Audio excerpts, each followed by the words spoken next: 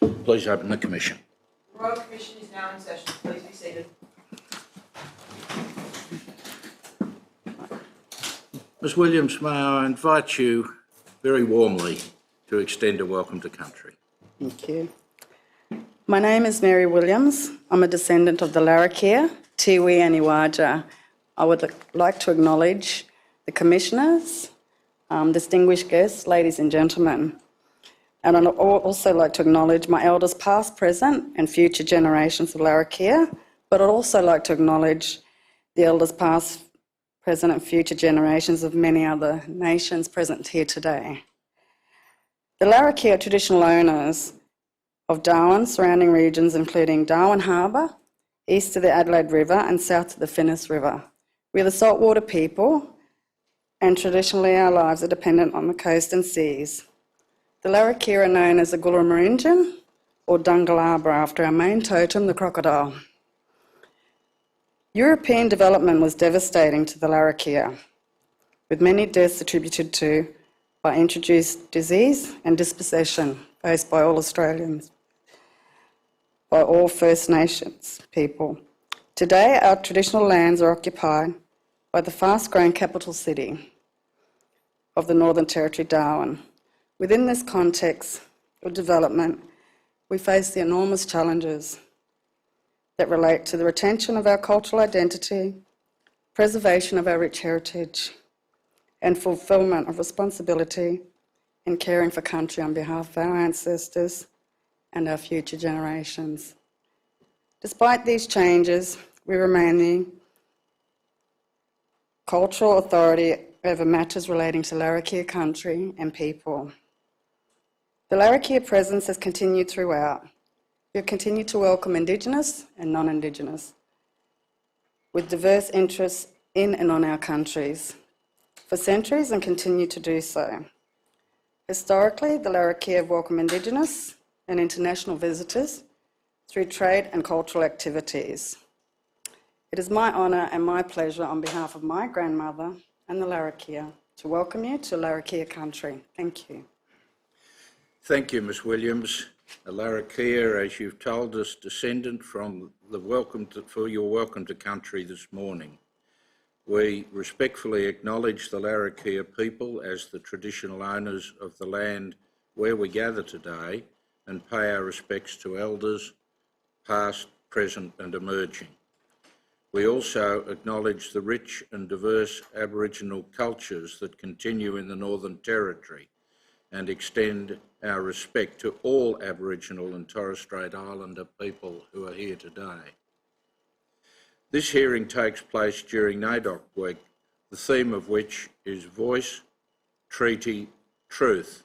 Let's work together for a shared future. This Commission wants to hear the voices of as many people as it can. Building on our recent hearing in Broome, this week we will have the opportunity to hear directly from more Aboriginal and Torres Strait Islander people, as well as people who work in Aboriginal community-controlled organisations.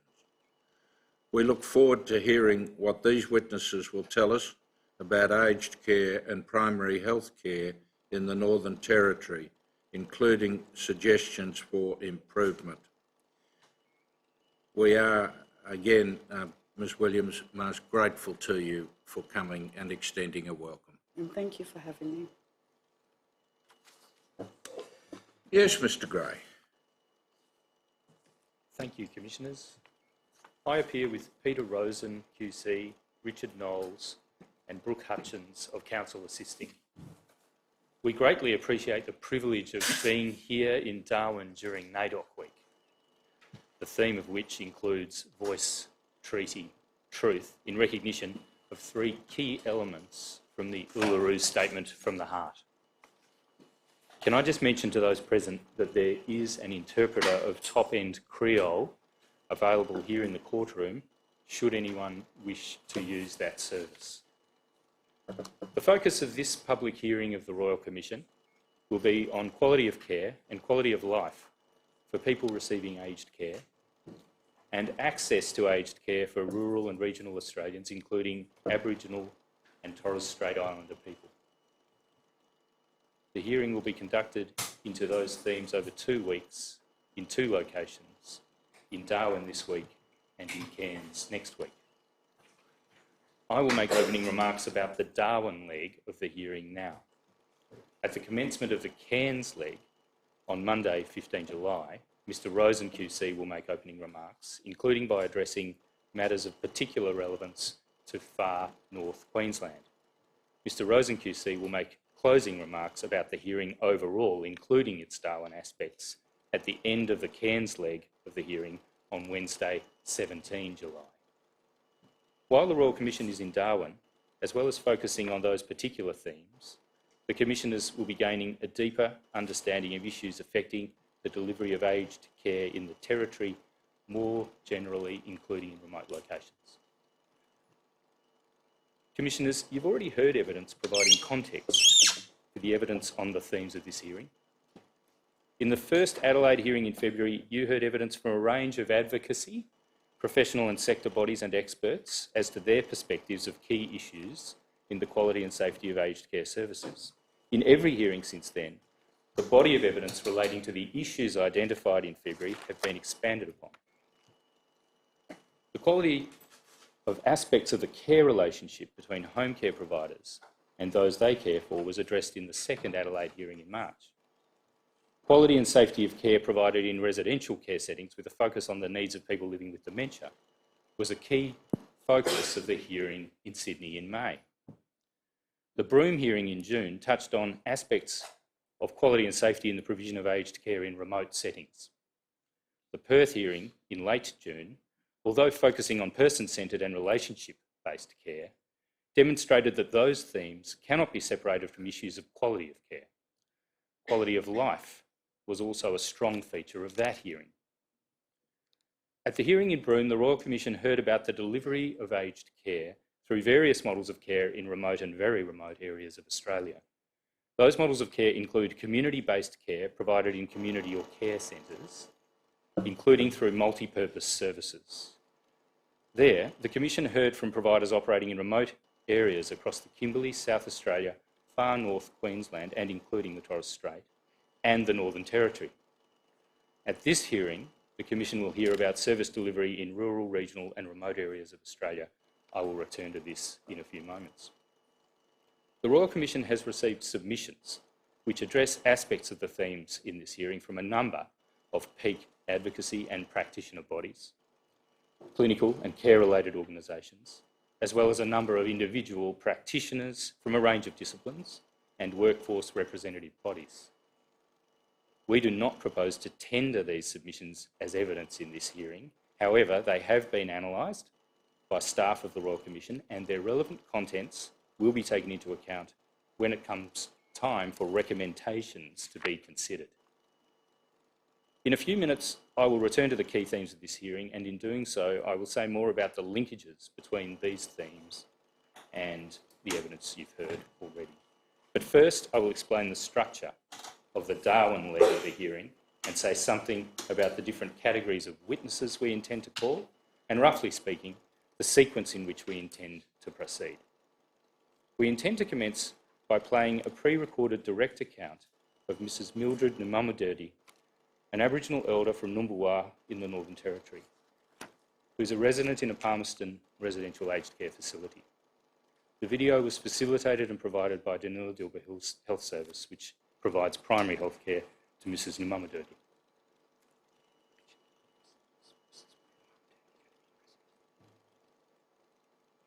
And we respectfully acknowledge the presence here in the hearing room of Mrs Namamudirdi, and we're very, very grateful for her attendance. In brief terms, I will now outline the sequence of topics we will cover this week in Darwin, and in a few minutes I will say more about the content of the evidence. Today we will hear contextual evidence about Northern Territory health services and community services and their close connection with aged care. In this respect, we will be hearing the evidence of Sarah Brown, the CEO of Purple House, Kim McRae of MPY Women's Council, Donna Archie and Dr John Boffer of Central Australian Aboriginal Congress, Olga Havnan and Dr Sarah Giles of Danila Dilba Health Service, and Michelle Mackay of Northern Territory Health. On Tuesday, we will hear the direct evidence in the first case study, which relates to the care of Mrs. Shirley Fowler at IRT William Beach Gardens, an aged care facility in the Illawarra region of New South Wales. Mrs. Fowler is living with advanced dementia and is immobile and has special dietary needs. Mrs. Fowler's daughter, Lyndall Fowler, will tell the Royal Commission about the impacts of care for her mother's quality of life since 2013. After a very rapid deterioration, Ms. Lyndall Fowler will describe her mother's constant battle with pressure injuries, nutrition issues and contractures, amongst other issues, and her tireless efforts advocating for her mother's care. Employees of IRT William Beach Gardens and Mrs. Fowler's general practitioner will be giving evidence. On Wednesday, we will hear the direct evidence in the second case study, which relates to the late Annunziata Santoro, who resided at Assisi Centre Aged Care, an aged care home in Rosanna in suburban Melbourne, conducted by Assisi Centre Limited. Ms. Santoro's daughter, Anna Maria Nung, will tell the Royal Commission of her experience of her mother's care at Assisi Centre and speak about her mother having falls on a regular basis, almost always at night.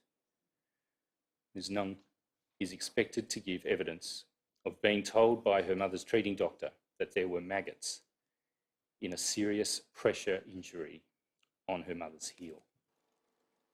The chair of the board of directors and the CEO of Assisi Centre Limited, as well as Ms. Santoro's GP, will also be giving evidence. On Thursday, we will hear direct account evidence from Ms. Lisa Backhouse about some very confronting aspects of the decade that her mother, former nurse and midwife Christine Waitman, has spent in the aged care system.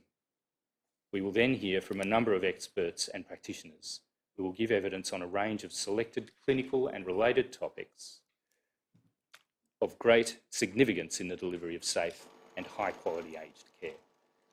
We will be calling two of these experts separately, Associate Professor Peter Gonski, a geriatrician and general physician based in New South Wales, and then Professor Joanna Westbrook, an expert of health informatics and patient safety based at Macquarie University, New South Wales.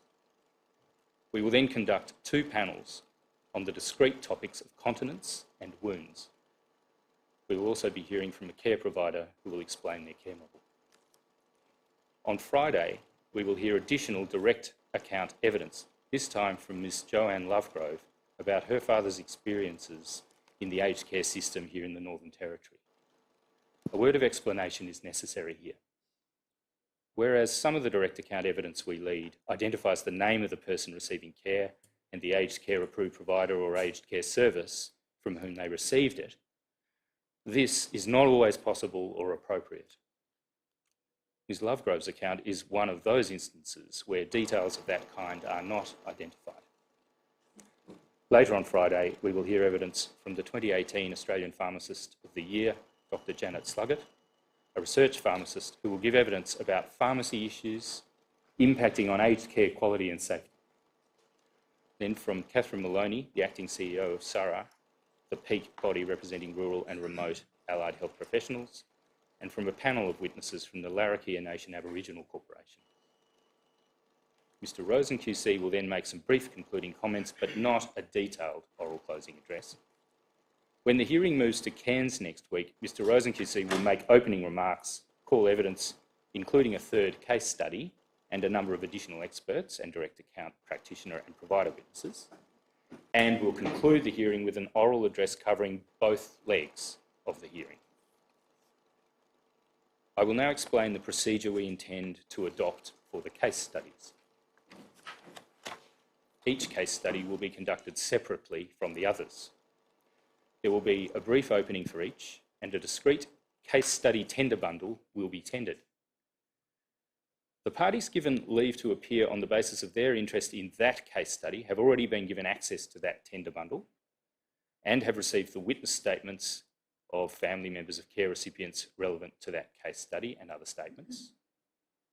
Once all the direct evidence in each case study has been called, counsel assisting do not intend to formally close the case study. Parties appearing in the case studies should be aware that comments made by experts later in the hearing about issues arising in the case studies may occur, and they may be relied upon to support findings in the case studies. There will be no detailed oral closing submissions on each case study. Rather, we intend to seek directions at the conclusion of the overall hearing in Cairns for the provision of written submissions as to the findings that should be made in the case studies, including response submissions by parties granted leave to appear in them on the basis of an interest in the particular case study, and a brief opportunity for any necessary reply as between those parties. In this hearing, we will build on what we've heard to date about the delivery of aged care in the home.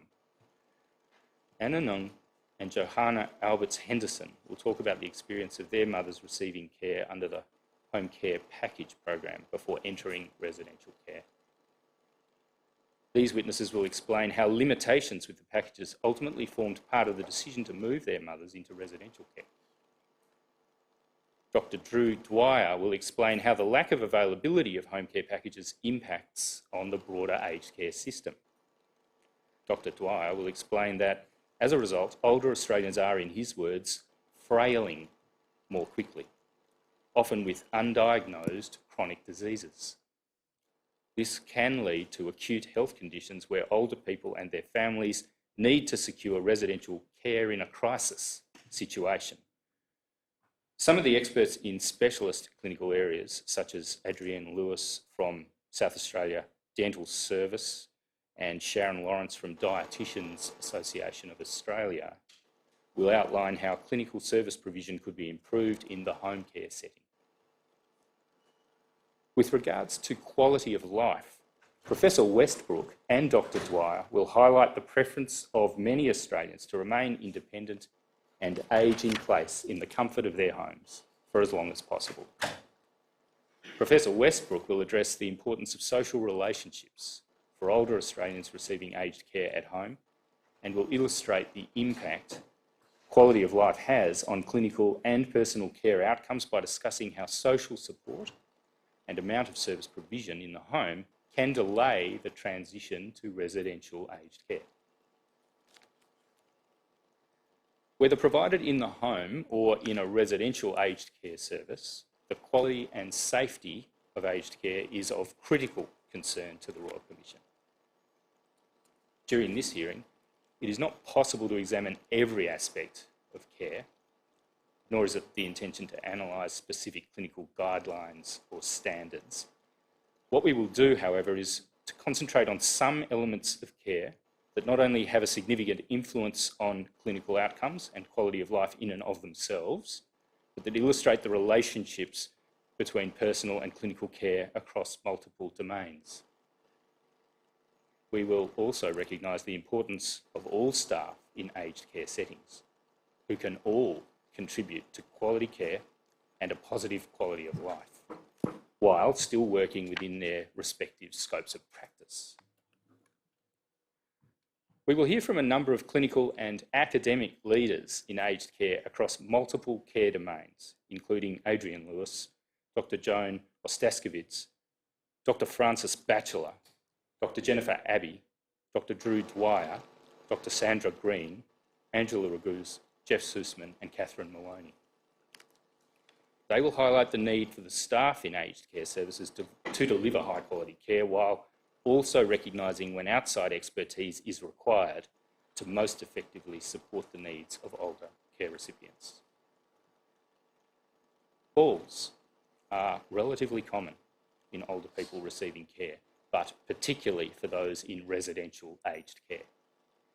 Dr. Batchelor will assist in the assessment of how the risk of falls should be effectively managed in aged care.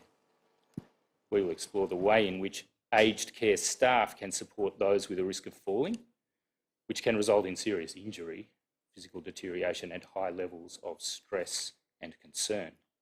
Incontinence is an issue affecting many aged care recipients. Continence care is attended by a range of staff in aged care, we will hear from Dr. Ostaskovich and the Continence Foundation about the extent to which these issues are managed in accordance with evidence and the challenges associated with providing complex clinical care in aged care settings. The Commission will also hear from those with experience of care that has failed to deliver positive outcomes. This experience highlights the critical importance of identifying and responding with requisite skill to complex care needs, listening to carers and family members, and involving the right clinical experts at the right time. These direct experience accounts will show how poor care in one area can impact on many others, creating more complex care needs, pain, suffering, concern, and even disability. I wish to speak about the Northern Territory context. The Northern Territory's population is over 247,000 people, with 7.2% of the population aged 65 or older. Almost 1 in 5 people who might need aged care services are Aboriginal and Torres Strait Islander people over the age of 50. This is about 13 times the national average. The higher proportion of Aboriginal and Torres Strait Islander people who may need to access aged care services is reflected in the service model for the Territory, where about 38% of aged care places available in the Northern Territory are delivered through the National Aboriginal and Torres Strait Islander Flexible Aged Care Program. Nationally, this statistic is 0.4%. There are 124 home support outlets in the Northern Territory, 55 home care service providers and 12 residential aged care providers, which cater for 525 residents. The provision of residential care places in the Territory is well below the nationwide level of residential care places per capita.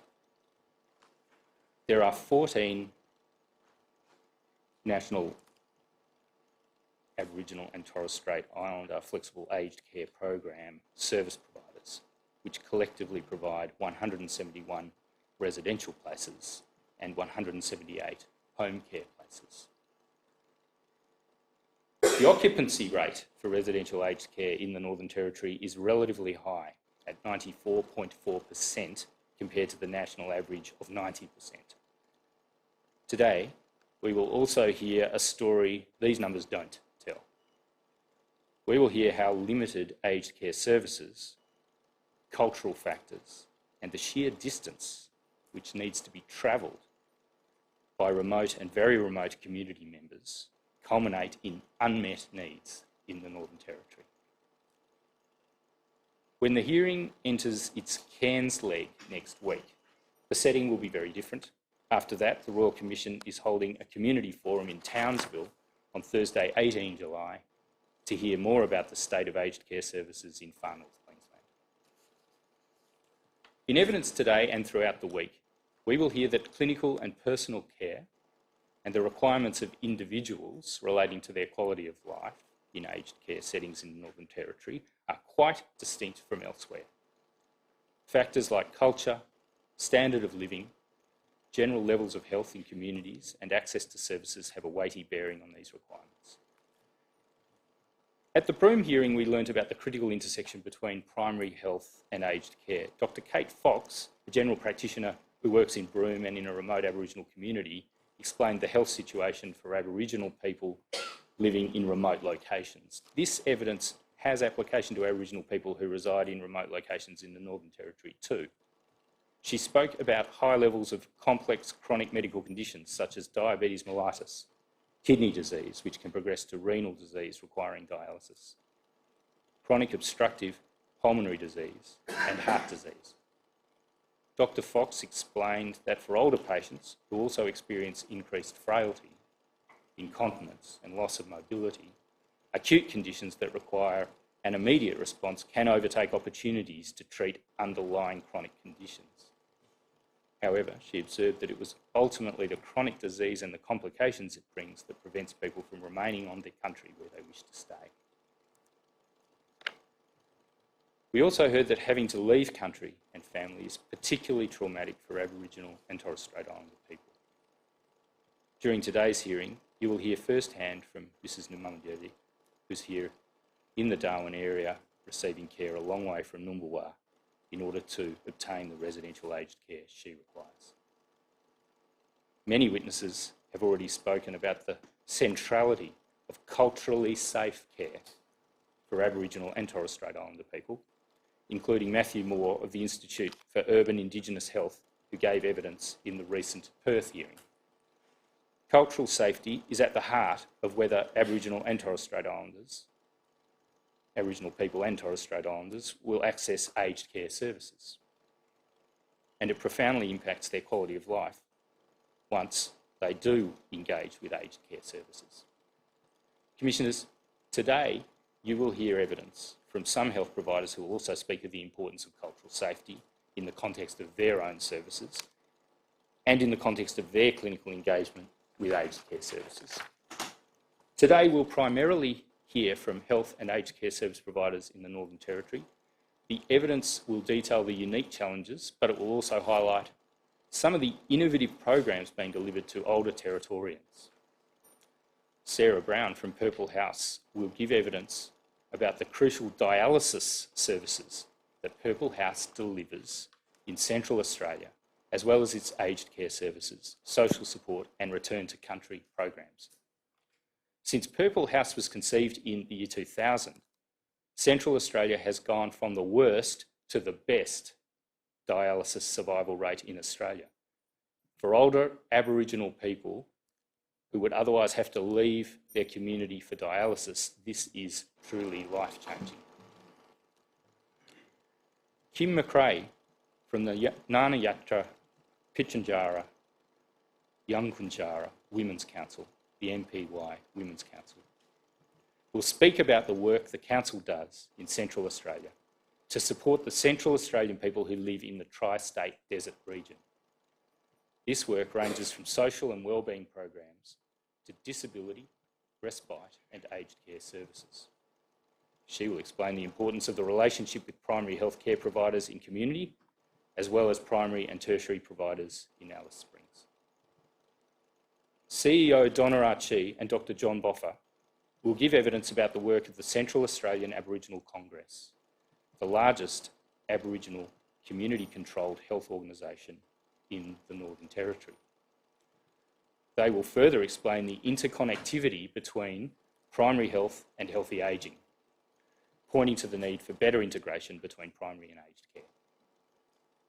Commissioners, you will also hear from CEO Olga Havnen and Dr. Sarah Giles about the work of Danila Dilba Health Service, an organisation that delivers primary health and other services in Darwin, its surrounding suburbs and Palmerston.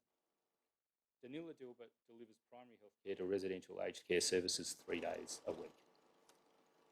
The final witness today will be Michelle Mackay, COO of the top-end health service within Northern Territory Health, NT Health, who will address the unique circumstances of the Northern Territory and the challenges of delivering services to an area with the lowest population density of any state or territory. Ms Mackay will explain how thin markets across all health and human services in the Northern Territory require government to approach service provision differently, so people living here have appropriate levels of access. She will also discuss how different services intersect and how issues in aged care can have flow-on effects for acute and primary health services. Ms Mackay suggests that consideration be given to pooled funding arrangements for rural and remote services to a greater degree than at present. On Friday, you will hear from the Larakir Nation Aboriginal Corporation, an organisation that delivers the Commonwealth Home Support Program and the Home Care Package within Darwin, with a focus on people who are homeless or at risk of homelessness. It services a diverse range of clients, including Aboriginal people and those from culturally and linguistically diverse groups. I'll speak briefly again about quality of life. The Commission has heard many witnesses in previous hearings refer to the importance of quality of life in aged care. For example, Brian Lipman, CEO of Wintringham, an aged care provider in Melbourne, talked about the importance of people in aged care having an enjoyable life full of opportunities for personal growth and pursuing interests. Other witnesses in Perth explained that staying independent, maintaining close relationships with family and friends, opportunities for personal growth and adventure, and living in a comfortable, homely environment are important to older people in maintaining their quality of life, particularly in residential care. In previous hearings, we've also started to hear about the relationship between clinical and personal outcomes and quality of life, and the way in which they impact on each other, a relationship I'll return to. This hearing will focus more explicitly on quality of life, building on what the Royal Commission has already heard. In the Perth hearing, which concluded less than 2 weeks ago, the Commission heard about the importance of person-centred and relationship-based care in aged care. Various witnesses defined person-centred care in different ways, but there tended to be common elements, including the importance of good relationships, understanding and embracing the individuality of people and ensuring they have autonomy and control, providing care in a kind, gentle, respectful way by appropriately qualified people. All of these things matter. You heard that person-centred or relationship-centred care promotes or enables quality of life for the older person. I'll not rehearse the evidence so recently heard in Perth. What is quality of life?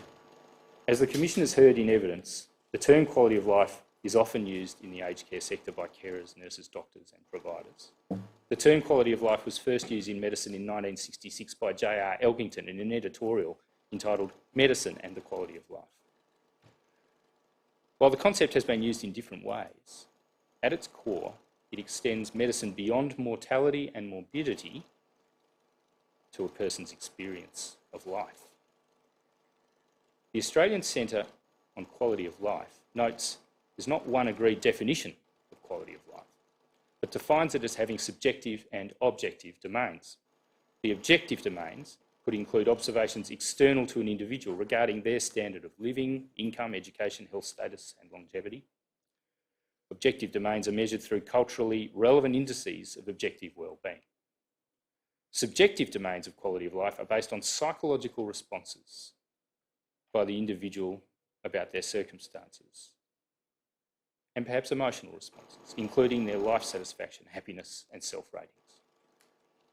Subjective domains are measured through questions of satisfaction.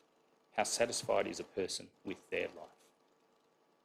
Quality of life, in the context of this hearing, broadly refers to the extent to which an individual experiences a positive and satisfying life across a variety of domains, including independence, choice and control, social connection, dignity and respect, activities and occupation, environment, including where they live, and food and meals.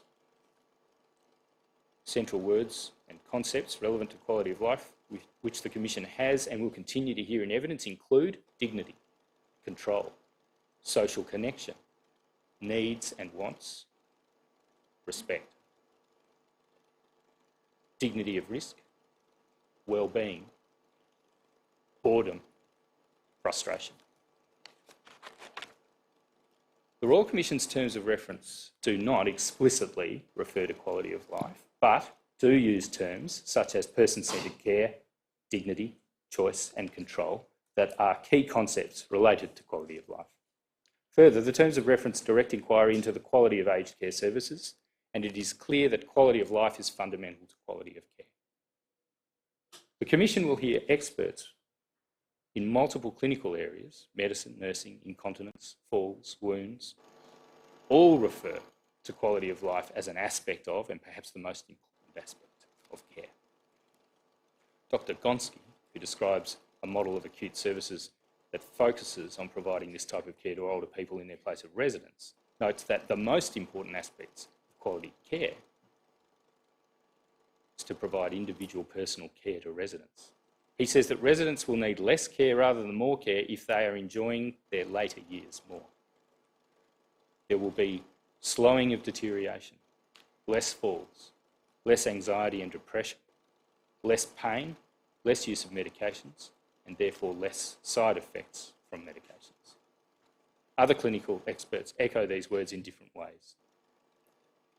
Dr. Ostaskovich focuses in her statement on promoting dignity in continence care, that we need care and dignity to protect psychological integrity, ensuring that they, the people in care, feel safe, respected and dignified. She calls for dignifying continence care and notes that the role and work involved in protecting people's dignity should be valued, recognised and appropriately funded. Dr. Drew Dwyer and Dr. Jennifer Abbey, who are both registered nurses by background, call for increased clinical training and knowledge in aged care. They recognise the centrality of quality of life in this care. Dr. Abbey endorses previous evidence that focused on the importance of person-centred care. Dr. Sandra Green will outline the obligations of nurse practitioners and their role in combining their nursing experience with their medical knowledge to provide a holistic, person-centred approach to caring. Adrienne Lewis of the SA Dental Service will highlight how poor dental care can impact health and quality of life outcomes. The Commission will also hear that improved quality of life improves health outcomes. In Perth, Dr. Runge gave examples of how quality of life activities can have a positive impact on clinical outcomes. For example, the community choir helped breathing techniques for residents living with Parkinson's disease. Similar to Dr. Gonski's observations, Professor Westbrook notes there's a growing body of international research which has demonstrated that a high level of social participation and engagement contributes to lower levels of psychological distress, higher self-rated health, and better physical function in community-dwelling older adults. Social participation levels are also a good predictor of mortality and use of health services. This leads to the importance of measuring quality of life outcomes as a measure of quality of care. In Perth, Mr. Burton told the Commission that good quality life is measurable. It's a measurable outcome of good person-centred care. We will again touch on this concept during this hearing, and it's likely we'll return to it in discussions of regulation and funding in later hearings. Professor Westbrook will outline research her team have undertaken in relation to community care, noting that the findings would be relevant to the residential aged care context also. One study involved service providers as part of routine assessment using tools to ask care residents about their quality of life and social participation. The feedback from clients in the study was, in Professor Westbrook's words, overwhelmingly positive, and the care workers themselves drove the ongoing uptake and use of the tool. Professor Westbrook also notes the work of Professor Julie Ratcliffe of Flinders University as important research in incorporating quality of life assessments in economic evaluations, along with seeking the preferences of people with cognitive impairment and dementia. We will explore with Professor Westbrook if Professor Ratcliffe's work could have implications for establishing standards, measuring indicators, and even funding in relation to aged care. One of the tasks confronting the Royal Commission is to bring together the concepts of the safety of care, the quality of care, and the quality of life into a coherent framework that is supported by the evidence and is adaptable to all aged care settings. Doing so is most likely to yield insights into how the system should be designed to provide the best outcomes in all these respects and where the deficits currently are. There are a number of aspects to this task. To name a few, there's a difference between the safety of care and the quality of care. There's a need to balance individual choice and dignity of risk on the one hand and safety on the other.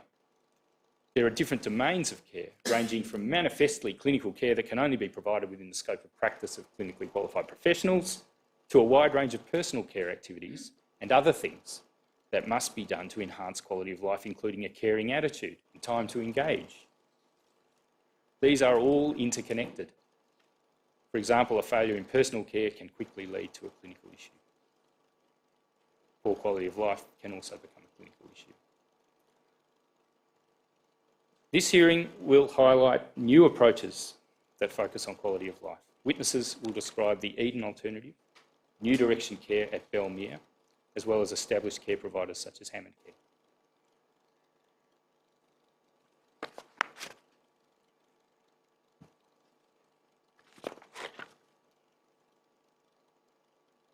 The Commission will also hear from Elsie Scott, a resident of Belmere.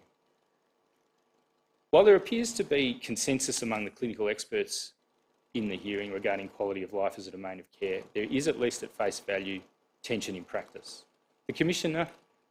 Both commissioners will hear about the tensions that exist in aged care when trying to provide evidence-based, high-quality personal and clinical care that meets resident and family expectations, while also recognising that this care is provided in a home, be that the person's usual home or an aged care facility. On the last day of the Perth hearing, Dr. Trigg referred to this as the Triple H dilemma. Should the design of a residential aged care facility be like a hospital, a hotel or a home? Dr. Dwyer, Dr. Abbey and Sandra Green, all trained registered nurses or nurse practitioners, call for an increased emphasis on clinical training and skills, clinical governance and recognition of the role of the registered nurse and nurse practitioner. Nevertheless, Dr. Dwyer and Dr. Abbey reject the conceptualisation of aged care facilities as home-like. Dr. Abbey believes that the goal of a home-like environment adds to cognitive dissonance for staff and family, leading to burnout, compassion fatigue, complicated grief, all of which can contribute to abuse. In contrast, she endorses Professor Joseph Ibrahim's statement that we need to be clear about the purpose of an aged care facility and recognise that they are about high-end nursing care and pain management, and she notes we need to acknowledge that certain people want to die and are ready to do so. In contrast, Angela Raguse, General Manager of Residential Care at Hammond Care, will speak about the centrality of a home-like environment. She claims that home-like clustered domestic models of care have demonstrated generally improved outcomes for residents, including a better quality of life. She refers to the investigating services provided in the Residential Care Environment for Dementia study, which, she says, found that residents in this type of care had a lower chance of being admitted to hospital, a lower chance of presentation to an emergency department, and were less likely to be prescribed a potentially inappropriate medication.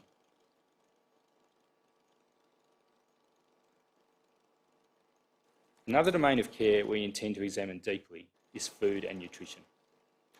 We expect to hear about the importance of food security in the Northern Territory. Simply obtaining the basic level of nutrition needed for adequate nourishment is a serious issue for many communities. More generally, Dr. Sandra Iliano and the Dietitians Association of Australia will describe the significant levels of malnutrition or undernutrition in aged care recipients across the country, and the critical improvements in clinical and quality of life outcomes that can result from better nutrition, particularly increased protein intake, including reduced risk of falls, mobility, infection risk, oral and dental care issues, and poor wound healing. As the Dietitians Association of Australia state, inadequate intake of food and fluids by aged care recipients has dire consequences, which, unlike in younger adults, are often irreversible. These consequences are multiple, but include weight loss and malnutrition, leading to reduced muscle strength, reduced ability to repair body organs, poor healing of wounds, increased hospital stays, and frailty syndrome, leading to increased disability and falls risk. The Honourable Dr. Kay Patterson AO referred to anecdotal reports of the inadequacy of meals and the alarming rates of malnutrition in aged care estimated by the Dietitians Association of Australia at the recent hearing. Reducing malnutrition involves improvements in multiple domains: food planning and preparation, the delivery and presentation of meals, and increasing appetite and consumption of meals. It involves multiple players in the aged care sector. Dietitians should be utilised to assess the nutritional value of food and the specific dietary needs of individuals. Cooks and chefs will source, plan and prepare food.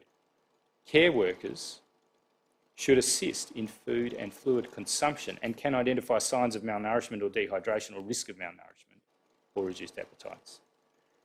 Nurses and doctors should identify and diagnose malnourishment or risk thereof. dentists and oral hygienists should be utilised to ensure oral and dental health, a healthy mouth being a critical factor in a person's ability to eat. Speech pathologists have a key role in alleviating the social and nutritional impact of dysphagia, difficulty in swallowing, which affects 50% of people living in residential aged care facilities. Last but not least, it's decision-making by the executives and the boards of service providers, which directs the budgets and resourcing necessary for all this to occur and for necessary nutritional, appetising and high-quality supplies to be obtained. And the organisational structure under them that manages and prioritises all those operations necessary for those in care to receive proper food and drink is the responsibility of those in governance positions. The Commission will hear from a panel of chefs who prepare the food in residential aged care facilities. They will provide insight regarding practices implemented by aged care providers that encourage good food experiences for residents and those that do not. Maggie Beer will explain how and why she established the Maggie Beer Foundation. The Commission will hear about the Foundation's fundamental belief that an increased enjoyment of food will contribute to emotional well-being and that improved emotional well-being leads to improved physical well-being and ultimately quality of life. Adrienne Lewis will outline the poor oral health provision in aged care and the multiple impacts this can have, including affecting an older person's ability to eat and enjoy meals. Adrienne Lewis believes that care workers should be able to implement recommendations of a good oral care plan. Dr. Giuliano will identify research that suggests increased time spent by carers in assisting older people to eat, from 1 to 5 minutes for snacks and from 5 to 42 minutes during main meals, leading to increased calorie intake and weight. Dr. Francis Batchelor will outline the multiple risk factors for falls, including reduced muscle strength. In concluding, I'll briefly describe some procedural matters. First, document management. The solicitors assisting the Royal Commission have prepared and made available to you, Commissioners, 4 tender bundles. There is a general tender bundle, documents from which will be displayed from time to time during the hearing overall. And in addition, there are 3 tender bundles, one specific to each case study. I wish to tender the general tender bundle as a single exhibit at this point. Documents in that tender bundle may be referred to by tab number, according to the accompanying index, which will now be displayed. During the hearing, it's possible that further documents might need to be added to the general tender bundle. The general tender bundle currently consists of 127 tabs. We will tender additional documents, that is, by adding tabs to this exhibit consistently with the procedure adopted in the Perth hearing. At the end of the Cairns hearing, we will revisit the general tender bundle and confirm how many additional documents have been added during the hearing. Commissioners, I tender the general tender bundle. Yes, the Darwin General Tender Bundle will be Exhibit 6-1. Thank you. In addition, as I mentioned, there are 3 separate tender bundles, one for each of the case studies. We plan to tender each case study tender bundle at the commencement of the case study in question as a single exhibit. Again, once each case study tender bundle has been tendered, documents in that tender bundle may be referred to by a tab number according to the applicable index, which members of the council team will have displayed on the screen at the commencement of that case study. We have put the relevant parties in each case study on notice that we intend to tender and may publish the documents in these tender bundles, some of them in a redacted form. Those parties have been given an opportunity to object to the publication of documents, including on the basis of confidentiality. Commissioners, during the course of this hearing, you may be asked to consider applications for direction that particular documents not be made public. Any such application should be made in accordance with Part G of Practice Guideline 1 of this Royal Commission. It may not be possible for you to hear and determine such applications during the hearing, and they may have to be determined on the papers afterwards. At the end of the Cairns leg of the hearing, Mr. Rosen QC will present a closing address which will reflect the themes covered by this hearing, including this Darwin leg. This will be followed by written submissions which the counsel assisting team aim to complete 7 days after the hearing. Parties with leave to appear will have 7 days, we propose, from the date of counsel assisting's submission to provide you with their own responding written submissions before you make any findings in the case studies. At the conclusion of the hearing, Mr Rosen will ask you to make directions in that regard. Before we ask the operator to play the video of the interview with Mrs Mildred Namamadurdi, there will be a brief adjournment, and then Mr Knowles will call a witness who will give some contextual evidence about the video.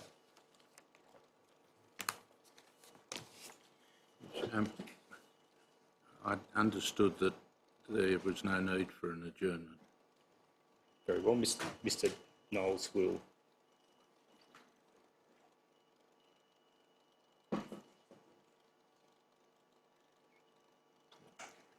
May the Royal Commission stand down for just a few minutes while Mr Knowles attends to a particular matter. It will be a short adjournment. Thank you. Silence all stand. Commission is now adjourned for 5 minutes.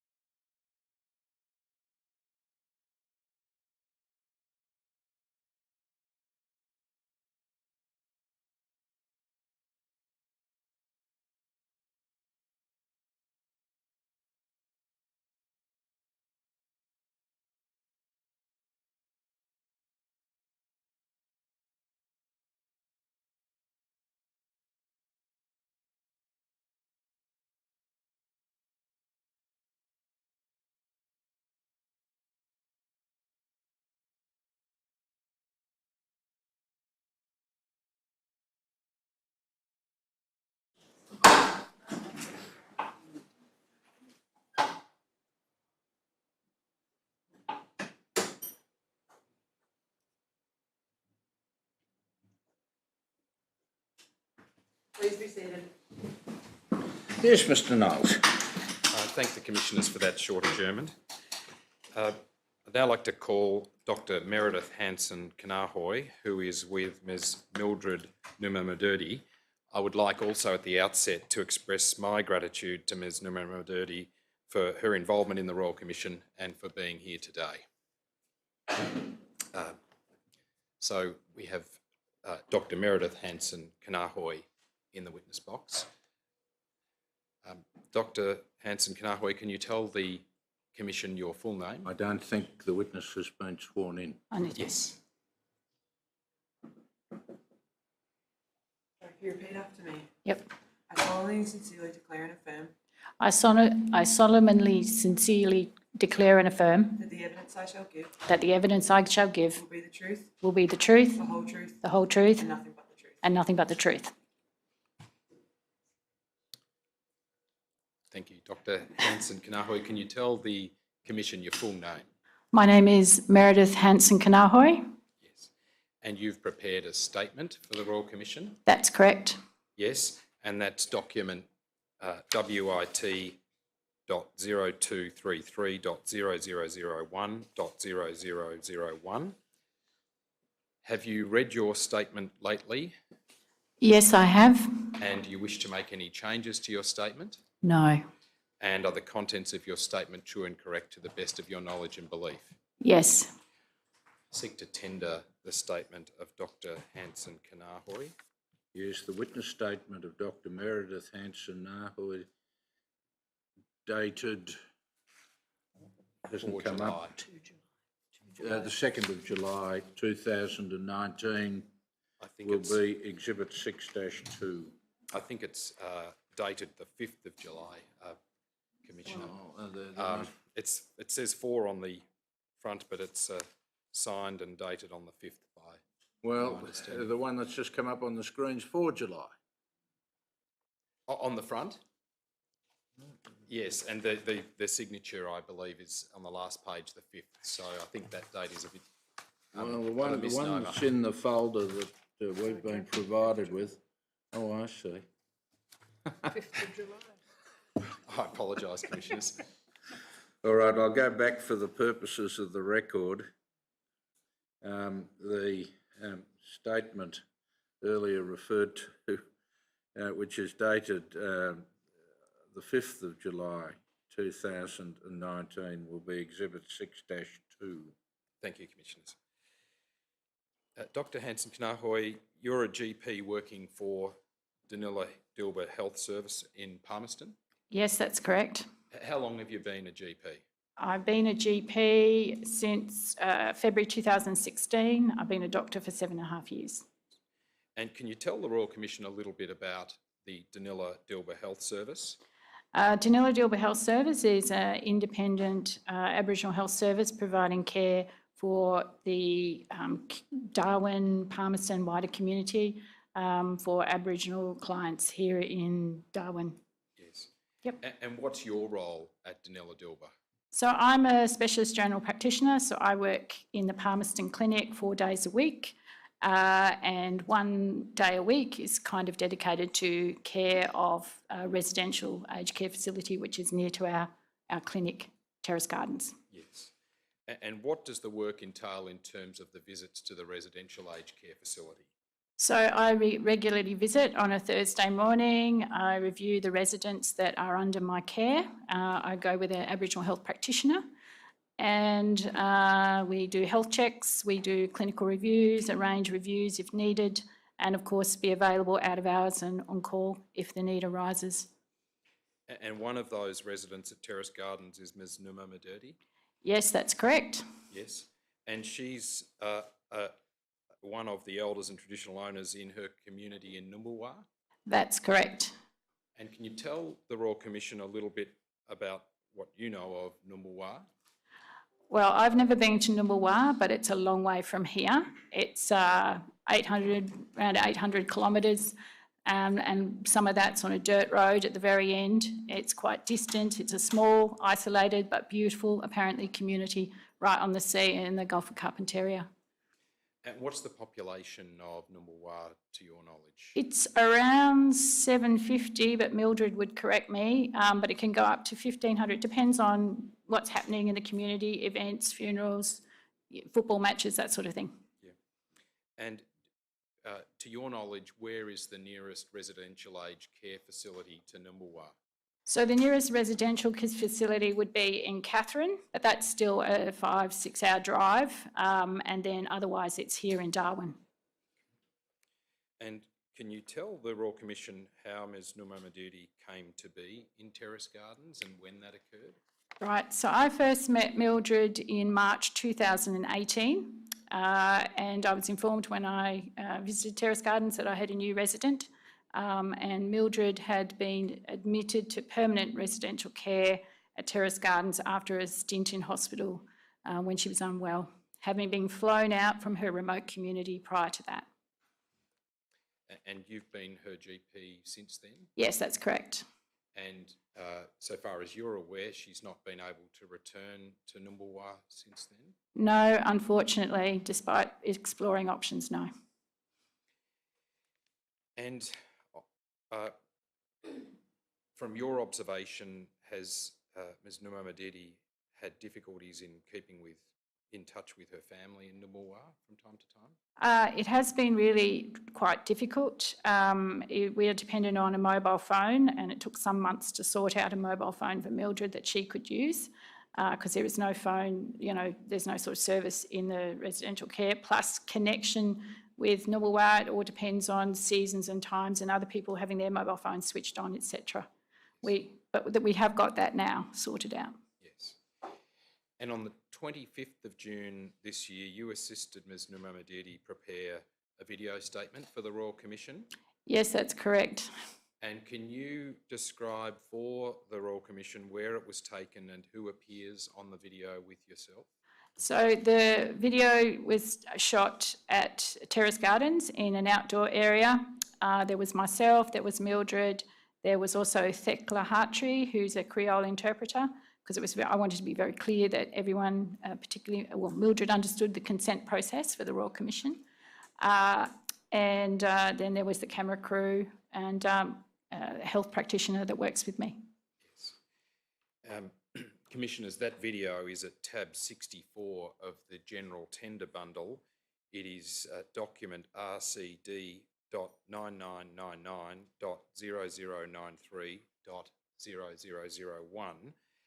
As you will know, the video is subject to your direction made on the 3rd of July this year, direction D0006, and that is that it not be published without Ms Numamadudi's consent. Its ongoing publication is also subject to your direction. Dr. Hansen-Kanahoy, before the video is played, can I ask you, you've referred to this a moment ago, whether you sought Ms Numamadudi's consent to making the video statement for the Royal Commission and having it shown today? Yes, that's correct. Now, I'll now ask, if it pleases the Royal Commission, for the operator to play the substantive part of the video, omitting formal parts at the beginning and the end.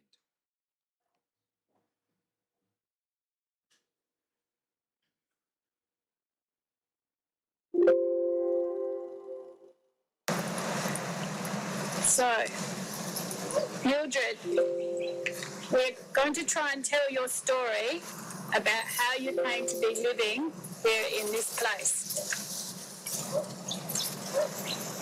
Well, the story now you're going to tell them, how you been living in this place. Well, I was very sick. I had pneumonia at my home. I was sick. So they sent me to Royal Darwin Hospital. I was there. And after a while, that's on March.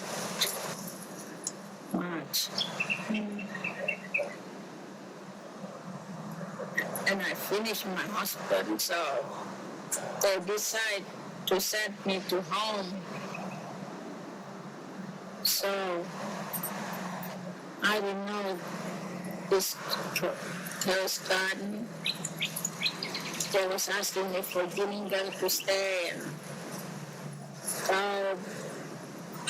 Larakir, but this place I didn't know this hospital. So they drive me, put me on the ambulance and they drive me. And I didn't know this place. And I was crying for 4 weeks straight, sad for my family. So I couldn't stop until they came visit me. And it's too far for us, for me, my family traveling, my daughter and my 2 grandsons. They're coming too far from Broome just to visit me. You know, that we don't want that way because lots of accidents along the road. They drink and drive. That's why my daughter is frightened to come in and out. So I told her not to come much because I got a friends. I told her. So I could come anytime if I want to. She said, okay. Right. Can I ask for aged care in remote community, please? We can have aged care closer near our community. I'm asking to build aged care in our community, remote community. Please. So Mildred, right now is dry season. So in community, what is happening in dry season? In community, what do you do about dry season? They're not doing anything. Yeah. There are ceremony and stuff. Yeah, we got a ceremony there. Main ceremony. We got at number 1 for the time being. My daughter went back last week. She was here with me, and she went back. Yeah. And she's gonna come Friday. Yeah. Next week Friday she will be here. Because she went back for the ceremony. She important, my daughter. She not a woman like this. On ceremony one and culture one, she there all the time. And if you were living in Numbawa, where is your house in Numbawa? My house at Numbawa is flat, just in the middle of the road, somewhere about there. Side of the road, sorry. Yeah. And what do you do with your family when you are home? My family never miss me. They used to come surrounding me and sit with me and talk with me, laugh at me. They love me so much and I love them so much. My children, my grandkids, my daughter, and my 2 grandsons. And what about the food that you eat on community? What do you like to eat? Like the dog, We eat damper. We eat damper. Yep. We eat, like they go out hunting for turtle and dugong, fish, crab, whatever they got, they bring it up to us. We're sharing, family sharing the food and the meat.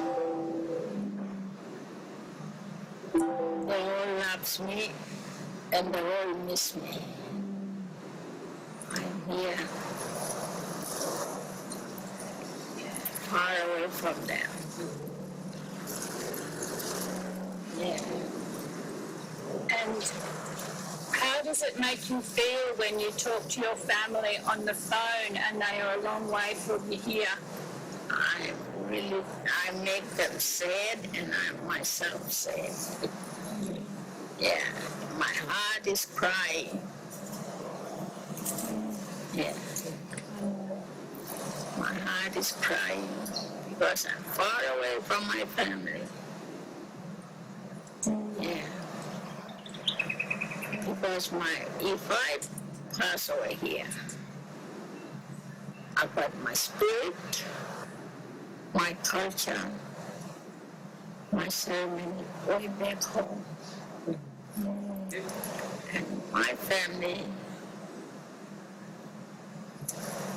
they don't want that way, because we got everything there in our home. And number one, if we pass away, culture there, our spirit, ceremony. Yeah. That's why family, because I'm the eldest out of my family, and that's my motherland, that number one. Yeah. I'm eldest out of family. So they worry about my death. I told them. I got doctor. She can help me. I said, don't worry. I told them.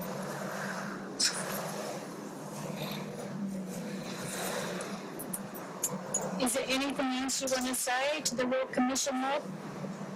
Yes, that's all you want to tell me about the Royal Commission. Thank you. Well,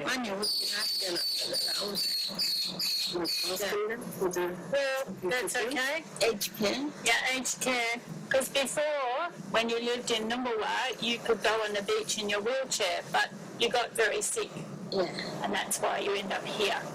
Yeah. So there is, what is there in Numbulwar? Because they might not know. Is there, what kind of clinic is there? We got new hospital clinic, and big one we got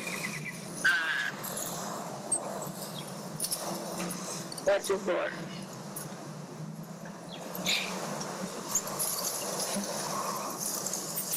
we got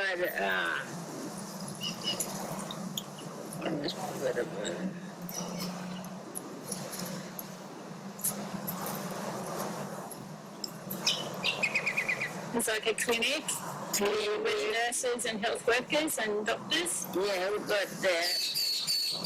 got big clinic and dialysis. We got there in Numbulwar. Yeah. We didn't have before now. And when they built a new house, new clinic, now we got dialysis. So, but when you get sick in Numbulwar, where do you have to go to? When you get sick, you go to sometime to Broome Hospital or here in Darwin. So, Yeah. a long way on a plane. That's for a long way. And from here driving, it's too far for us. Yep. It's 800 kilometres, and some of those roads are unsealed and dangerous. Yes. Yeah. And Mildred, do you have any family in Darwin at all here? I've got nobody here. I've got my two nieces, but they're drinker. I don't want them to drink. They drink too much. Yep. And my sister and my brother-in-law, they're here in Bolivia. They're studying to be a minister. To be a minister. and didn't meet my sister or didn't. Yeah. They here, but they never come. Yeah. And Mildred, when you came to Darwin, where was your key card for your money? I gave that at my daughter's place. Yeah.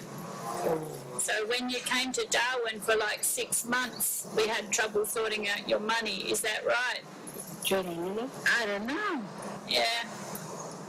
And we had to try and find your key card. Yeah, but she done my kick at my daughter. Yep. She looking after my everything. Yep. That's good. That's good. All right. Do you want to say anything more, Mildred? No, thank you. I think you've done an excellent job. Yeah. Yeah. I say thank you to you. Yeah. For coming to me, you know. All right. So thank you. Thank you. Thank you. I hope this has been helpful.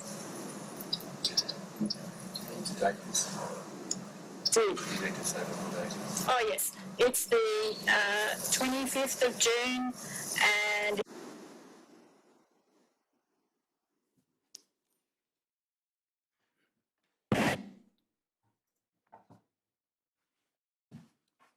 Thank you again, Ms. Numa-Madedi and Dr. Hanson-Kanahoy.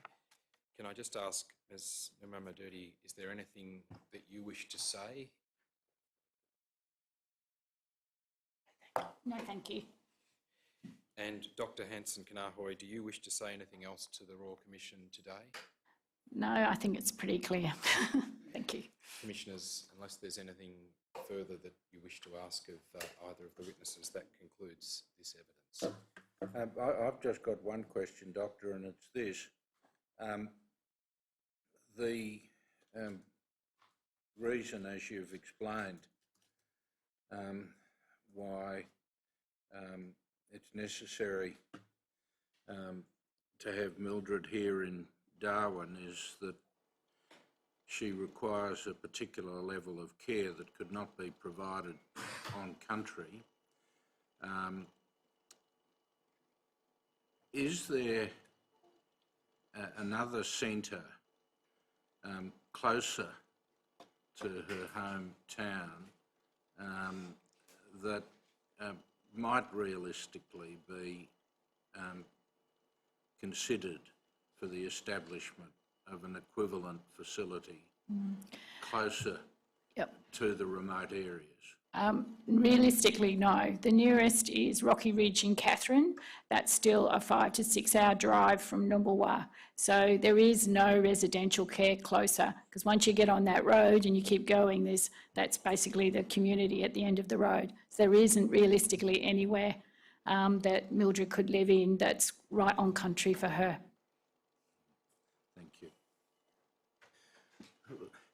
Thank you, Mildred, for giving us your evidence and particularly for coming here today. It's been wonderful not only to hear your evidence but to know of your interest in the proceedings of the Royal Commission, and your evidence will be given our greatest consideration when we come to making our recommendations.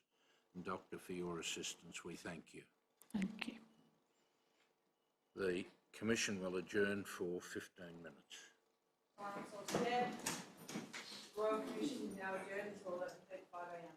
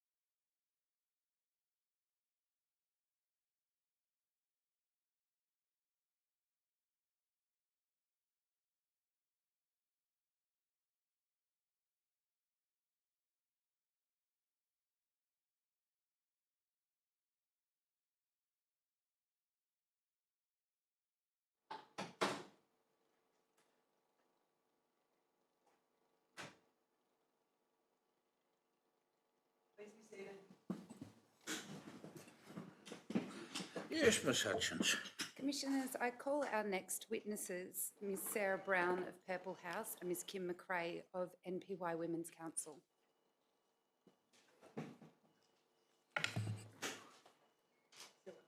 Just repeat after me. I solemnly and sincerely declare and affirm I solemnly and sincerely declare and affirm that the evidence I shall give that the evidence I shall give will be the truth, will be the truth, the whole truth, the whole truth, and nothing but the truth. and nothing but the truth. I just get your repeat after me. I solemnly and sincerely declare and affirm I solemnly and sincerely declare and affirm that the evidence I shall give that the evidence that I shall give will be the truth, will be the truth, the whole truth, the whole truth, and nothing but the and truth. nothing but the truth. Thank you. Ms Brown, I'll start with you first. Have you made a statement for the Royal Commission? Yes, I have. Operator, please bring up WIT.0254.0001.001. Ms Brown, is that your statement dated 26 June 2019? Yes, To the best of your knowledge and belief, are the contents of that statement true and correct? yes. Thank you. I tender that statement. Yes, the witness statement of Sarah Louise Brown dated the 26th of June 2019 will be Exhibit 6-3. And Ms McRae, what is your full name? Kim Marie McRae. And have you made a statement for the Royal Commission? Yes, I have. Operator, please bring up WIT.0264.0001.001. Ms McRae, is this a copy of your statement dated 27 June 2019? Yes, it is. And to the best of your knowledge and belief, are the contents of that statement true and correct? Yes. Thank you. Commissioners, I tender that statement also. Yes, the witness statement of Kim Marie McRae dated the 27th of June 2019 will be Exhibit 6-4. Thank you. Now, Ms McRae, you are a team leader at NPY Women's Council. Please tell the Commission what NPY stands for.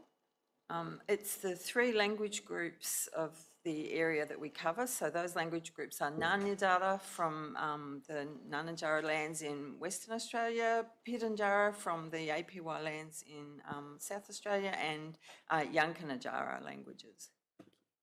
And Ms Brown, you're the CEO of Purple House. What's the other name that Purple House is known as? Western Desert Ngunnawal Palindjaku Jutku Aboriginal Corporation, which is why people call us the Purple House. Thank you. Excuse me one moment. Would it be possible to get that screen moved so that we can see the witnesses' faces? Thank you. Thank you. I'll just have the screen moved so you can see. Oh, bless you. No problem. So what is the region that your services cover in Purple House?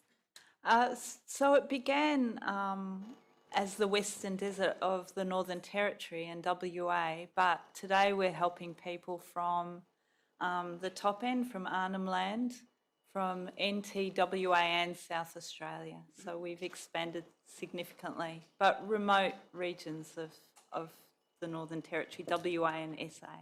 Thank you. And you are currently the CEO of Purple House? That's lovely, thank you. Yes. Yes, I am. Thank you. And how long have you been in this role for? 16 and a half years. And what are your qualifications and professional background relevant to this role? I'm a registered nurse with a master's degree and graduate diplomas in Aboriginal education and health service management. Thank you. And Ms McRae, how long have you been in your current role as Yuong U team leader?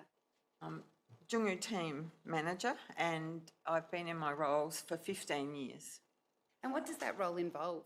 I look after the aged care and disability and respite programs at NPY Women's Council. And I understand that NPY Women's Council began in the Tri-State Central Desert region. Please explain for the Commission why it was that why it started there and the needs that it seeks to address. Yep. The NPY Women's Council started in the 1980s, and it was when women from the NPY region, which is the remote cross-border region of the Northern Territory, South Australia and WA, that's a 350,000 square kilometre area and there are 26 remote Indigenous communities across that area. The women all got together and had a meeting and decided that they were concerns about old people not getting supports that they needed, and people with disabilities, and families with children. And so the council formed to try and lobby government in order to build those services out bush so that people could continue to live on country. Yes, and prior to this role, you worked as a Regional Information and Advocacy Council in Shepparton, Victoria. What were your initial impressions when you moved to your new location about, I guess, the state of the services and the community that was available? Yeah, I think initially I was surprised, if not a bit shocked, about the lack of services available to people in remote areas. When I started travelling around to the communities and saw that people had very few services, people with disabilities and old people were living with a minimal amount of supports, and it felt a little bit shocking. And what are the aged care services that your organisation provides? Our organisation, we get funded through the Commonwealth Support Program, and we provide respite, and we provide equipment, and we provide social support individual, social support group. Those are the kind of the main services. Ms. Brown, Purple House was founded in 2000. It's an Aboriginal community-controlled not-for-profit organisation, is that correct? Yes. Yes. And could you please explain for the Commission why Purple House was started and what it is that it seeks to achieve? Sure. So it started because people from the Western Desert, so Kintore, which is 7 hours drive west of Alice Springs, and Kirikura, which is over in Western Australia.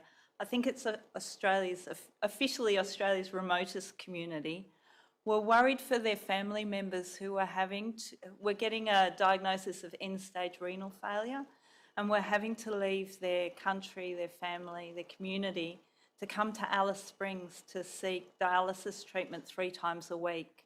Some people were doing that. They'd never lived in a city before, and they were really struggling around getting what they needed to stay well in the city, and also having any sort of quality of life away from everything that was meaningful to them. And so people from those communities said, well, why can't we have a dialysis machine in Kintore, and then we can look after people ourselves and we can get people home. At the time, there was only dialysis in the hospital in Alice and Darwin, and so when they went and asked politicians for help, they were told there was no hope. And so they got together and they painted some beautiful paintings. They had an auction at the Art Gallery of New South Wales with the help of Hetty Perkins and Sotheby's Auction House and their art centre, Papanuchula Artists. Roy and HG were the auctioneers, and they raised $1 million in one night. So $1 million of independent money with the aim of getting dialysis in a remote community. So that was the original aim of the Purple House. So we were incorporated in 2003 and started to do dialysis in Kintore and in Alice Springs in 2004, and then realised that to look after people really well, we needed other services as well. And so we've expanded by helping other communities get dialysis and get people home, but we've also expanded kind of organically the services that we offer so that around what people need to stay well on country. Yes, and what are those other aged care services that you provide? So we provide social support, we help run a consumer group, we've got a bush medicine making social enterprise that values the cultural knowledge of bush medicines. We've got a volunteer program and we help get extra supports out to communities. We offer Commonwealth funded aged care services now in one remote community, Mount Liebig, and in Alice Springs. And then we have primary healthcare services, GP clinics, care coordination, lots of picnics and outings and cooking kangaroo tails on the fire, just whatever people need to stay well, allied health services, nutrition services. And in November of 2018, your model of dialysis treatment was recognised with the creation of a new Medicare item number, which is for dialysis treatment performed in a very remote community by a nurse or an Aboriginal health practitioner. What does the creation of this Medicare item number mean in terms of your ability to better service the people that you are able to service? It's huge. It's a game changer for us. Up until this time, we didn't fit. If we went to the states and territory governments to ask for support for our model, they'd say that all the funding for dialysis was going into the hospital system.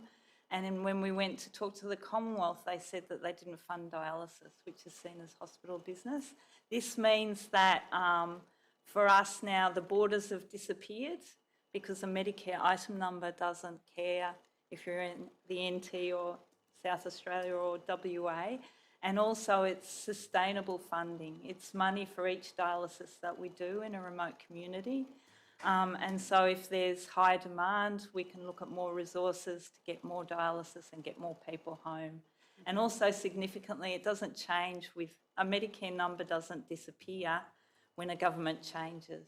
And so it really is some surety for people and communities into the future, and also it's for the whole of remote Australia. It's not just for our communities. So we've got lots of plans to help other communities to get people home.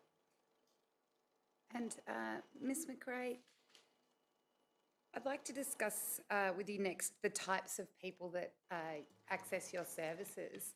What are the general age of your aged care clients that you service?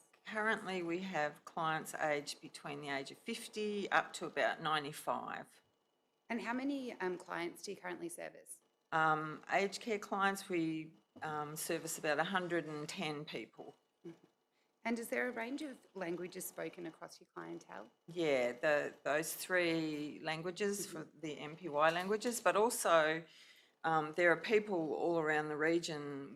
This is a highly mobile group of people, and so often we have people with other language groups living in our region as well. And do you have access to translating services? We have a model of service provision, we call it Malparara Way, and it's non-Aboriginal staff working with local Aboriginal people who have the expertise in language and culture, and they understand family structures, and they give us not only interpreting support, but support around solutions for the issues that our clients and families might have. And what are the challenges that your clients face in accessing aged care services? Yeah. The challenges are related to there not being a lot of services available in remote areas, and so as the care needs of our clients increase, the opportunity to keep supporting them out on community lessens, and there are pressures to bring people into aged care services in urban centres because there are a lack of aged care services out in communities. And how do your staff find using the My Aged Care system? We have found My Aged Care pretty accessible for remote people, but we're in a kind of a unique position that we also do the home support assessments for people to get them into My Aged Care. So we're able to now directly do the assessments while we're out in community and put people into the system.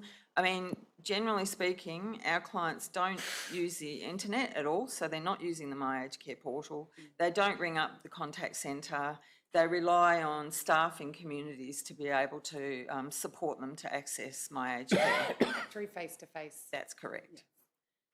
And Ms Brown, in a similar vein, we'd like to understand better the the nature of the clientele that you service, how many clients do you currently service? So all up, so not all our clients are old people. Yes, sorry, I should have been more specific No, in that's relation okay. to Aged care. services. Yes. Okay. Probably about, we've got about 40 people who we've got Commonwealth funded aged care for, but we're actually supporting about 150 people who are old. And what would you say is the approximate age range of the aged care support clients? Yep, so from 50 to about 85. And do you have a range of languages spoken across your clients as well? Yes, we do. There's probably about 6 main languages. And how do you find access to translating services? It can be quite difficult, and so we do a couple of things. We have a role, particularly in the top end, called patient preceptor educator role, who are people who are interpreter trained but are also dialysis patients. And they've got 2 main jobs. One is to help people to navigate the system, and the other role is to help stupid white fellas to learn how to do things the right way. And then we also, the patients are very excited. They've been working on a language translation app, which we're launching on Friday, which is a real-time Pintabee literature translation app it will be on a phone, it's on a computer. So the patients have had a lot of fun teaching that. But we certainly recognise the importance of first language in negotiating care and providing good care. And what percentage of your staff are Aboriginal or Torres Strait Islanders, and what type of positions do they hold? Ms McRae, if I could start with you. In Women's Council broadly, about 60% of our staff are Aboriginal and Torres Strait Islander background. And what are the types of positions that they hold? They hold positions supporting project officers to go out and do a range of supports for people out on communities. So they do everything from day-to-day personal care to giving advice around writing submissions, to providing interpreting and translating, to attending meetings and representing Aboriginal people, just across the board. And do you find that there's barriers to increasing the numbers of Aboriginal and Torres Strait Islanders that you can employ? We've done some project work in that area over the last couple of years, looking at what are the barriers to people getting into jobs in aged care and in disability support. And out of a project that we did, the list is that there are limited English literacy skills is a big problem. A lot of people leave school at a young age and have lower levels of English literacy. There's a lack of work experience and readiness. There can be a lack of aspiration and people not knowing what is possible. Often people are very shy and lack in confidence. There is a reluctance to engage in work due to previous poor experiences. There's no acculturation into mainstream employment models. People need case management, and there are no wraparound support services to help people get into and keep a job. There's a lack of succession planning into the current jobs that are available out in communities. Lots of people don't have current driver's licences, and this can be a big issue. They have ongoing family responsibilities. They have not got the support required to obtain criminal history and working with children checks. This can be a really big barrier to people getting into employment. There are a lot of people reported that there were mental health issues and little or no support. Coupled with high marijuana usage, limiting people's ability to undertake work duties, and there are also high levels of mobility which make it very difficult for people to commit to long-term work in a specific location. Ms Brown, what percentage of your workforce is Aboriginal Torres Strait Islander? So across our organisation, it sits at around 30%, and that's primarily because a big bulk of our workforce are dialysis nurses, and there's not many Aboriginal dialysis nurses in Australia, and even fewer in Central Australia. However, across our aged care workforce, it sits at around 80%. And I note in relation to your workforce generally, the Purple House, I guess, bucks the workforce trend in remote communities insofar that you have waiting lists for nurses that want to work with you, even though there's an international shortage in this area as well. Why do you think that this is happening? I think we work really hard. We try and suck people into the story of this being an Aboriginal community-controlled organisation where people raised their own money and came up with their own model of care, which is quite different from standard hospital role of a dialysis nurse. And then we provide lots of cultural safety training and mentoring, lots of support. We've never refused anyone's annual leave. We put a lot of effort into helping non-Indigenous employees from other places to have a really great experience and build up strong relationships with people.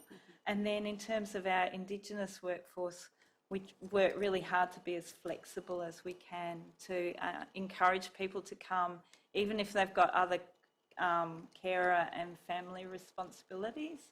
And so really flexible, casual contracts that recognise people's strengths and create job descriptions around those people and what they want to be doing with their lives. Thank you. The Commissioner's received a lot of evidence already, and undoubtedly there will be more to follow about the challenges and difficulties that remote service providers are experiencing. Do you have some observations that you could make about the benefits of being a remote service provider? Yes. There are all those problems with, you know, how far to your nearest haircut or cappuccino, and you know, I think it attracts particular people who are after. There's potential there to provide really good care. There's no big institutions.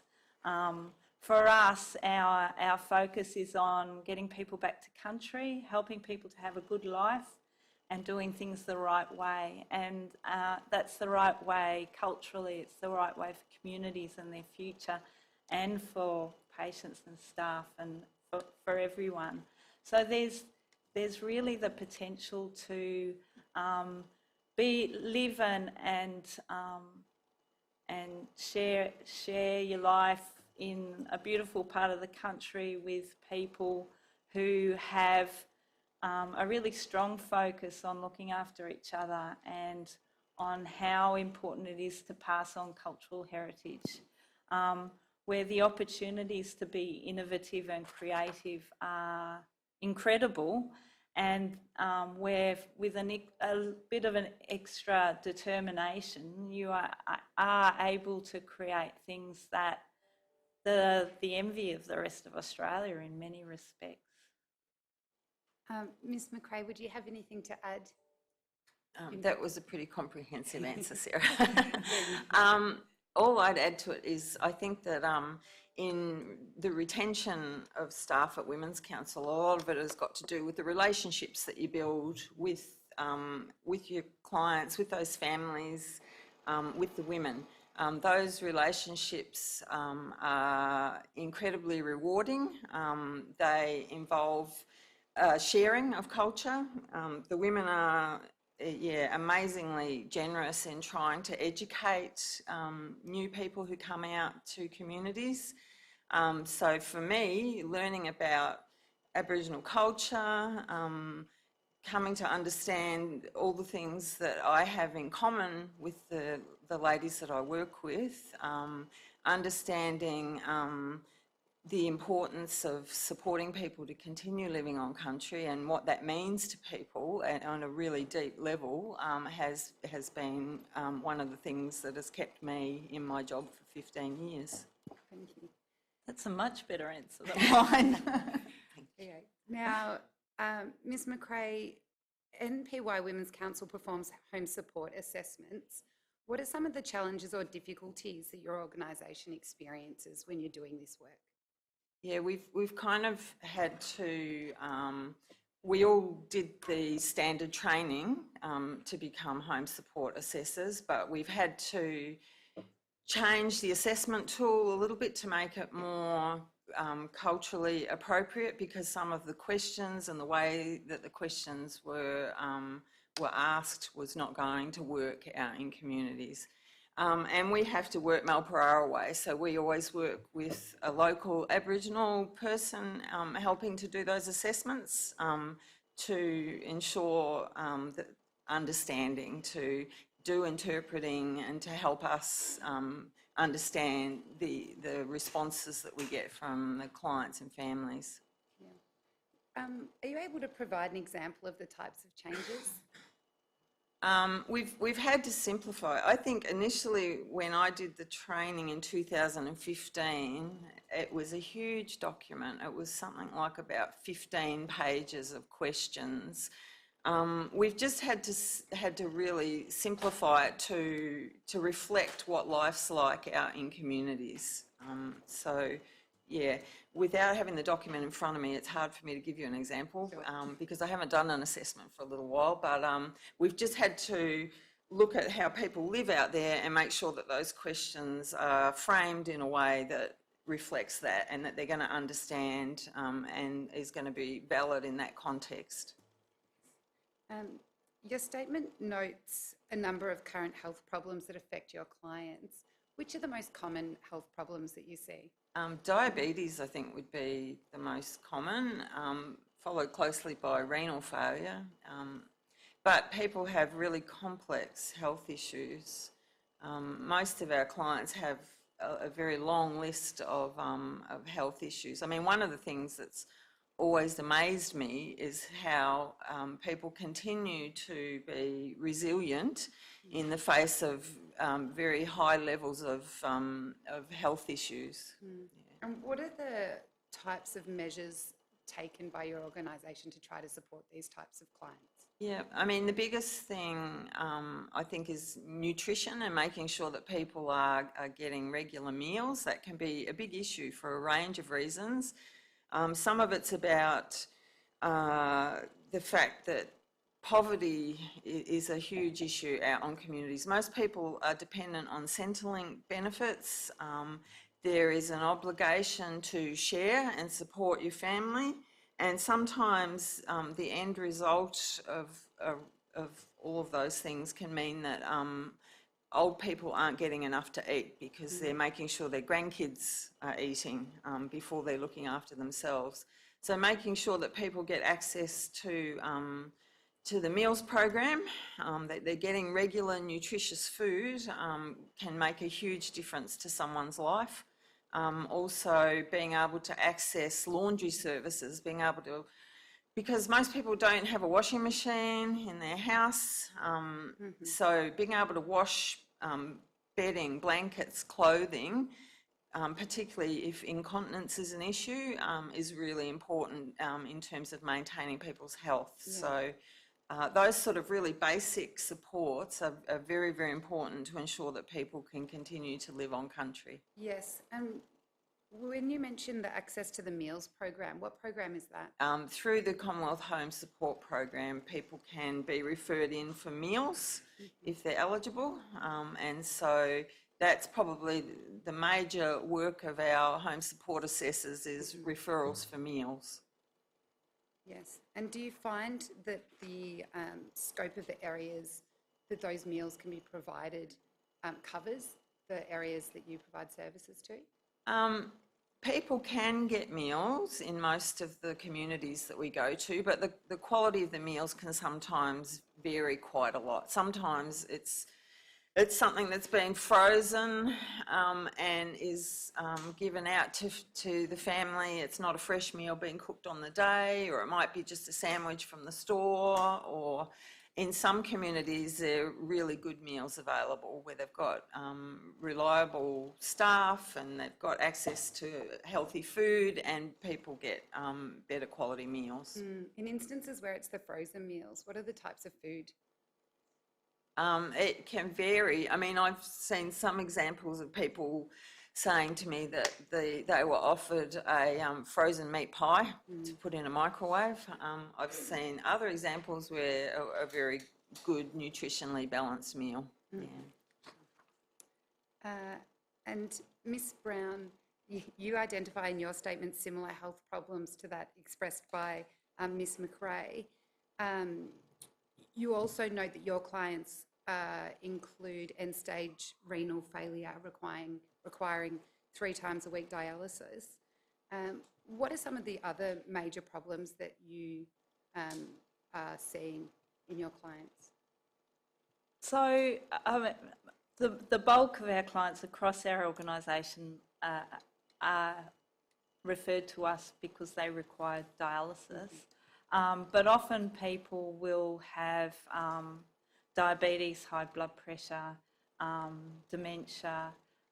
Often when people have been on dialysis for a few years, they become frail quite quickly. It's part of the process of dialysis is never going to be as good as your kidneys. And so people are losing calcium from their bones, so falls risks in quite young people sometimes. So a variety of chronic health conditions and then dementias and cancers and the usual things that you would see in older people. And is food security an issue for your clients also? Yeah, and it's very much that issue of communities living in poverty, often people not having access to even Centrelink because they've been breached. And people, it's like you need to look after old people. You've got to try and build the health of the whole community, because old people are an important part of that. And I think that Aboriginal communities have a lot to teach us in terms of valuing older people and their cultural knowledge that isn't the experience of non-Indigenous communities. But at the same time, you're right, people are going to share their food and resources. And so what's been allocated as aged care resources or NDIS resources is going to become family resources. So in Mount Liebig, where we are the aged care provider, we also have now taken on the school nutrition program. So we're feeding all the old people and the people with disabilities in that community, but we're also feeding all the school kids every day and making sure that all the leftovers go back out to community. And that's a great thing, because all the people who come into work for that service learn about nutrition and take that knowledge back to their families, and we're ensuring that all the school kids get a healthy diet too. And we've seen a real increase in the food security of that community because we're providing a lot of that food. Thank you. Ms McRae, you mentioned that your organisation supports your clients' desire to live on country. What are some of the primary health supports that aren't available when someone's on country that would be available if they're in town? In most communities, excuse me, there's Aboriginal medical services, and people do get a lot of help and support through the Aboriginal Medical Service, and the Aboriginal Medical Service plays a big role in kind of monitoring the health of older people in communities. But as Sarah's organisation was set up because of people needing dialysis, and of course if you need dialysis you're going to have to eventually end up in living in an urban centre unless there's a dialysis machine in your community. That's the main one, but also dementia. We find that we've got examples of where older people have, we've endeavoured for many years to keep them out on country, but you get to a point where they're so demented that they're putting themselves at risk. They might be wandering off into the bush. In that case, people do have to come into Alice Springs or another urban centre because they can't get the level of support they need out on community. But generally, as I mentioned before, because people are incredibly resilient, sometimes they will stay living out on community despite their increasing care needs, because they'll make that choice. They'll make a conscious choice knowing that they'd get better care if they came and lived in town. They will still choose to live on country, and they will be very, very aware of the consequences of the choice.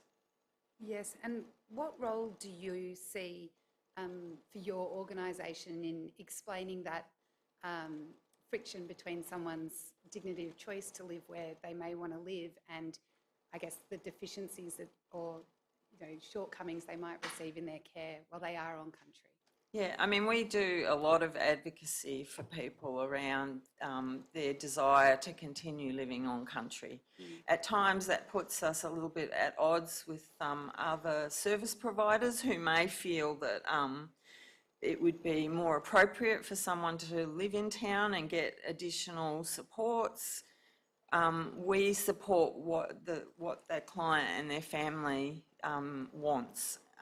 And sometimes, that can cause some conflict, but that's okay. We still say that people should have a choice. They shouldn't be forced to live in town. We try to build as much of the support that they need. It might be that the family can be trained to provide some additional care. It may be that there are services around who can be engaged in supporting that client. We look at providing regular respite, because that can be a way to maintain the care in the community, is to actually bring the client into town for a while and give the family a break from their caring role. We look at all the ways we can continue to support a person to live on country. And what are some of the difficulties that you face operating in the current system to enable people to make their own decision in that regard? Yeah, the difficulty is the threshold around where someone's care needs have increased, and yet they're still saying they want to continue to live on country. You get to there's a tipping point, I guess, where perhaps the medical service is starting to be concerned about that person, their health is starting to decline, family might be dealing with a whole lot of other pressures, and yeah, that's the point where you've got to sort of look really hard at what's best for the client and for their family, and sit down and have more family meetings, sit down and talk to services in the community and look at whether or not that ongoing caring community is going to be available. And if a client does need to be in town, what measures would you support in terms of enhancing their cultural and spiritual and emotional needs? Yeah. I think return to country is really critical to people's emotional and social well-being. So what we find is when people are in, they've had to come in to aged care because their care needs have increased beyond the capacity of the family and the community to look after them. They get stranded in town, and sometimes they're thousands of kilometres away from family. There is important cultural business goes on, and people want to return to community. There are funerals. those senior people often have really critical cultural knowledge that they need to be passing on to younger people in the community. They play a really important role in their community, and when they're removed from the community, there's a huge breach, there's a huge hole, and it's very difficult. People need to have funding to return to community. All their money is tied up. Once they're in aged care, they've often got nothing left so they can return home. And we look at ways to support people to return to country, support family to come into town and see that person regularly. Yeah, those are really important issues in terms of keeping people mentally well and still engaged with their community and still passing on that important knowledge. How are you able to fund those return to countries or bringing family into town? Fairly creatively. Sometimes it's because we are doing business out in those communities, so we can pop someone in a car with us and take them out when we're going. Sometimes there'll be an event where there might be a festival going on or something, and we'll be able to, again, pop people in a car with us and go out bush with them. But actually finding specific funding for that to occur is getting harder and harder. And Ms Brown, I'd like to ask you about the interface between your services and other allied health services or hospital services. How do you find the process of looking after particular clients throughout the transitioning between different services?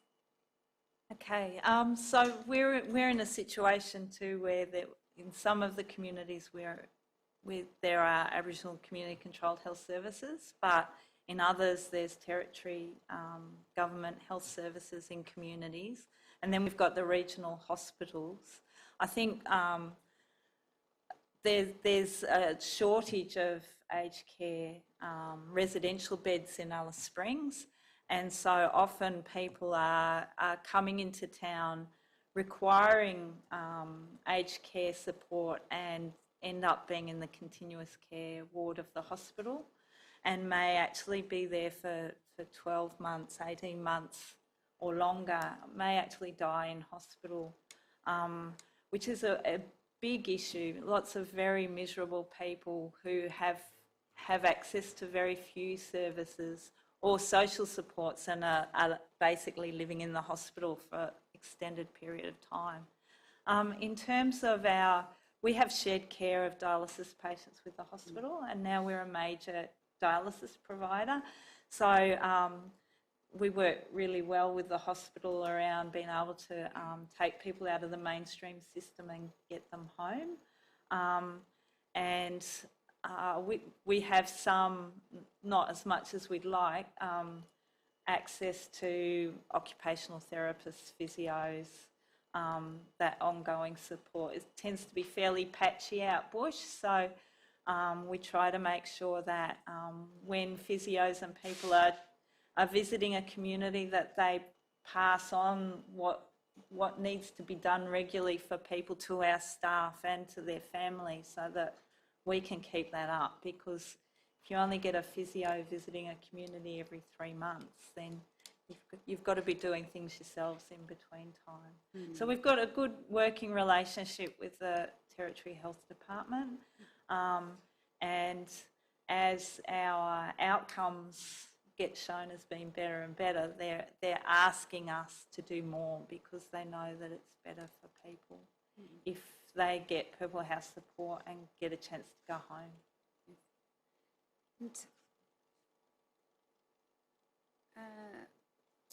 Ms McRae, in relation to continence, as a clinical care issue, is incontinence an issue that faces, that's affecting many of your clients? Yes, and it is. How is that managed on country versus, in the town environment? Is there particular challenges in managing continence issues with this communities? Yeah, there are. I mean, some of the challenges are around people feeling a lot of shame around continence issues, and not wanting necessarily to engage with a continence nurse advisor, or might be embarrassed about using aids, continence aids, might have trouble getting onto the continence aid scheme. Because people are very mobile, travelling around that whole 350,000 square kilometre area all the time, you cannot always predict where someone's going to be and make sure there's going to be continence aids there for them. It is a complex issue, and it's one of the big issues that one of those tipping points that ends up with people in town can often be related to continence, because that's something that other people very quickly become aware of and start raising it and being concerned about it. And yeah, so continence is a huge, big issue. And as you know, as a practical illustration, what are the types of measures that you would put into place if someone does return to town with continence issues? We try to get them in to see a continence nurse while they're in town. We try to get them onto the scheme. We try to support them to have continence aids with them wherever they go, or work with the local Aboriginal medical service or the clinic to make sure that people have access to continence aids when they're travelling around communities. And Ms Brown, is incontinence an issue you've noticed affecting many of your clients? So generally, people with end-stage renal failure don't wee, so they're great to take on a long road trip because they don't have to stop. But more generally, same sort of issues. But we do have a fantastic continence advisor nurse in Alice Springs who's a complete legend. She has a huge workload. But she's a really experienced nurse who's lived out bush for a long time and bends over backwards to help support people, so it's great. One thing too that I talked about in my statement is I think there's a lot of unofficial aged care that happens out bush, and I think community arts centres are a site of real support and care for older people. And I often worry for those young arts centre coordinators who've done an arts degree in the capital city and have got a job running an arts centre out bush, build really strong relationships with older people who are painting these magnificent paintings. But those people are at the arts centre all day and requiring care that's not necessarily easily available in the community. So certainly in that situation, you've got young, untrained people with their heart in the right place who are dealing with a lot of care needs for older people without the skills or experience or the networking ability to be able to provide those skills. So what services do you think they'd be most greatly assisted by having access to? So I think it's a bit like, you know, how it takes a village to raise a child. I think that old people in remote communities are really important, and so services are scarce in little communities, so we need to build up everyone with their training and their support to look after old people, including arts centre coordinators. So basic instruction on lifting people or personal care needs, so that they feel confident that they're doing the right things for people, I think would be a really easy way to improve the health of old people in remote communities, because that's the place that they're going and hanging out. That's where they spend their days. In relation to training of your own staff within both of your organisations, do you find it difficult to attract highly trained and qualified staff in the first instance? I know the answer might be different for both of you. Go first. Yeah, I think the short answer is yes, because not everybody wants to do remote work. There are a lot of, you have to also be able to do training in four-wheel drive. You have to drive into very remote areas. and there are challenges in communities sometimes that people find difficult. There's a bit of culture shock often if you've come from working in Melbourne or Sydney to working out in a remote community. Some people find that situation really difficult and need a lot of support to be able to be retained. Yeah, it is difficult, and it's difficult getting people with the right attitude, I guess, because an immediate response to needs out in community might be to say, well, that person's going to be better off living in an aged care in an urban centre, whereas in fact what we know is that people choose to continue living on country, that's where they want to be, that's where everything that's important to them is. And so, yeah, it's very difficult for new people to be seeing the care needs of people out in communities without saying, well, you know, why aren't they living in an aged care? So, yeah, it's quite difficult to get people with the right attitude is probably the hardest bit. And so we'll actually go look for people with the right attitude and then build the aged care skills after that. And also, so people who have some skills in supporting Indigenous workforce. I can say this because I'm a nurse, but old nurses tend to want to rush in and get everything done. And that will often send local workforce running for the hills because you know, they're right, they're bossing me around and they're telling me the way to do things. They've been here 5 minutes. So I think often we're looking for the people with the right twinkle in their eye and the right experience in terms of community, and then building in the aged care skills after that and doing it the other way. And do your organisations receive funding for training of your staff? Every now and then we get a little bit of funding that is specifically for training, but it's not very often. We've got some applications out at the moment, hoping to get more funding around that area, but no. And for aged care services in our region, there's an allocated by the Commonwealth training provider who goes out to communities and offers training. We find that quite difficult because it's fly in, fly out, people coming from Brisbane and places to deliver a set course on a particular day.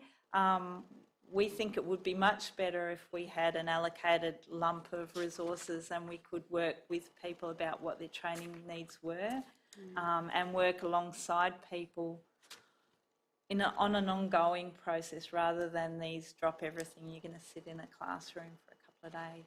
So I think there's some things that could be improved so that it's not training for training's sake and that it's really tailored to the communities and the workers that you've got, and it's really strength-based rather than tick-a-box training.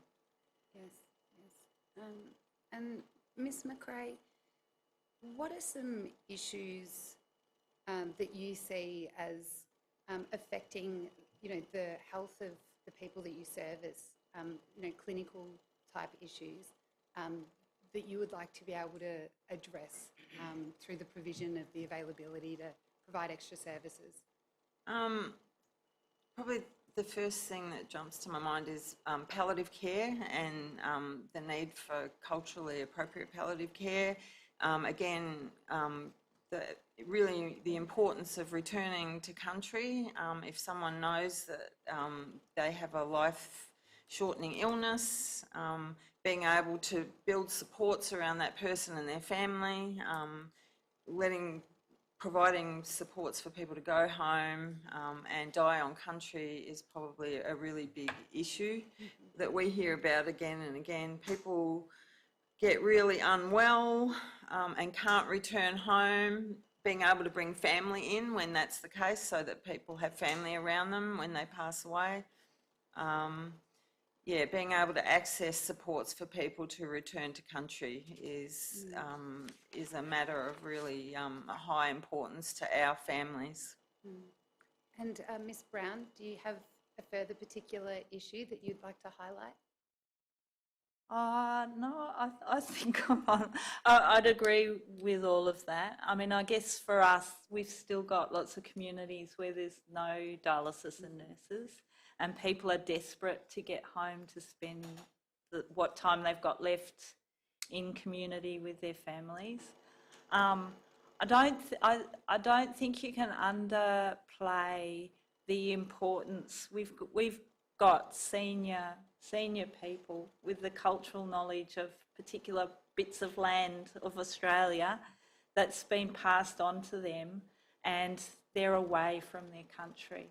If they don't get an opportunity to return to teach their kids and their grandkids that their cultural heritage, it's lost not only for those families, but the whole community, and the whole of Australia loses that knowledge. And so it's just absolutely critical, not just for remote communities, that people get a chance to live well on country, but I think Australia will lose something if we don't all make those opportunities to help people to do that. And so certainly we work on a policy of no regrets, that we can absolutely say we've done everything we can possibly do to help people to have the best life they can. Thank you. Commissioners, there's no further questions. The provision of aged care services to Aboriginal people living in remote communities is a matter of great concern to the Commission, and we have needed assistance which you have both provided to us today in understanding the sorts of problems that confront services for people in remote communities, and what work is being done to assist them. And we're very grateful to you both for coming and sharing your expertise with us. Thank you very much. Thank you. The Commission will adjourn until 1:30.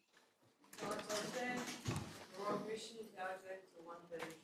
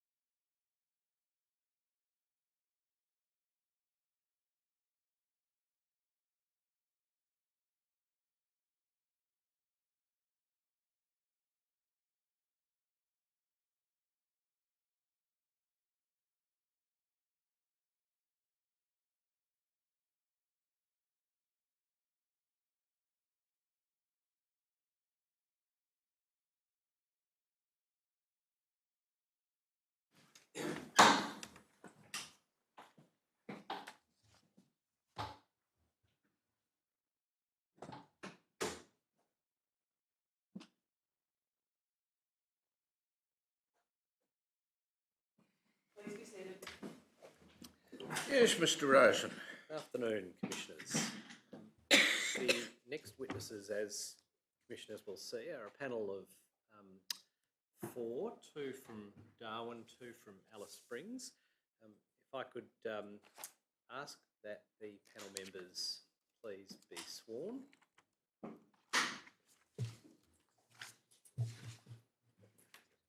If you could repeat after me. I swear by Almighty God I swear by Almighty God that the evidence I shall give that the evidence I shall give will be the truth, will be the truth, the whole truth, the whole truth, and nothing but the and truth. nothing but the truth. I solemnly and sincerely declare and affirm. I solemnly, sorry, say that So again. I solemnly and sincerely declare and affirm. I Solemnly solemnly and sincerely declare and affirm that the evidence I shall give that the evidence I shall give will be the truth, will be the truth, the whole truth, the whole truth, and nothing but the truth. and nothing but the truth.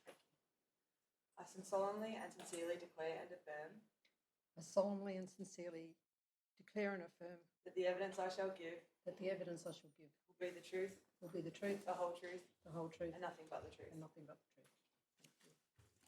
And I swear by Almighty God I swear by Almighty God that the evidence I shall give that the evidence I shall give will be the truth, will be the truth, the whole truth, the whole truth, and nothing but the and truth. nothing but the truth. Thank you. Thank you. Ms Archie, if I could start with you, please. Can you confirm for the transcript that your full name is Donna Archie? Yes, it is. Spelled A-H-C-H-E-E. And Ms Archie, you have been the Chief Executive Officer since 2012 of the Central Australian Aboriginal Congress, That's correct. known, I think, generally as Congress. Yes, That's how I'll refer to it. Congress is an Aboriginal controlled primary healthcare service, is that right? yes, it is. And Congress employs over 400 staff who are involved in delivering primary healthcare services in Alice Springs and also some nearby remote communities. That's correct. Personally, you're a Bundjalung woman from New South Wales. That's right. You've lived in Alice Springs for some 30 years, where you are married and have a family. That's right. On beautiful Aranda country. Sorry? On beautiful Aranda country. And in your statement, I won't go through them, you've set out a number of qualifications that you have. They're all set out in paragraph 5 of your statement. And you also have extensive involvement holding leadership positions in Aboriginal organisations. That's right. And we see that once again set out in paragraph 7 of your statement. I don't need to go through each of those, but I would like to highlight a couple of the current positions you hold. You are a director of the National Aboriginal Community Controlled Health Organisation. That's correct. NACCHO, I think, is the acronym. That's correct. And what does NACCHO do? NACCHO is our national peak body Yes. that represents all the Aboriginal community-controlled primary healthcare services across the country. How many are there in Australia? About do you know? 140. Right. And of those, how many are in the territory? No, I'm probably testing the limits of your Yeah, I knowledge. think we'd be up around 20, 23, 27. Thank you. You're also an expert member of the National Aboriginal and Torres Strait Islander Health Implementation Plan Advisory Group. That's right. And is that a long-standing advisory group? It's been in place for the last couple of years, and I'm on there as an expert in early childhood. Yes. And it's an advisory committee to the head of the Commonwealth Health Department, Yes. and then advice through to the Minister for Health. Last but certainly not least, in 2016 you were jointly awarded the Australian Medical Association Award for Excellence in Healthcare. Yes, Jointly pleasantly. with the gentleman to your left, That's right. who we'll now, I'll turn to in a moment. Before I do that though, you together with Dr Boffer have made a statement for the Royal Commission dated the 4th of July 2019. That's correct. It's WIT.0265.0001.0001. Is there a small amendment that you would like to make on page 8 of that statement, Ms Archie? It's specifically in the middle of the page, so it's paragraph 36A. Yes. You'll see that paragraph in the middle which starts a key system reform. Yes. I think it's about 8 lines down.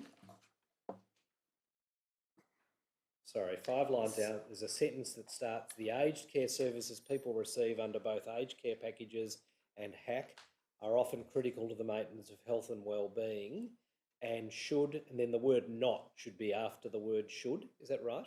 That's correct. So should not be seen as completely separate to the role of providing quality health care. That's correct reading. We'll come back to that interrelationship between the two in a moment. With that change being made to the statement, are you satisfied that the contents of the statement are true and correct? Yes. I'll tender that in a moment, Commissioners, once Dr. Boffa's had an opportunity to indicate his assent to that proposition. Turning to you, Dr. Boffa, you're the Chief Medical Officer of Public Health for Congress. Yes, I am. And that's a position you've held since 2000? Yes, it is. What were you doing? You were working for Congress before that? Yes, I was. In what capacity? So I was a senior medical officer, which was basically in charge of all of the medical services and other doctors as well as public health. Yes. So we split that position into two and we created a senior general practitioner coordinator, which is now called the medical director, and my role, which is primarily in public health. Okay. And what's the broad distinction between those two senior roles? The other one's more clinically involved. Yeah, the medical director is focusing on clinical excellence in clinical services, manages and supervises all the doctors. There's currently, we've got more than 25 GPs and all the clinical staff, all the clinics. There's 14 clinics. They're all under the medical director. So and I'm part of the executive. So my role is to advise on. I'm responsible for continuous quality improvement, research, health policy, health promotion, and that's the public health side of what we do. Turning to your qualifications, Doctor, you have a Bachelor of Medicine and a Bachelor of Surgery from Monash University. Yep, that's right. And graduated in 1985. Yep. With first class honours, I think, is it? Yeah, that's right. That's what it says. And you have a range of other qualifications which I won't go through, but they're set out at paragraph 16 of the statement. If you could just confirm that for us. You don't need to look at it. Yeah, no, that's fine. Yeah, I'll take my word for it. Yeah. And in your current role, you answer directly to the CEO, Ms. Archie. That's right. And as you've already told us, you have responsibility for health policy research, health promotion and continuous quality improvement? Yeah, very much in partnership and collaboration with Aboriginal leadership and management through the CEO. Yes, yeah. And you jointly made the statement dated the 4th of July 2019, which is the one that's up on the screen. Yes, I did. Yeah. And have you had a chance to read through that before Yes, I giving have. evidence? You're satisfied with the change that has been made, that it's correct? That's a very important change. I tender that statement. It's formally made by Donna Archie and it's dated the 4th of July 2019, Commissioners. Yes, well, how do you want me to deal with it? As a statement of Ms. Archie that Dr. Boffa concurs in? That's probably the most accurate description of it. So yes, all right. Well, the statement of Ms. Donna Archie dated the 4th of July 2019, in respect of which Dr. Boffa has expressed his concurrence, will be Exhibit 6-5. Pleases. If I can turn to you, Ms. Havnan, please. You're the CEO of Dilba Health Service. Correct. And you've held that role since 2013. Yes. Can you tell us, we've heard a little bit about Danila Dilba earlier this morning, of course, but from the perspective of the CEO, can you give us a brief description of what you do here in Darwin? We're the only Aboriginal health service provider here in Darwin. We provide services across Darwin and Palmerston and the sort of surrounding rural area. We have 7 clinics and about 180 staff. So the nature of our services is providing comprehensive primary health care, which includes, besides regular GP services, includes things like drug and alcohol, social emotional wellbeing programs and so on. We also provide services in at Dondale with the youth support program, and we're about to provide the healthcare services in Dondale as well. In the statement, which I'll ask you about in a moment, you indicate that in the financial year 2017-2018, Dilba provided 55,000 episodes, or a bit over 55,000 episodes of care, and you had nearly 8,000 regular clients. Correct. And as is explained in the statement, Dilba takes a whole of life approach to its services. Can you just explain to us what that means in a practical sense? You probably just alluded to it a moment ago, I suspect. Well, that's correct. I mean, so maternal and child health right through to aged care services that we provide as an outreach service. Yes. As well as more specialised services, dedicated women's clinic and a dedicated men's clinic. You also have a very long history of involvement in Aboriginal organisations, which you've set out in an annexure to your statement. And for the purposes of the Royal Commission, you've jointly with Dr Giles, to your right, made a statement for the Royal Commission dated the 4th of July 2019. Correct. Is it correct that that's WIT.0263.0001.0001? You have incorporated into the statement the views of Dr Giles, who's the Clinical Director of Dilba. And so far as you're concerned, you've read through the statement before giving evidence today. Is there anything you wish to change? No, that's fine, thank you. I'll tend to that in a moment on the same basis, Commissioners. Lastly, Dr Giles, your full name is Sarah Giles? Sarah Ruth Giles. Sarah Ruth Giles, thank you. And you have set out your experience, relevant experience in Annexure 2 to the statement. I don't need to take you to that in detail, but you're a member of the Royal Australian College of General Practitioners. Yes. And your current job title is? I'm Clinical Director of Dilba Health Service. And you're responsible for the delivery of clinical services to Aboriginal and Torres Strait Islander people in the Greater Darwin area? Yes. And you also have a role in relation to clinical safety and quality? Yes. And is that a similar oversight role, or how would you It's a describe similar that? oversight role, yes. It's safety, including cultural safety and quality. I report to the CEO in relation to those areas. Right. And you previously held the position of Senior Medical Officer at Dilba? Yes.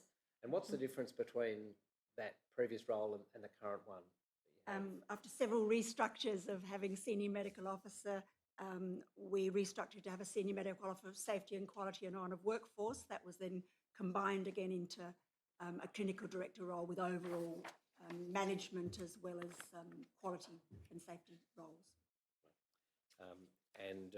You've personally provided clinical services to clients in aged care settings? Prior to being Senior Medical Officer, I worked in Dilba. In the year 2016, I provided aged care services for Dilba to 3, at that time 4 aged care facilities. Okay. I'll ask you a little bit more about that in a moment, but do those that you are in a supervisory role, are they performing that role now? Is that that's the structure? That's right. The GPs who are employed in local clinics provide services to the aged care facilities in their local area. Yes. So from the Palmerston Clinic, there's a GP allocated to provide services from there.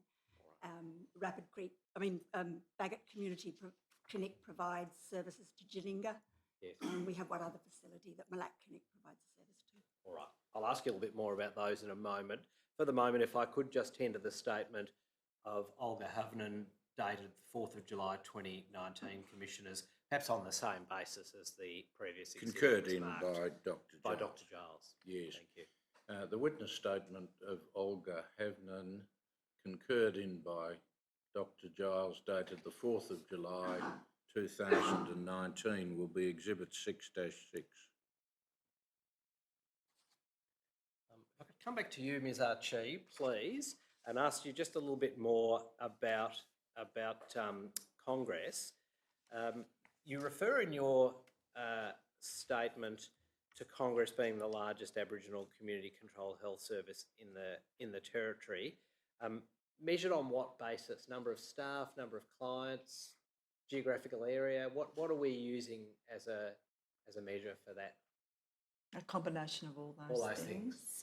We were established in 1973. Yes. Initially as more of an advocacy service for the rights of Aboriginal people in Central Australia. It wasn't until 1975 that Congress started its journey of the provision of a medical service with the employment of a GP, a bus driver and a medical receptionist. So we've, expanded from a team of 3 back in 1975 to now in 2019 having a employment of over 400 people, of which around, at the moment, around 43, 42% of those are Aboriginal staff. We have a target of 60% and the highest we've got to is 51%. We have episodes of care on the latest data at around, is it 170,000, Dr. Boffa, in the latest 12-month report. So it's both in terms of the activity of care and the breadth of services and programs of which Olga mentioned earlier in relation to Danila Dilba. We also provide programs that range from antenatal care right through, early childhood, youth services, detection and screening and management of chronic disease, through to frail age and disabled program, including mental health. We are a provider of one of the, first headspace services that's part of a national program across the country. So it's a combination of those things, both geographic boundaries. We go as far as south to Uluru, to Mutijulu community, which is around 500 kilometres south of Alice Springs. We go as far west of Alice Springs of around over 200 kilometres to a small community called Uchu or Arionga. And that's still in the territory, isn't it? That's still in the territory, yes. That's right. Yep. And we go as far east, which is around 80 kilometres, to a place called Santa Teresa, Ginger Porter. It's the Aboriginal name for that community. And in between, we've got Amungana as well, which is about 22 kilometres out of Alice. And we also are in partnership with the Northern Territory Government in the provision of, they run a clinic in Darwin Wallace Rockall, which is about 80 k's out of Alice, west of Alice, and we provide GP and maternal and child health services.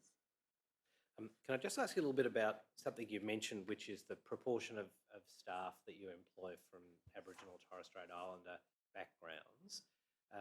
It probably goes without saying, given the service that you're providing, but nonetheless, that goal of 60%, why has that been set? Why is it seen as a desirable thing for the organisation to be employing staff of Aboriginal or Torres Strait Islander backgrounds?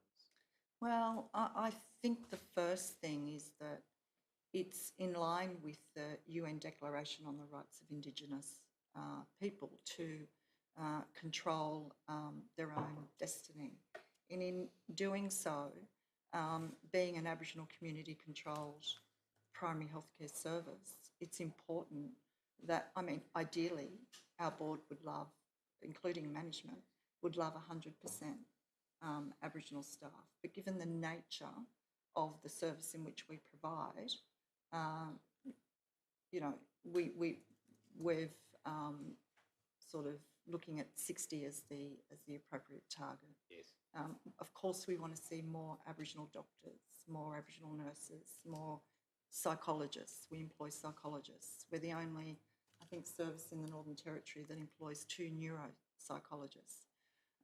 So it's the nature of this high quality service that we provide that dictates to some extent the proportion of Aboriginal staff based on the necessary qualifications that are required to deliver the service.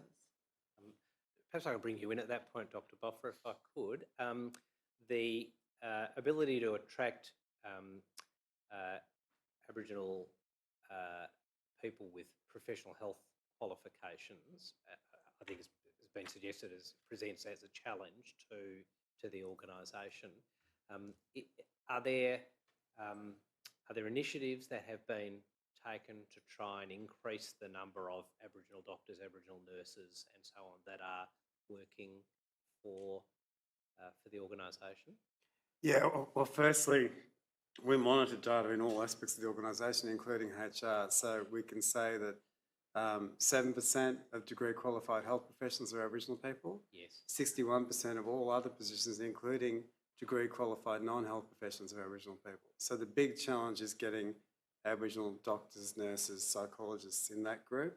So Congress has done a whole range of things to try and assist people through traineeships, scholarships, a range of things to support people going to uni and to come back and work for us. But they're all long-term strategies, and we are getting more Aboriginal staff all the time, but in that category of health professionals, we're still heavily reliant on non-Aboriginal health professionals. Yes. And any national workforce strategy has to do both. We have to commit to getting a lot more Aboriginal people in all those health professional groups, but at the same time, we have to get non-Aboriginal people working in Aboriginal communities. If it's one or the other, we're in trouble because we need both for now, and maybe well into the future, we're going to need both. So there are a range of things that have been successful in getting Aboriginal people, but also if you go back to 1995, Congress had 3 full-time GPs in 95, yes, providing 24/7 on call, servicing the prison, servicing the nursing home, that was it. So now we've got 19.1 FTE permanent GPs and about 14 FTE GP registrars. So we've been able to actually significantly address some of the challenges around GP recruitment and retention. And if we learnt some of those lessons and applied those to other health professionals, we'd be doing a lot better across the board. But we can recruit. It's, this myth that we don't want to fund something because we can't recruit to positions, I think it's defeatist. I mean, we've been able to show, even in the most remote communities, we've got GPs, we've got nurses, we've got other staff living and working there. You've got to have houses, you've got to have a lot of infrastructure, you've got to have an effective health service, you've got to have good remuneration, a good team, good support. People won't go if they're isolated and they're out of their depth. They've got to be part of a team. GPs have to be part of that team. Nurses and health workers on their own is not enough. And you have enormous turnover in clinics that are run primarily by nurses. Recent figures from the department were looking at 147% per year turnover amongst remote area nurses. We have around 48% turnover among the remote area nurses, which is much lower than the department. I think that's partly because they're much better supported in a multidisciplinary team with general practitioners, with Aboriginal health workers, with drivers, with psychologists, with social workers, with pharmacists. The whole team working together can make a difference and people are more likely to stay. Dr. Giles, can I bring you in on that question, because it is a matter of considerable interest to this commission, and the commission heard quite a bit of evidence in its hearings in Broome a few weeks ago about the challenges of attracting and retaining staff to work in remote areas, and the particular challenges associated with attracting significant numbers of staff with Aboriginal backgrounds. Is that something you can assist us with from your experience? Anything you can add to what we've heard from your colleagues? Firstly, we're not remote, we're Darwin. Yes. And depending who asks, we don't classify as remote. Olga can probably speak better to our strategies in terms of Aboriginal employment. Yep. If you're talking specifically about professional people, you're talking about training programs only just starting to attract Aboriginal people into medicine and nursing and some of those professional groups. Yes. Well, not just only started, but it's been relatively recent. Yes. And the numbers aren't there that we have a pool of people that we can employ Aboriginal staff from. On the other hand, we try and mitigate some of that risk to cultural safety by the employment of Indigenous outreach workers and outreach workers from clinics. So as part of the team that John refers to is that non-Aboriginal staff don't work alone, and this is reflected in our services into aged care facilities. But Olga, I don't know whether Olga would like to speak to the overall employment strategy, which we've again had some success in the face of the challenges that we all face. I think you've got no choice now, Ms. Heffernan. You've got to jump in, I think. Oh, yeah. Look, some years ago, yes, we did have challenges in recruiting and retaining staff. I think because of the kind of professional development and recruitment and retention strategies that we've adopted, we no longer have those problems, and fortunately we're able to recruit and attract across the board, so that's good. The thing that we've also been able to do is reduce our turnover rate. So turnover in employment here in the Territory is incredibly high, yes. Probably 30 to 40% on average for most sectors. Our recent data suggests that we've got less than a 20% turnover rate. What's the magic trick there? Just being a desirable place to work? Or? Yeah, pretty much. I mean, we developed a campaign about being an employer of choice. Yes. And certainly in terms of providing career pathways and other training and development opportunities internally, but giving people an option to move from one particular part of the organisation into other sort of work, different types of jobs, different clinics and so on. So giving people that kind of flexibility. We've also, I think, really worked very hard at retaining Aboriginal staff. So, for example, overall employment stats for us is about 60%, and our management team likewise, 60% Indigenous. Yes. So really investing a lot in our people, building that skill and capability, and certainly to move people out of clinical roles into management roles, if you like. Yes, thank you very much. Ms. Archie, can I just change tack slightly and ask you a little bit about the advocacy role that you speak of as being performed by the organisation? What's the importance of that? I know you told us it started as an advocacy organisation and it's morphed into one directly providing healthcare services. But I understand from your statement that the advocacy role still is a very significant part of the service provided. Can you expand on that for us, please? Yeah, absolutely. Like, advocacy is actually a core element of comprehensive primary health care. So we are very familiar with putting submissions to inquiries, to giving evidence like we are today, sitting on national committees, as well as doing the necessary, social media and media advocacy where we need to. Yes. If we do need to go public, then we will. So we've done a number of, areas around ensuring that, equitable access to primary health care for Aboriginal people. That's one of our key platforms of advocacy that we do. When you look at this morning, we heard the issue of high rates of diabetes. So one of the policy platform positions of Congress is that we support a 20% glucose tax, so that is hypothecated into ensuring that we get affordable, healthy fruit and veggies, particularly in remote communities. So, the advocacy part of it is really about complementing, putting policy into practice and vice versa. So advocacy is absolutely a key element of comprehensive primary health care. We wouldn't be doing our job properly if we were not doing the advocacy that we need to do. Dr. Boffer, if I could turn to you on a related topic. In your statement, there is a discussion of the importance of the provision of primary health care to Aboriginal people in the context of care and respect for Aboriginal culture. Once again, probably goes without saying, but nonetheless, could you explain why that is such an important feature of the service provision model that Congress has? Well, there's a pretty significant history of racism in the health system in the Northern Territory. And that starts with the founder of the Royal Flying Doctor Service set up the first hospital in Central Australia in the 1920s. It was only for non-Aboriginal people. And even though ministers in his own church said that was racist at the time, John Flynn didn't listen to that. The Commonwealth government offered funding to build a new hospital as long as it was open to everybody. The town and John Flynn rejected that. So the first hospital for a decade was for non-Aboriginal people, even though Aboriginal people were already much sicker than non-Aboriginal people. Eventually changes happened, the money was accepted, a second hospital was built, the new hospital became for Aboriginal people, for non-Aboriginal people, and the old little hospital Aboriginal people got. Complete segregation till the 1950s, then Aboriginal people were allowed onto the verandas of the main hospital. It wasn't until 1969 that the hospital in Alice Springs was desegregated.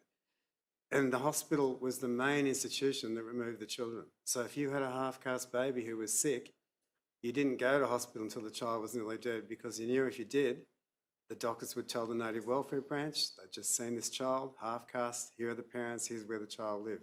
So the infant mortality rate when Congress started was 200 deaths per 1,000 live births, which is still a national shame if you think about it. It's improved down to about 10 deaths per 1,000 live births. So Congress got going in an era where cultural safety was the absolute paramount. If you wanted people to come and see you, you had to demonstrate that you were different. You weren't part of that previous health system.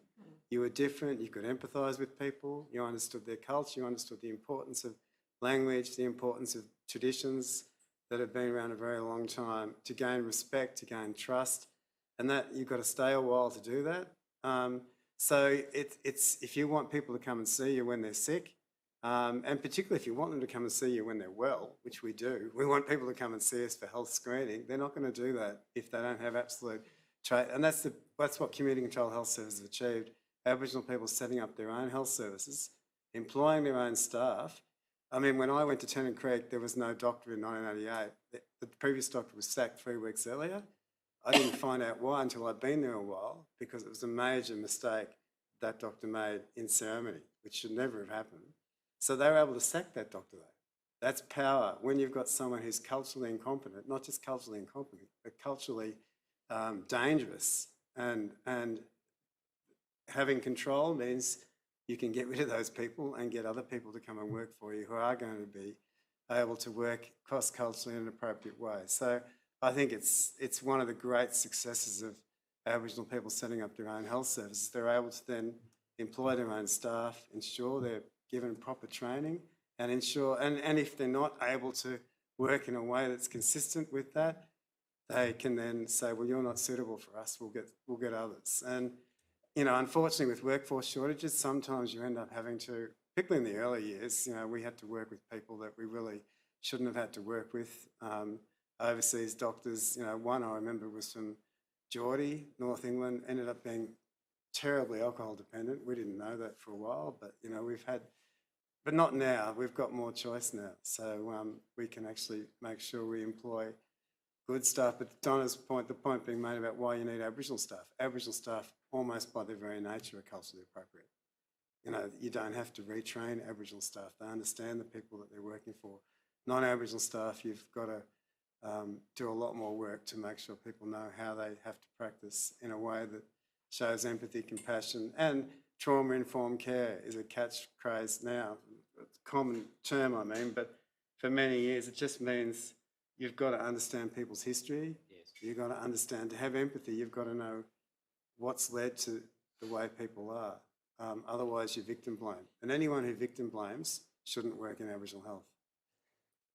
Thank you. Dr. Giles, can I pick you up on something you said a little bit earlier about the challenges of that are presented by having non-Aboriginal staff working, say, in an aged care setting, if we can move to that, providing healthcare services for Aboriginal clients. What are the challenges of having non-Aboriginal staff performing that work in a way that is culturally safe. Are you talking about visiting clinical services, visiting Yes. primary healthcare services? Yes. John's given an excellent background setting to what we're talking about in the residential care service. There are a couple of issues. One is that although we've worked very hard at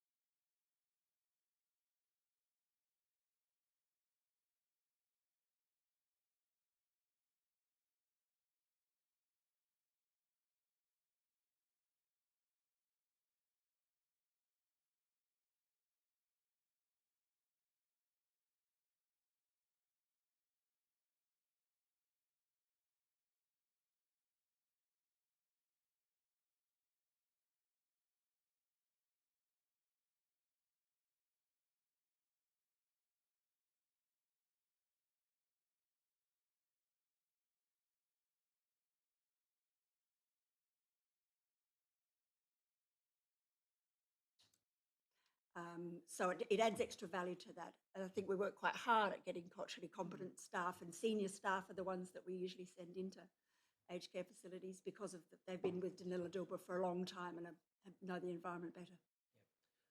Just in relation to the services provided to residential aged care facilities, if I could just ask you a little bit more about that. That's a service that's increased in recent years by the organisation. When I was doing the aged care facility job in 2016, I visited in fact 4 aged care facilities in a day. We've expanded that to 3 days a week, working from local clinics, as I say. So we have 3 senior GPs and AHPs going out weekly to 3 different aged care facilities at the moment. And can I just ask a little bit about the arrangement? So is there some contractual relationship between the aged care facilities and Danila Dilba, or how does that work? There's not. We have a quality improvement project going on at the moment, but we started probably about 18 months ago now. Yes. When all the issues of whether doctors can be called out of hours and some of those sort of things had reached a bit of a peak. So we've tried to improve communication with the 3 facilities that we're working with. Janinga we've visited for many, many years and have very good relationships with and understand how both the services work. Yes. It's more difficult in the other 2 facilities because our clients are the minority. They're very large facilities, so finding the right people to talk to on the day is a challenge. Yes. Actually trying to engage at an MOU level, we haven't quite got to that stage yet. So for DD to enter into an MOU, are we dealing, with the facility, or are we dealing with a very large organisation? And they're the challenges of trying to have a formal arrangement. Yes. So the relationships are very much built on relationships with management. Because we provide stability of staffing to those services, we generally have very good relations with management in all of those facilities and can raise issues directly with them, with a fair chance of them getting dealt with. Occasionally we've had to escalate them through the CEO to higher levels of management, but that's where we are at the moment. Okay. The reason I'm exploring these issues is, of course, the Commission's travelled around Australia, and one of the themes that we've heard in the evidence is the unwillingness of GPs to attend residential aged care facilities, just as a general proposition. That's a theme in the evidence, a decline in the preparedness and willingness of GPs to attend at residential aged care facilities. You've said that the service that's provided, obviously it's only to the Aboriginal clients who happen to reside in the facilities, And as a proportion of the numbers in the facilities, it's a minority, is it? We provide service to our clients who are enrolled with our service in the facilities. Yes. Saninga has an entirely Aboriginal, at the moment, Aboriginal and Torres Strait Islander residents population. And how many? And there are about 33 in that facility. Thank you. Terrace Gardens has a total population of 80.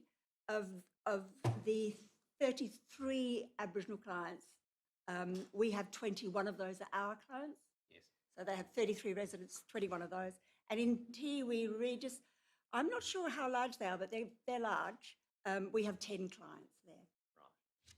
Right. One of the other themes that's emerged through the evidence we've heard elsewhere in the Commission's hearings is the sometimes fraught relationship between GPs and the care staff, in the sense of the GPs occasionally being unwilling, for example, to prescribe, particular sorts of painkillers, Schedule 8 medications, out of a concern that the care staff might not have the skills and competence to be able to properly administer those drugs. And I was just wondering if from your experience, if anything like that arises in the context of the work that's being done. Because by definition, the doctors are reliant on the staff once they leave to administer medication that's prescribed, for example. Is that an issue in your experience? I don't think it's a significant issue. Whether can I extend it beyond medications? I think Yes, the of medication systems, although they're complex and we have to prescribe in our system, just prescribe in their system and have them dispensed dispensed in a pharmacy system. So you've got 3 different organisations work, but I know you've got experts speaking on that subject, so I won't go further on that. But I don't think that we have problems with management plans in relation to medicines being implemented. There have been issues with management plans in relation to other aspects of care, access to allied health, precious sore, some of those sorts of things have from time to time been issues. Right. Wound care, is that something that you... I can't think of specific examples, but I would include it in that bucket, yes. Right. I see you nodding, Ms. Havner. Is there anything you want to add to No, I was just thinking about the example with the optometrist. Should I That's give a classic. We have a client who requires optometrist's appointment. Yes. The ophthalmologist won't see them until they've had an optometrist appointment. They may well have a preventable cause of diminishing vision. Yes. And it will cost the client $200 to see an optometrist, $50 for the taxi there and back. No, 50, 25 there, 25 back. Yes. And 200 for a carer to, 150 for the carer to go with them. So this has been is it 6 weeks or 6 months? 6 weeks, I think. Anyway, by now it would be certainly up to at least 2 months of that client not being able, that resident not being able to access that care in order for the management plan to progress. Right.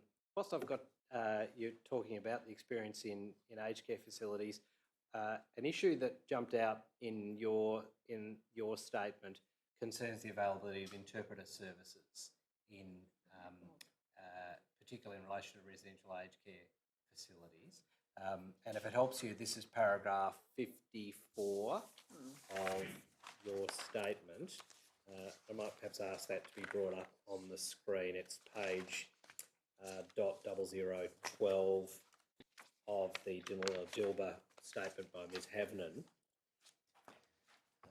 And you talk about the importance of communication generally, but particularly in cases where one is trying to make assessments about diminished cognition. For obvious reasons, that ability to communicate is very important. And you make a point about the availability of interpreters for interpreting from English to Aboriginal languages. And back. Yeah. And back, indeed. What's the issue there from your experience? Certainly when residents first come, they will often come with an assessment that's already been done by ACAT, by Aged Care Services, all this sort of stuff. How well they use interpreter services is an issue I'll leave to the side. Yes. In terms of providing day-to-day care, let alone medical care, understanding people's needs. Language is obviously very important to that, and we're talking about older people for whom English is often at least their second and sometimes their fourth language. Yes. So it goes both ways, both in understanding what the rules are and how our facility works for them, but also about what care needs they have is imperative. With people who have cognitive impairment, require 50% of clients are in facilities with dementia. Yes. Often they won't use English anymore, but use first language. Yes. The barriers to using first language are complex in the Northern Territory. Their interpreter services are originally funded for the legal service. Health services don't use them that well.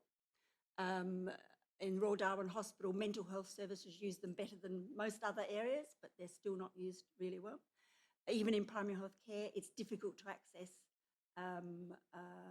interpreter services, and certainly in aged care facilities, it's often not heard of. There are a couple of barriers. One of them is who pays. It's a user-paid service. Does that mean the client pays? Does that mean the facility pays? Does that mean the primary health care service pays? But often it's about not acknowledging that an interpreter is actually needed. The assumption is that people speak English. Language is not well recorded in people's records and their understanding of them as a person. Yes. I will give the example this morning of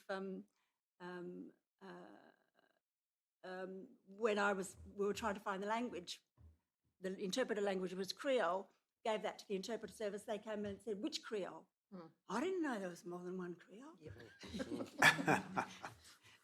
So our knowledge level in relation to use of language is not as it should be. Yeah. I can come back to you, Ms. Archie, if I could, please. The Congress experience in relation to the provision of primary health care in an aged care setting is more related to home care than it is to residential care. Is that right, or is there a combination of the two? It's mainly in relation to residential care. So we've been providing GP medical services into two aged care facilities in Alice Springs, in Hetty Perkins and Alzheimer's, Yes. for many, many years. And it also includes 24/7 on-call. At the moment, there are around 120 Aboriginal patients in total, of which 60 are in either of those two aged care facilities. And we provide GP services, medical services, 1 day per week. Yes. With additional GP registrar support to 1 day per week each to those two aged care facilities. So the GPs are effectively doing a clinic when they're at the premises on those days? Is that... Absolutely, yeah. Yes. And those 60, approximately 60 in each, do they make up a majority of the residents in those facilities, or what proportion of the overall number in those facilities? I'm sorry, I couldn't. Don't know. I couldn't answer that question. Dr. Boffa might be able to. So Hetty Perkins is virtually 100% Aboriginal people. Alzheimer's, it's about half. Right.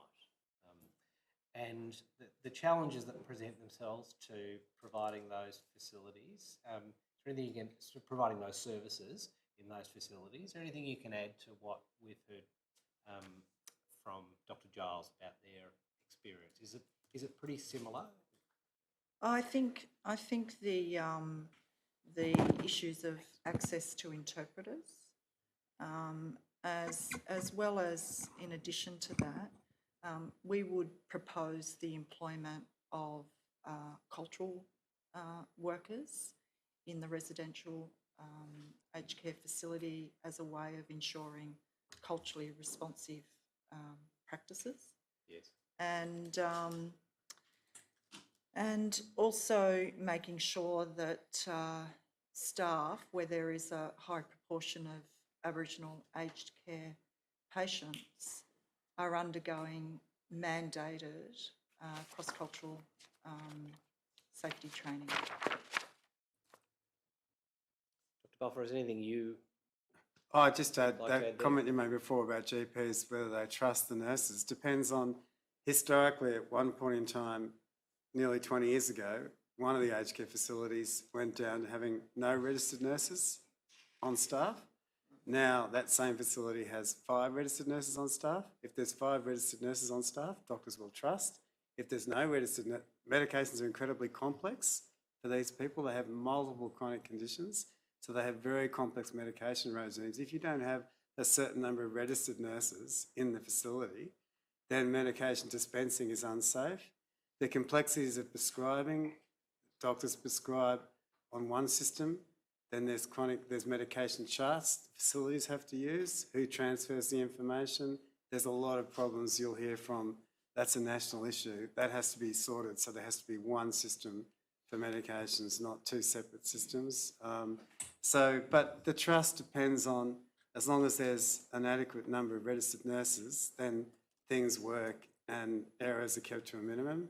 But you need a certain number to make sure that the facility is safe. And as Donna said, that's clinical safety, then there's cultural safety. Yes. And rather than the interpreter service, you've got to book a week in advance. It works for the 3-month reviews. You can book them, but for intercurrent problems, and there are a lot of those, people get sick on the day, you can't even book the interpreter service because you can't book a week in advance for an acute illness. So you've got to have staff that speak language as part of the workforce in areas where there's a high proportion of Aboriginal residents. And in a remote community where no one speaks English, like Mutijulu, you've got to have Aboriginal, you've got to have people that speak Pitjantjatjara, Yunkanjatjara, otherwise you can't communicate at all. So I think the interpreter service is only one part of the solution. You've got to have people on staff to ensure cultural safety. And clinical safety has improved a lot, I think, in recent years. Some of the Medicare reforms have helped with care planning and some of the other things that. But yeah, if you don't have enough registered nurses, then the system's unsafe. I've asked you, all of you, about proportion of Aboriginal workers in your own organisations, but what about, if I can say with you, Dr. Boffa, what about in the residential aged care facilities that the staff are visiting? Are there the care workers and the nurses, do they have Aboriginal backgrounds in your experience? I think they really, because as we probably all know, the nurses in aged care facilities are about the lowest paid in the country. Yes.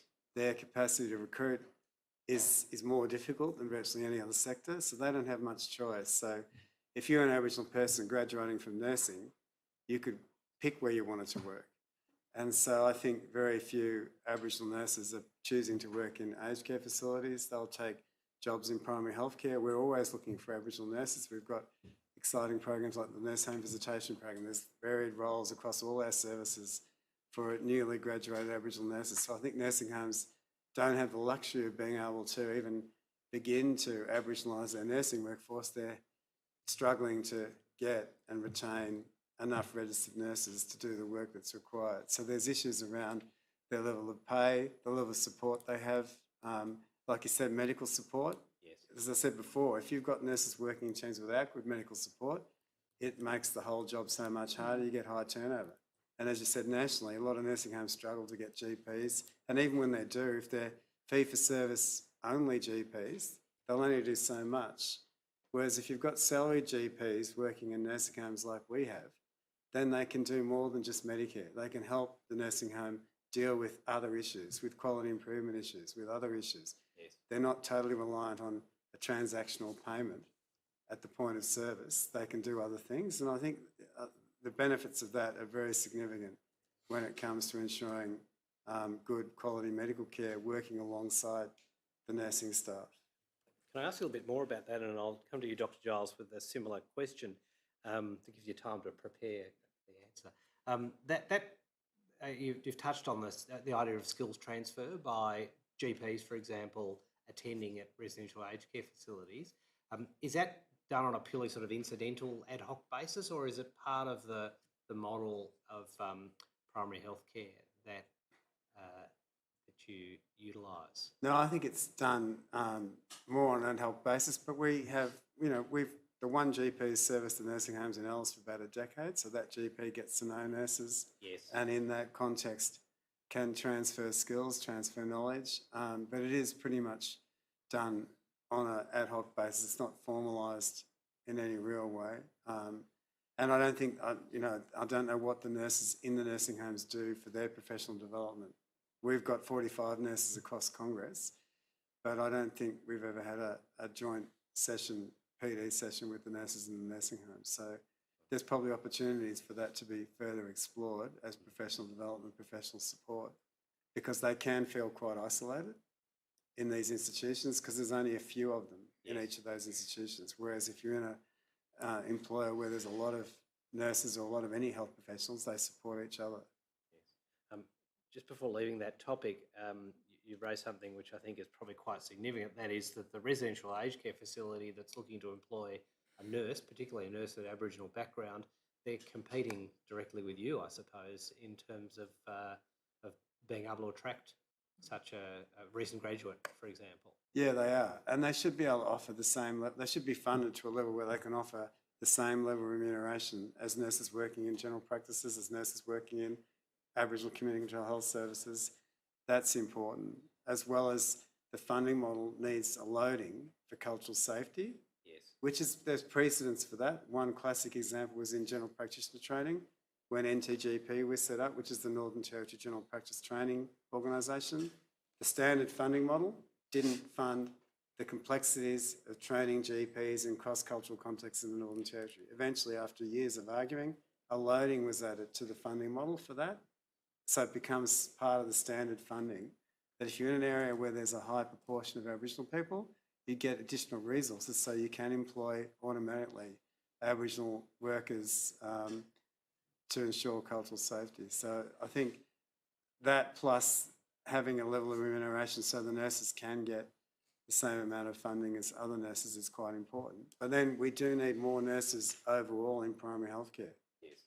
And so we find it hard to recruit nurses as well. It's getting harder, not easier, and we're heading towards a nursing shortage.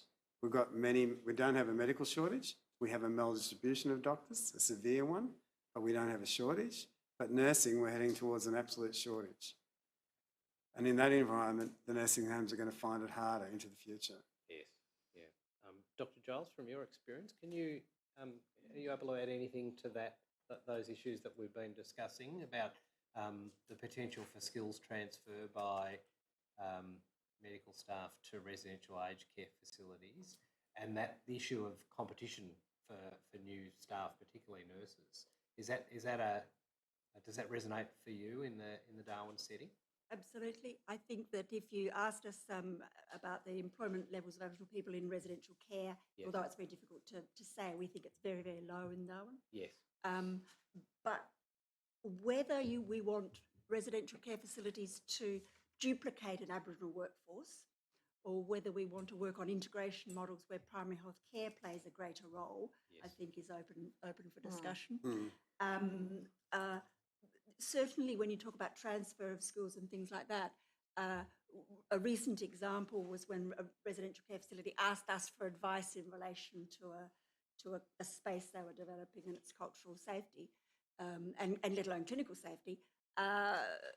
We were able to direct them where to best get that advice. To expect facilities to get to the level that they're required in a hurry, I think is ambitious. Yes.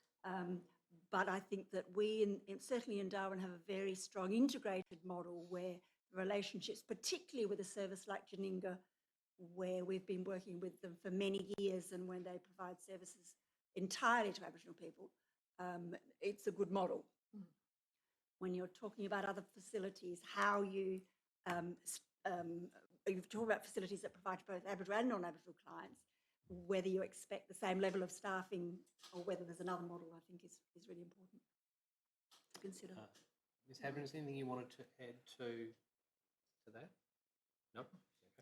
Okay. Ms. Archie, can I come back to you and pick up on a couple of challenges that are identified in your statement? And this is at paragraph 36 on page 8 of the statement.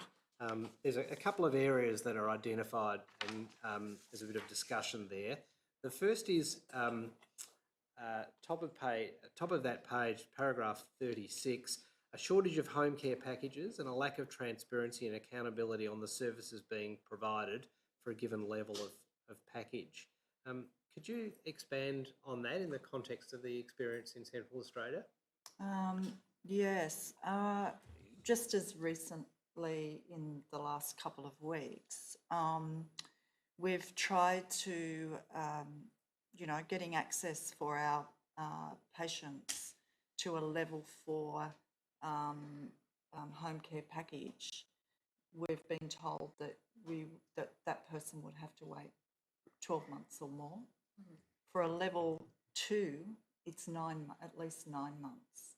So there's definitely an issue of shortage of the availability of these packages, and I think there needs to be some consideration given to lifting the cap. That similarly to what Purple House talked about as a major significant policy development in relation to renal dialysis, accessible through MBS, not that I'm suggesting that's not my sort of area of expertise, but the main point being is that the issue of having a cap that then prevents the much needed aged care support services to be available in community really does need to be addressed.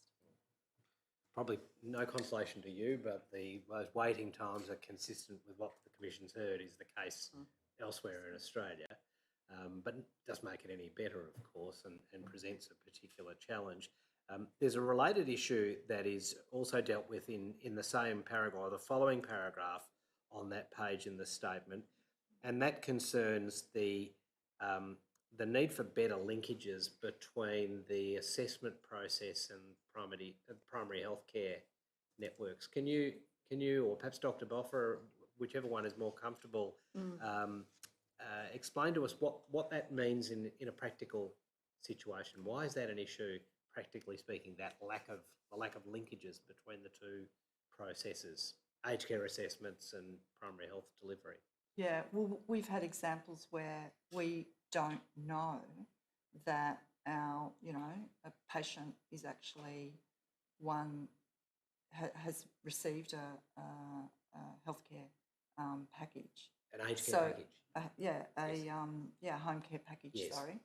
And it isn't until we've gone through, a process. We had a very, very complex patient, and once we looked at referring for an assessment, found that, well, you can't actually double dip with that assessment because of the National Disability Insurance Scheme, which is what we were originally looking at for this patient, but found that in fact she'd been on a home care package that we didn't know about. Is that right, Bob?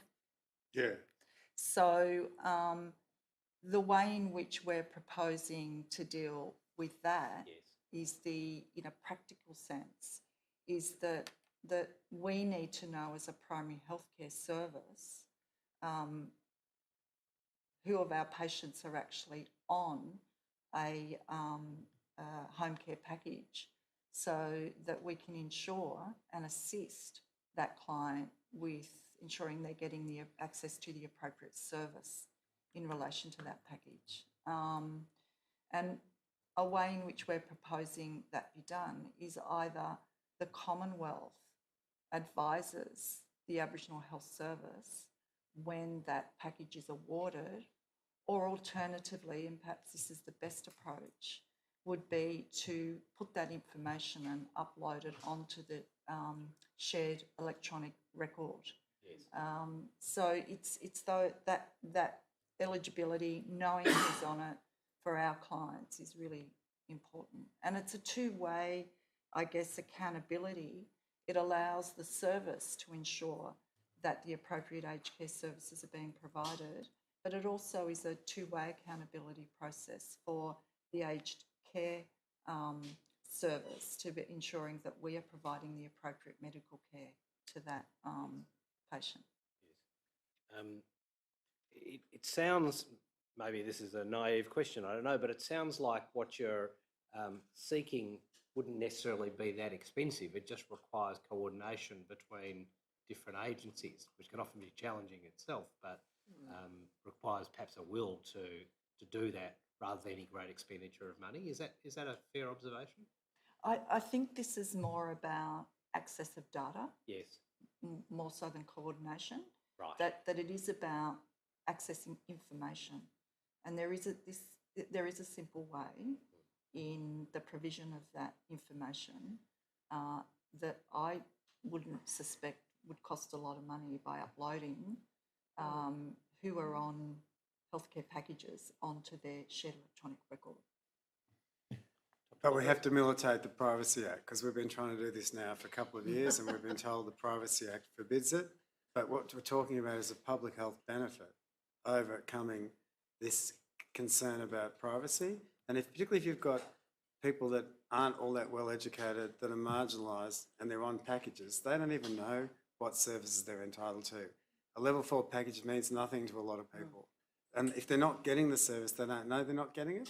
Yeah. And when you've got a system like that, you can't just rely on individual people to complain, particularly if those people don't even know they're not getting the service they're entitled to. So you've got to have checks and balances in the system, and the health services can be that on behalf of people. And we've had an experience where a sister service in Queensland, Iuri, who got control of the assessment process, started assessing, they did this a couple of years ago, started assessing all the Aboriginal people in their area, and there's 35,000 people in that southeast Brisbane. Is it Mr Moore in Matthew Moore? Yeah, he works for Adrian Carson's the CEO, but he works. When they started assessing people, they'd find this person's eligible for level 4 package. They'd write off to the Commonwealth, and the Commonwealth would come back and say they've already got a level 4 package, and the provider is X, and they'd say, well, this person's not getting any services. So they started to, by doing the assessment, they started to uncover the fact that providers were being funded, but services weren't being provided to clients. Now that's happening, I think, all over the country, and there aren't enough checks and balances in the system. So one of them is what Donna suggested.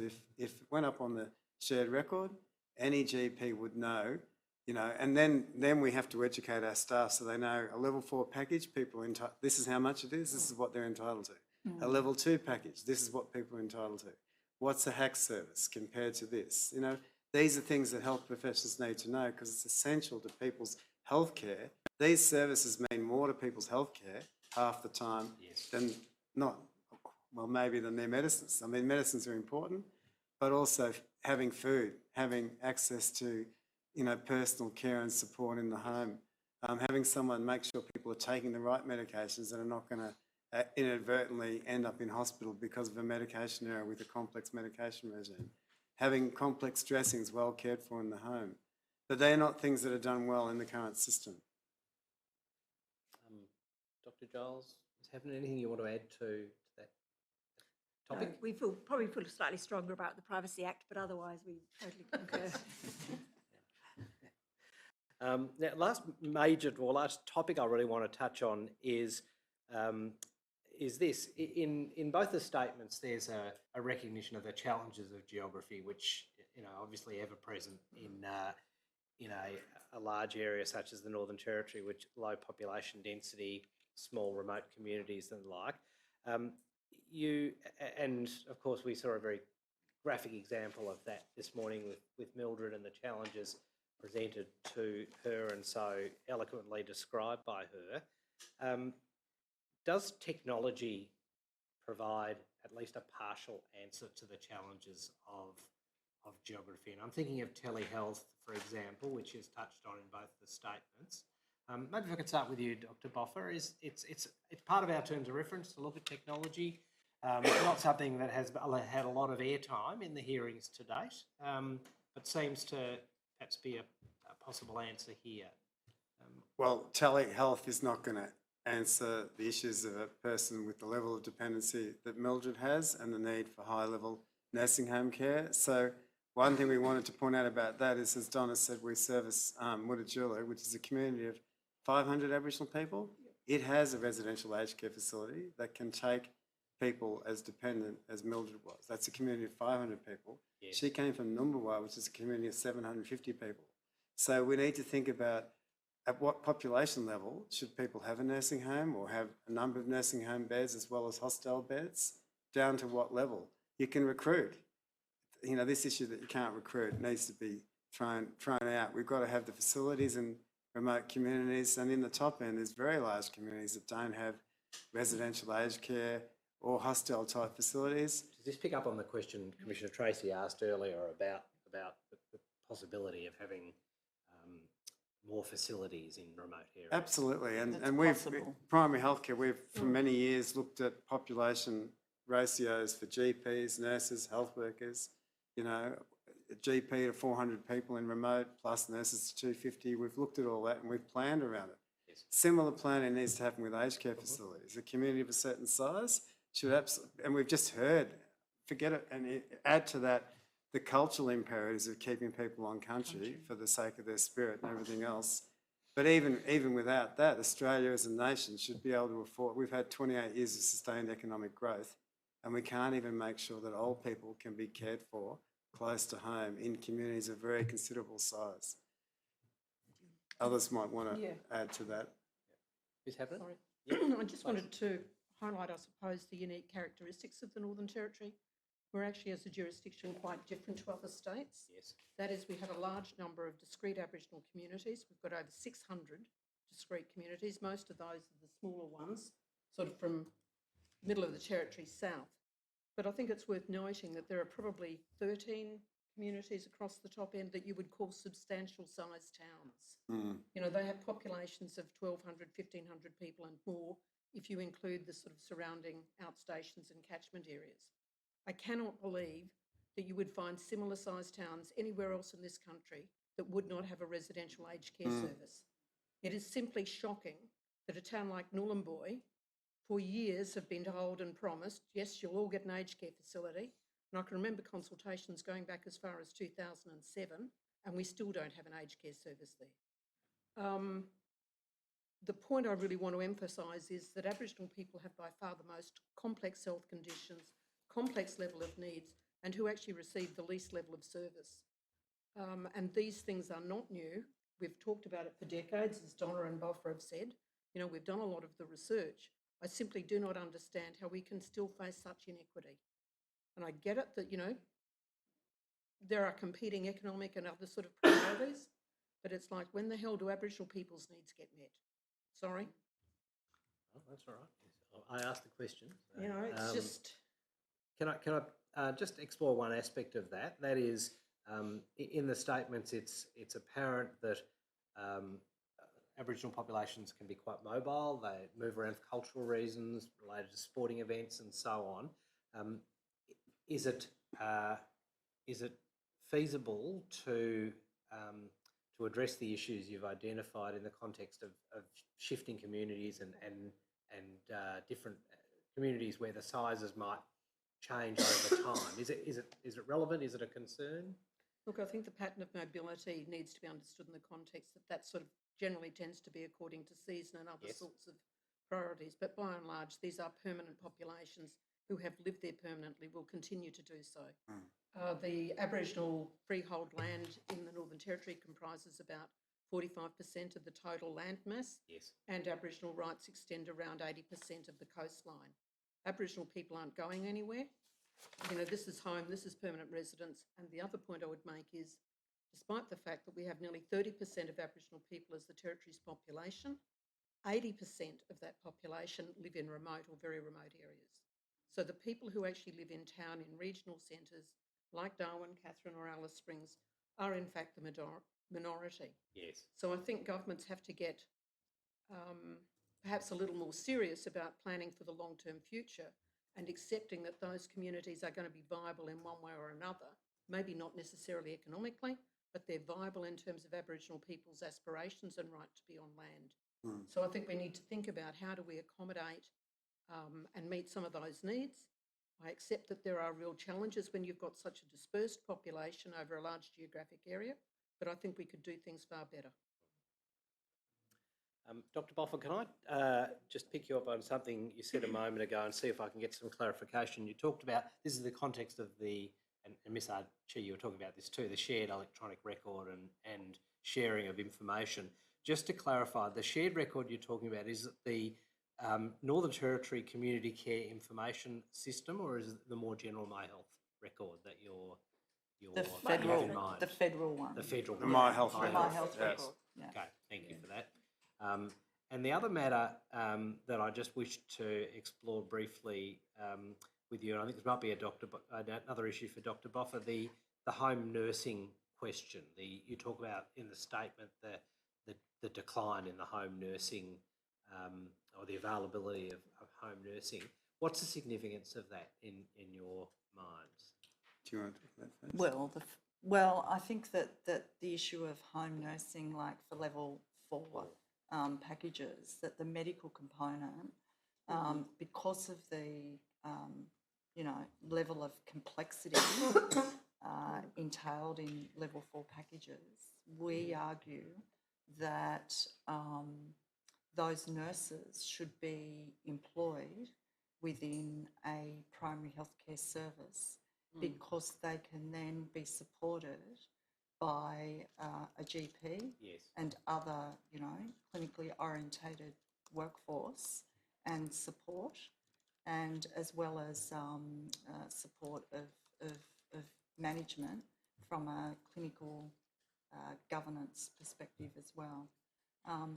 In relation to the first point, I think I'll hand that over to you, Boff, about the decline. Yeah, so, traditionally it was called domiciliary nursing, Latin word for home nursing, done by the state.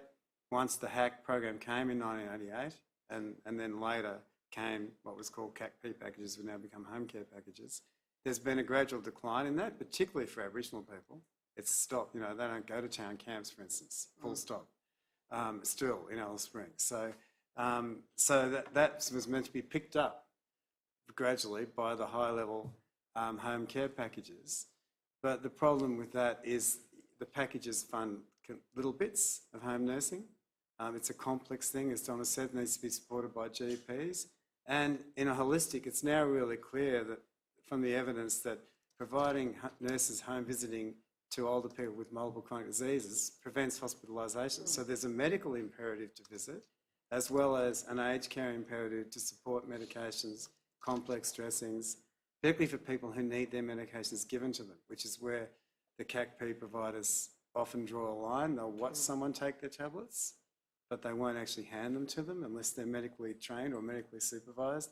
So those grey areas go away. If a health service if the home nursing comes from a health service, it'll be holistic home nursing. It'll be helping with chronic disease management as well as the aged care components.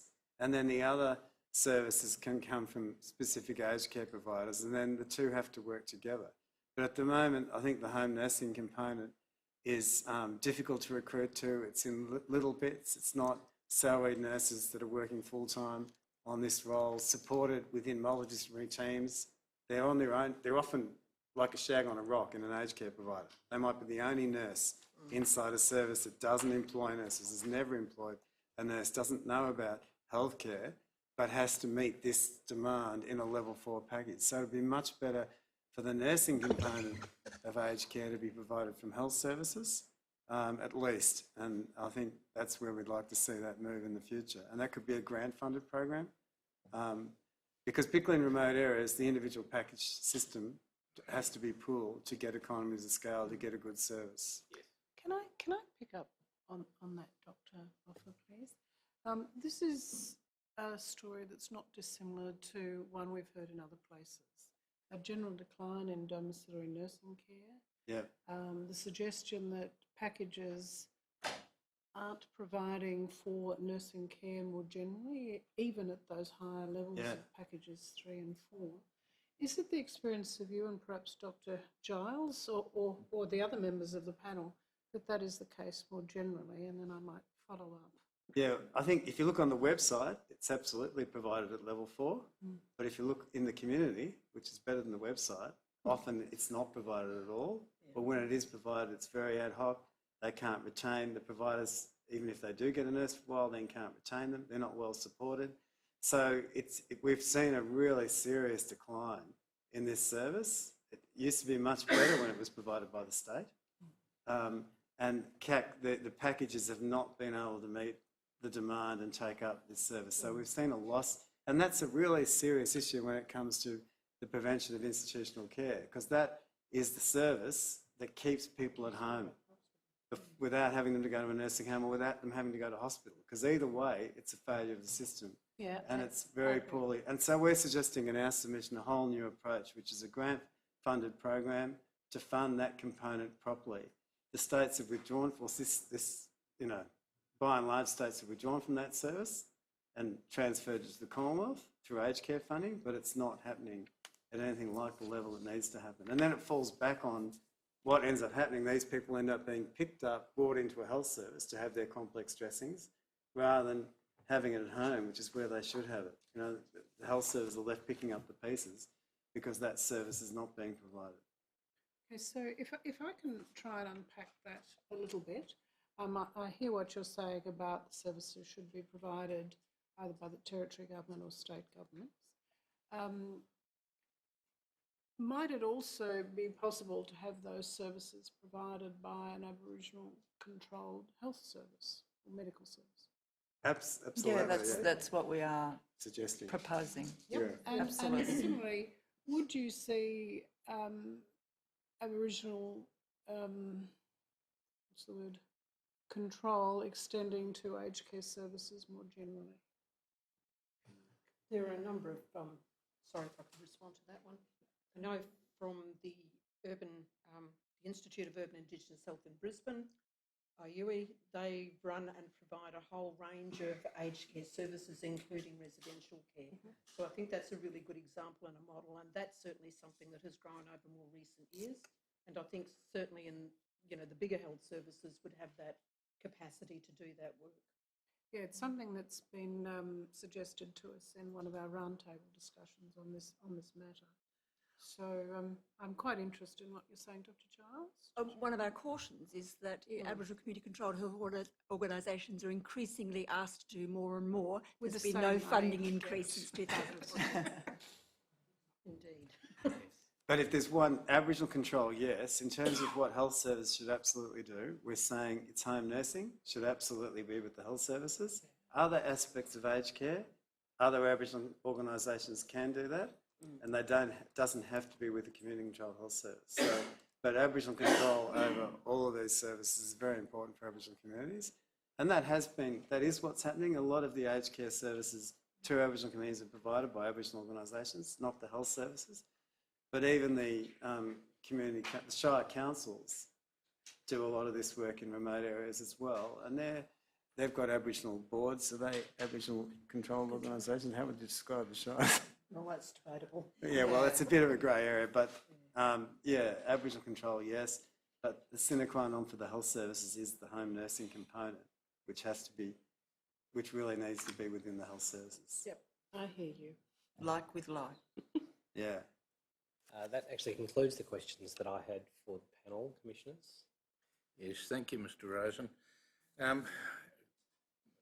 You may have been here this morning when I thanked the earlier witnesses who've provided us with insights into what we regard as a very important area, and that is the proper care for Aboriginal people, aged people in remote parts of the country. And with the earlier evidence plus what you've assisted us with, we're certainly much better informed than we earlier were.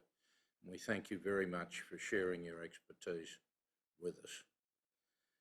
The Commission will temporarily adjourn. All stand. Royal Commission is now adjourned till 3:10 p.m.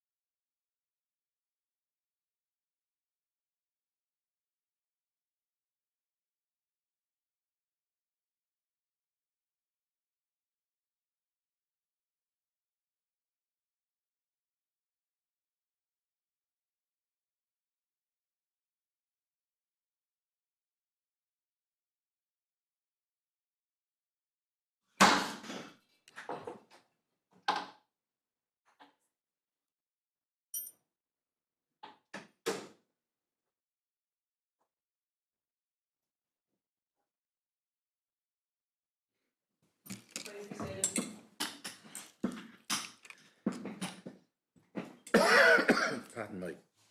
Yes, Mr Gray. Thank you, Commissioner. I call Michelle Lillian Mackay. She's presently seated in the witness box.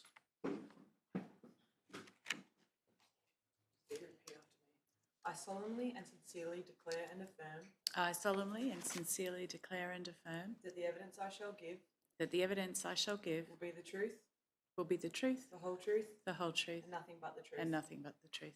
Thank you. Operator, please display WIT.0235.0001.001.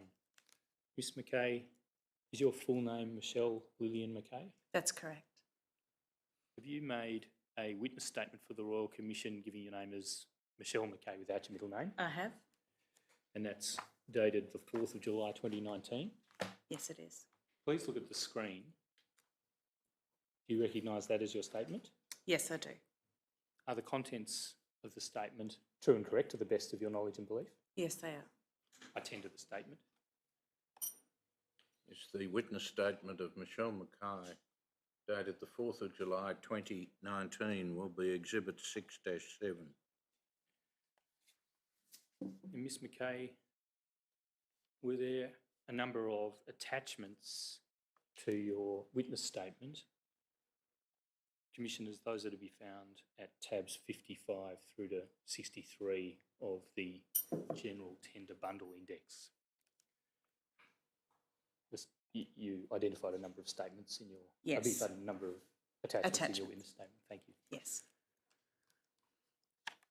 Ms Mackay, you're the Chief Operating Officer of Top End Health Service, is that correct? That's correct. Please explain to the Commissioners what is Top End Health Service with reference to NT Health, the Department of Health in the Northern Territory, and with reference to its sister health service. Certainly. So NT Health comprises of the Department of Health, which is largely the system manager for health in the Territory, and also responsible for strategy and policy. And there are two health services, the Top End Health Service, of which I'm the Chief Operating Officer, and Central Australian Health Service. Largely, the services are split by a line, if you were to draw it on a map, below Catherine. Thank you. So Top End Health Service covers more of the population of the Northern Territory, is that right? It does, Can yes. you give the Commissioners an indication of roughly what the breakdown is by reference to paragraph 5 of your statement? Certainly. So Top End Health Service covers about 35% of the geography of the Territory and has approaching 80% of the total population. Thank you. If we go to the next page, please, Operator. Ms Mackay, what services does Top End Health Service provide in the community? Perhaps if I describe the breadth of Top End Health Service might more easily describe that. So there are 4 acute hospitals within Top End Health Service. The Royal Darwin is the only tertiary hospital within the Territory, and there are also hospitals located at Palmerston, Gove and in Catherine. In addition to that, Top End Health Service also is responsible for a large mental health service provision for the population, as well as some mental health service into Central Australia. And Top End Health Service also has responsibility for a range of primary healthcare services across that geography. Top End Health Service also is responsible in an aged care sense for the ACAT, the Aged Care Assessment Team service, and also has responsibility for some Commonwealth Home Support Program funding, largely around equipment and allied health. When you say Top End Health Service has responsibility for some Commonwealth Health Support Program funding, do you mean that Top End Health Service receives funding in return for the provision of equipment? Correct. Thank you. And in the community, in terms of community services, Is there a community allied health team? There is. That service is actually in the process of transitioning from the department to come under the responsibility of Top End Health Service, but it provides allied health services into the region of the Top End Health Service currently. It consists of a range of allied health professionals, and those individuals also do the ACAT assessments when they're visiting community. Thank you. And is there anybody else in the Territory providing ACAT services? No, we're the provider of the ACAT assessment service, yes. And in terms of the actual health services you mentioned a short time ago, they're Territory owned and operated health services, are they? The primary health services you're referring to, that's right. So there are some different providers of primary health services in the Territory, and we've heard today from some of the Aboriginal community controlled health organisations.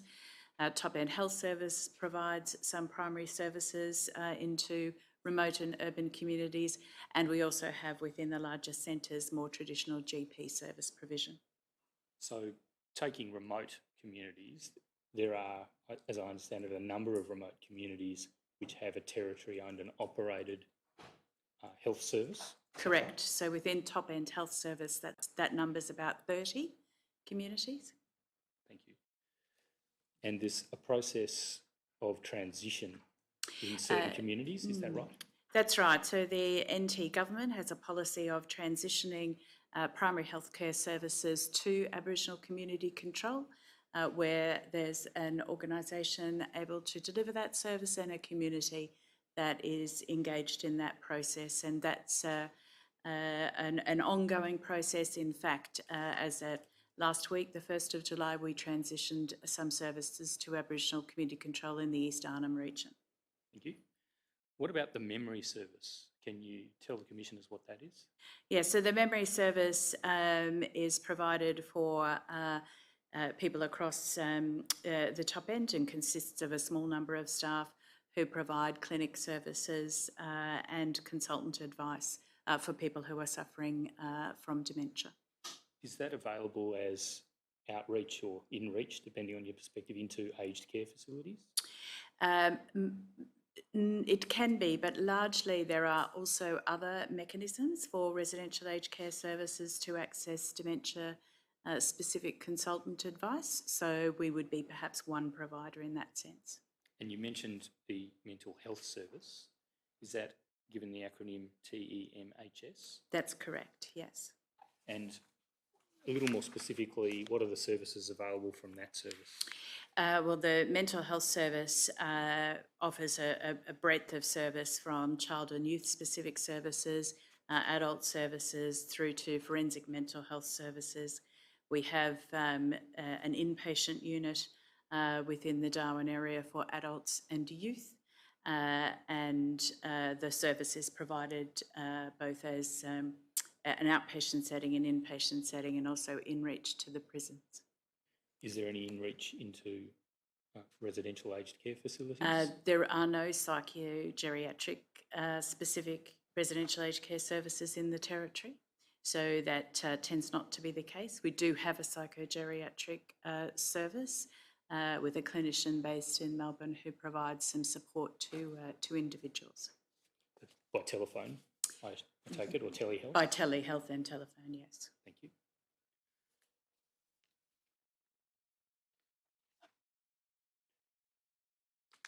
In Ms Havinen's witness statement at paragraphs 45 and 46, she refers to, and this is also Dr Boffer's witness statement, she refers to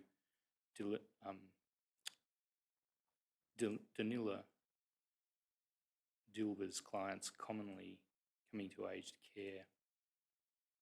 Beg your pardon, I'll withdraw that. In Ms Olga Havinen's witness statement, paragraphs 45 and 46, she refers to Danila Dilber's clients commonly coming to aged care through ACAT assessment at hospital. Is that consistent with your understanding of the typical way in which the ACAT service provided by top-end health service comes to be provided? Well, Danila Dilber is an Aboriginal community health controlled organisation in Darwin, So given the bulk of the population is here, it would make sense that a number of their clients would be having ACAT assessments as a result of being in hospital. Yeah. In the next paragraph, she refers to one of the issues reported by Danila Dilba's staff as being that in terms of transport between residential aged care facilities and hospital, some residential aged care facilities provide transport and others do not. Is this a matter that NT Health has any role in, to your knowledge? So I think the particular issue highlighted at paragraph 47 was discussed in a little bit more detail in that evidence earlier, and that was specifically about accessing a visit at an optometrist before the patient or resident could then be seen by an ophthalmologist. That is a question around residential aged care service transport. But usually, of course, a not infrequent transport need for people who are in residential aged care services if their health deteriorates and they need to come to hospital, in which case that is, of course, via the ambulance, which is grant funded through NT Health. Yes. Did I refer to paragraph 47? I meant to refer to paragraph 46. My apologies, we could call 47 out paragraph popped 46, please, operator.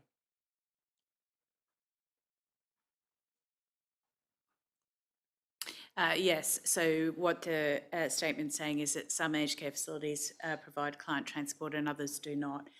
We also provide client transport in a range of circumstances. Should there be a need, it would depend on the particular requirement in the particular facility for residents. I want to ask you about the discharge summary procedure when a patient who may need to then become a resident at a residential aged care facility is leaving a hospital. It's at tab 56 of the tender bundle, please, operator.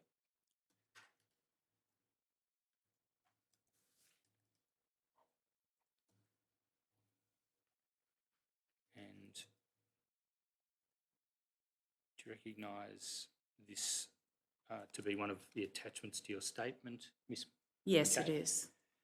And going on its title, it's the procedure that is laid down by top-end health service in respect of discharges from one of those 4 hospitals you mentioned. Correct. Is that right? That's right. And if we go, please, operator, to page 0.0014,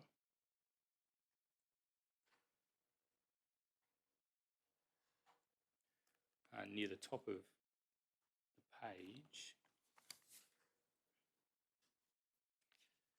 we go to the preceding page, please, operator.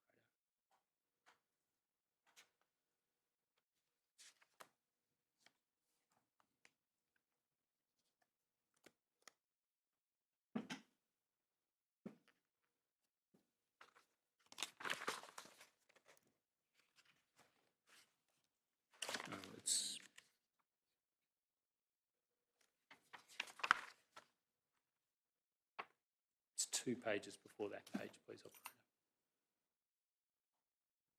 Thank you. We see there, Ms. McKay, under the heading Transfer to a Residential Aged Care Facility, the procedure that applies in respect of those transfers. Yes. And in addition to the matters noted there, is transport also arranged, or are there some circumstances in which transport isn't arranged? Well, it would absolutely depend. So you're talking about the circumstance of someone leaving hospital for their first admission into a residential aged care facility. It would depend on the particular circumstances of that person. Some people will need to be transferred by ambulance because that's the only appropriate transport mechanism.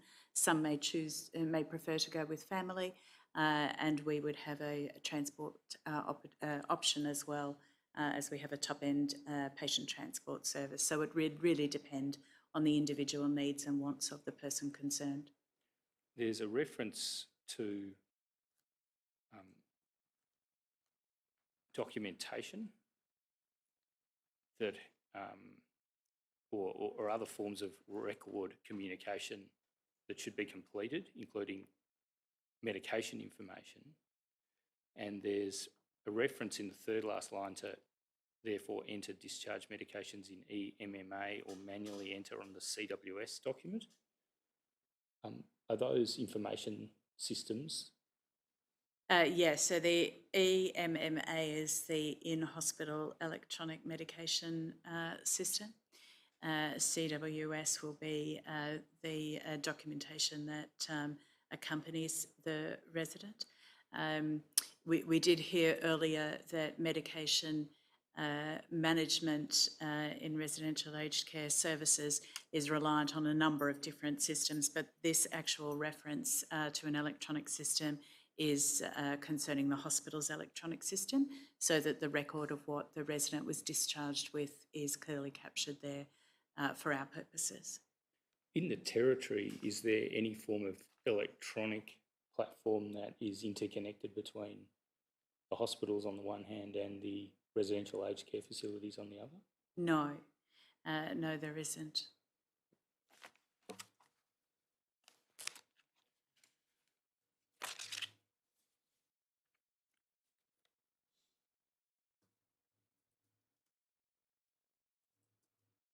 I want to ask you about paragraph 6 of your statement, Ms Mackay, concerning palliative services provided by Territory Palliative Care. Is Territory Palliative Care a service that's provided by each of Top End and the sister health service? Is that? Yes, there are teams located in both, but the two teams do work closely together.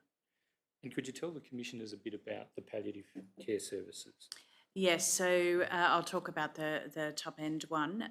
So we have a hospice located on the site of the Royal Darwin Hospital, a 12-bed hospice. That's one aspect of palliative care. There's consultant services for inpatients, and there are some community-based services within that mix of palliative care services. If we go to paragraph 22 of your statement,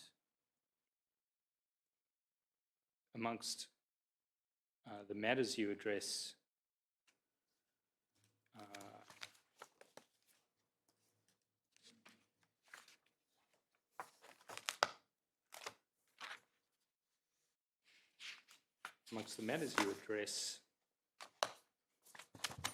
you refer to,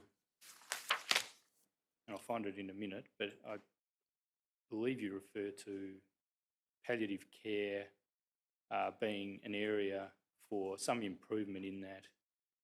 Oh, beg your pardon. I do beg your pardon, Ms Mackay. It's Ms Havenan's statement, paragraph 22.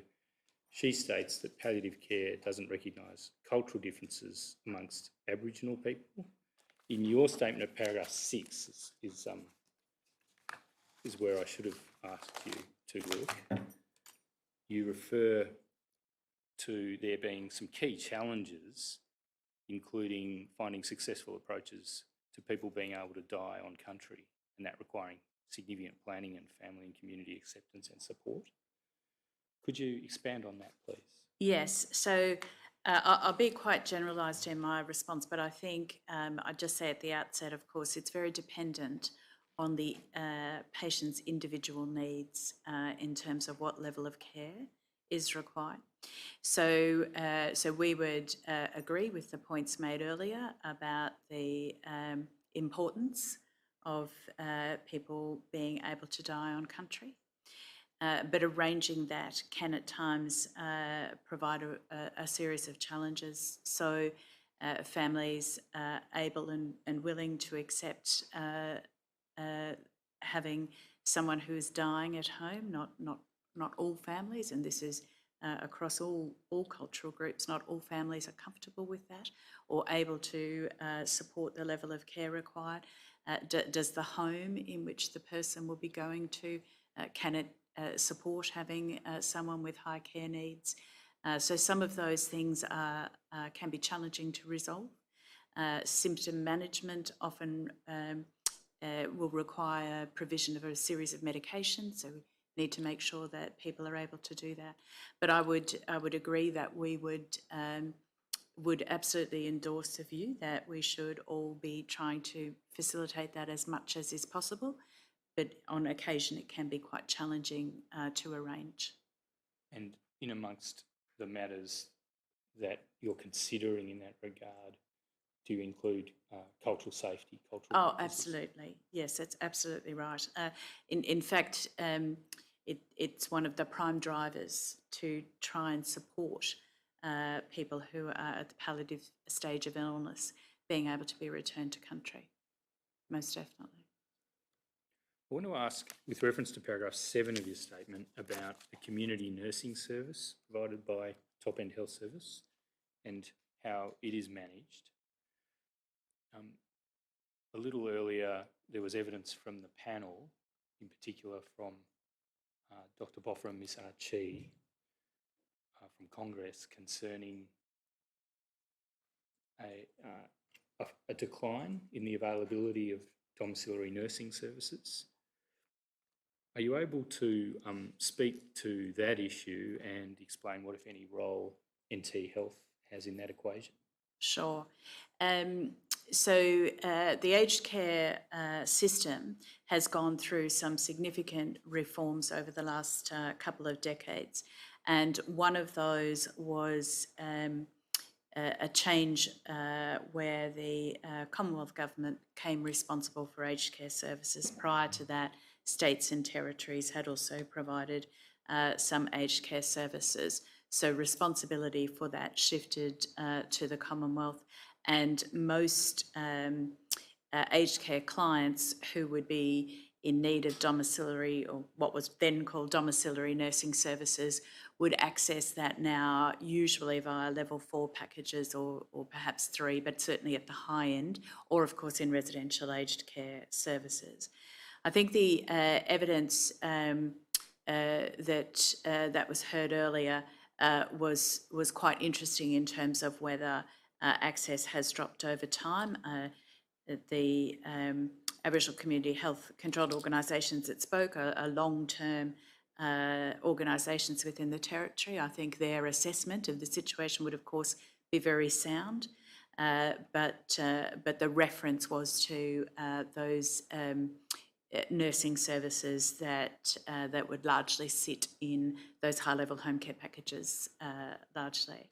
I would say that I think the proposal made about alternate funding mechanisms for that, such that it encourages nurses to be part of a health service in the way described earlier, was a very sound proposal. And picking up that point, the proposal that the clinical element of care in the home could be provided more readily by local community health services. What, if any, role does NT Health have in that equation? Is that a case of considering whether the community in question has a territory-owned and operated primary health service or not? Well, it could be.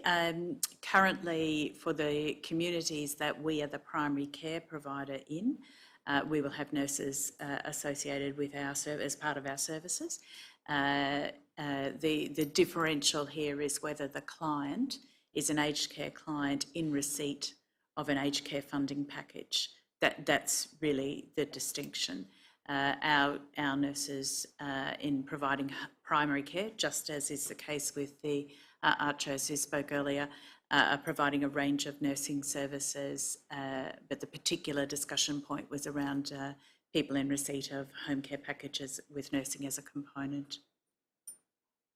The direct aged care services that are currently provided by Top End Health Services are limited to those ACAT services and the equipment?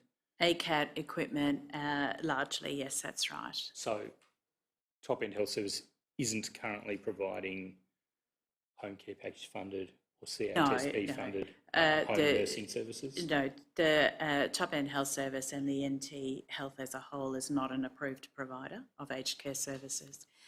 In communities where there is no aged care service provider, it would absolutely be the case that our primary care services would be providing care, of course, to individuals who live in that community. But we are not a provider in the sense of home care packages or indeed residential care.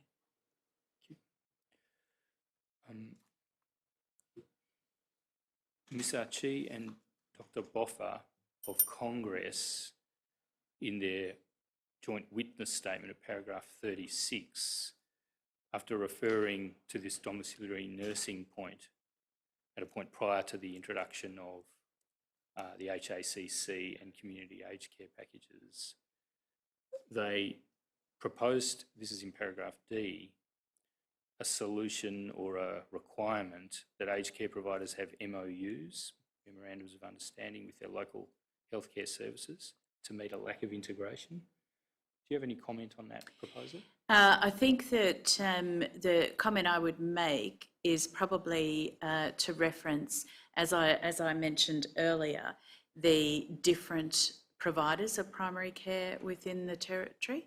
So we've heard from Aboriginal community-controlled organisations who largely have primary care coverage for Aboriginal clients in those services, but not full coverage. Some individuals will, of course, have a GP of their choice, who's been their GP provider prior to their entry to residential aged care. So I do think we just need to recognise that nuance. But in remote communities where there is an Aboriginal community-controlled health organisation, or indeed one of our primary service providers, it's a concept that is worth exploring, largely, I think, for the reason given earlier about the clinical staff being part of a clinical service in terms of their professional clinical governance and professional support was a point well made earlier. And what about the related point concerning the uploading of information as to the grant or assignment of home care packages and presumably other aged care related entitlements to My Health Record to enable any primary health provider to understand what's being provided, or any other community support service to understand what a person's entitlement might be? So I think that as a sort of first point, I'd say the more information sharing that can occur about a person across a multiplicity of providers, if they have them, is of course beneficial. Some of the issues, though, that present sit around privacy, consent, where a person has given consent for others to have access to information.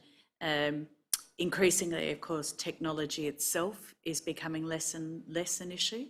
It's much more tied up with that information being made available, which I think was the point being made earlier as well. But as a principle, the more information can be shared, the better, would be my view.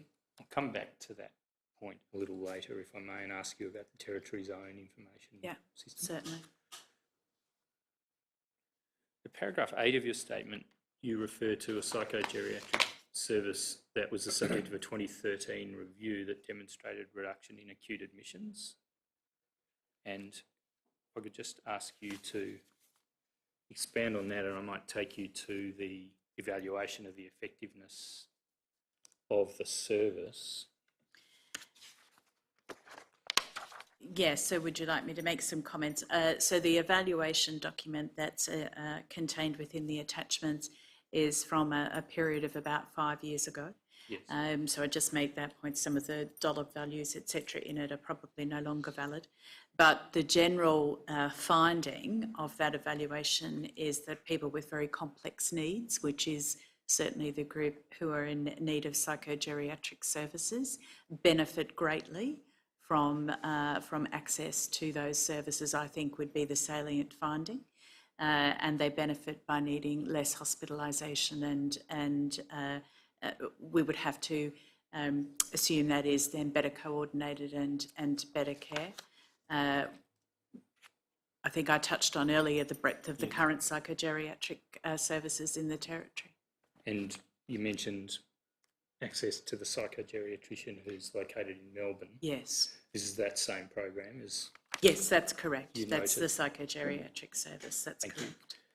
correct. In 2013, was it essentially the same That is my methodology, the same yes. process? That is my understanding. I wasn't here in 2013, but I understand that that's the case.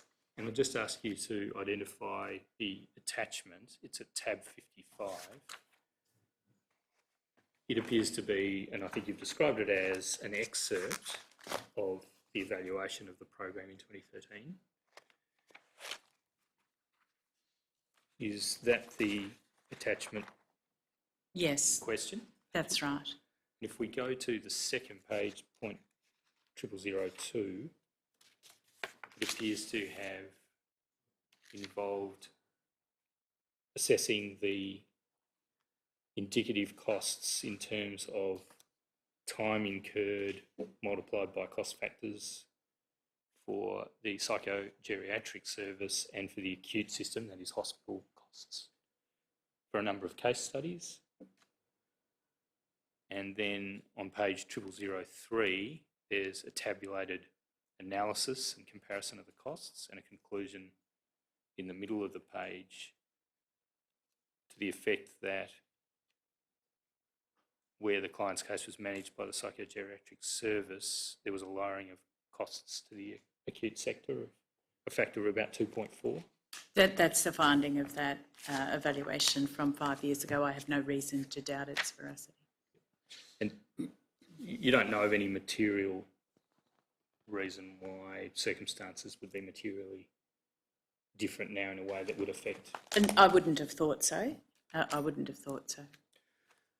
Now, I want to ask you, with reference to paragraph 9 of your statement,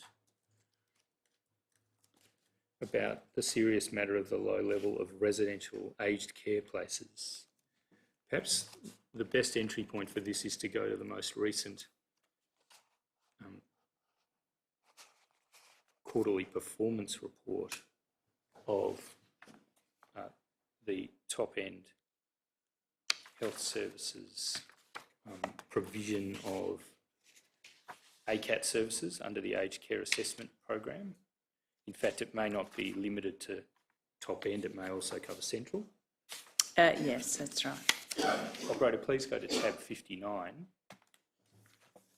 which is NTH 0001 003 0093. And if we go to 0098, the foot of the page under the heading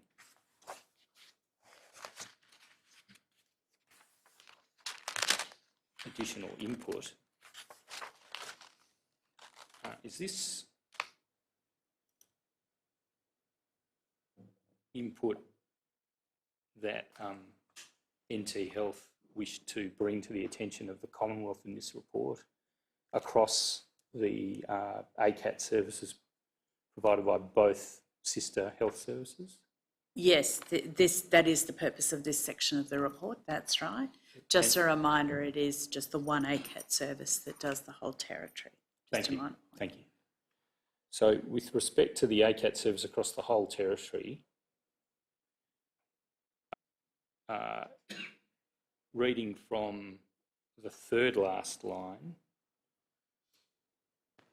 there's a statement that prior to the changes in 2017, the Northern Territory had over 1,188 home care packages assigned to providers. And in effect, what's said here is that there's been a halving of the number of assigned home care packages since that time. Is that true? Yes, so probably just to put some context around that, prior to the reform changes in, I believe, 2017, that time frame, home care packages were assigned to providers and then providers would offer those to clients. The reform introduced at that time was a national process, so home care packages were no longer assigned to providers. They were kept on a national list, and individuals needing to access packages went onto a national wait list. So that's been the impact for the Territory as a result of that move to a national waitlisted process as opposed to providers controlling the packages. Thank you. If we go back now to paragraph 9 of your statement, you've provided some more information about the decline in numbers of activated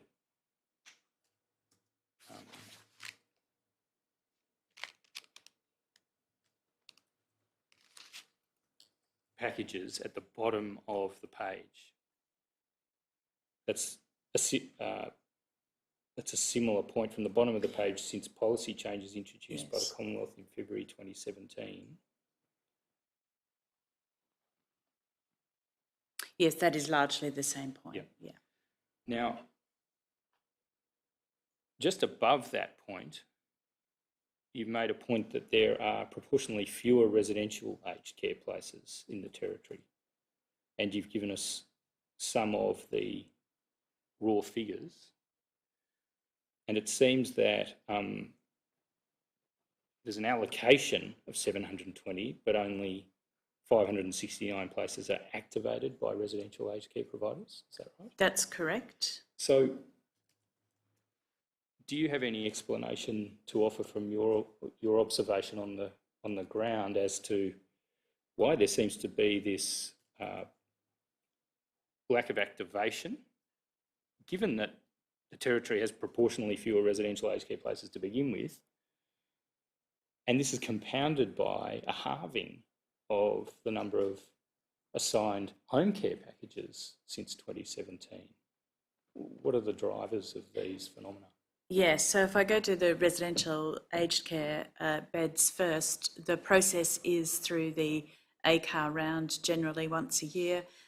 Providers can submit application to get more licences, which means, of course, they can then have more beds.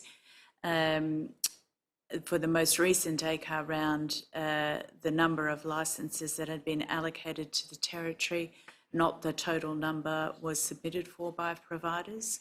And then subsequent to that, providers don't necessarily then build and activate those new places that they have won quickly. And so you end up with this sort of arrangement where there are more allocated places than there are in fact activated places. And what about the driver of the halving of assigned home care packages since 2017? Do you have any comments on that? Yeah, so that seems to be totally related to moving to the national wait list arrangements. So home care packages go to people through a national waiting process as opposed to a state or territory-based waiting process. Thank you. Do you have any other comments on other implications of the move to consumer-directed care in home care package administration? So this is a question that really goes to the point after there's been assignment, assuming one gets through the waiting list in the national priority system, however long that might take. Is there then an issue about the impact of consumer-directed care on utilisation of those home care packages in your view? Well, I think, and again, I'd make the distinction between clients in rural and remote areas as opposed to more urban areas. So the concept of consumer-directed care is that individuals can choose how they want to use the resources within their package, what sort of supports they want, informed by the ACAT assessment process, of course. And then it assumes that the consumer will decide where they want to purchase those various services from.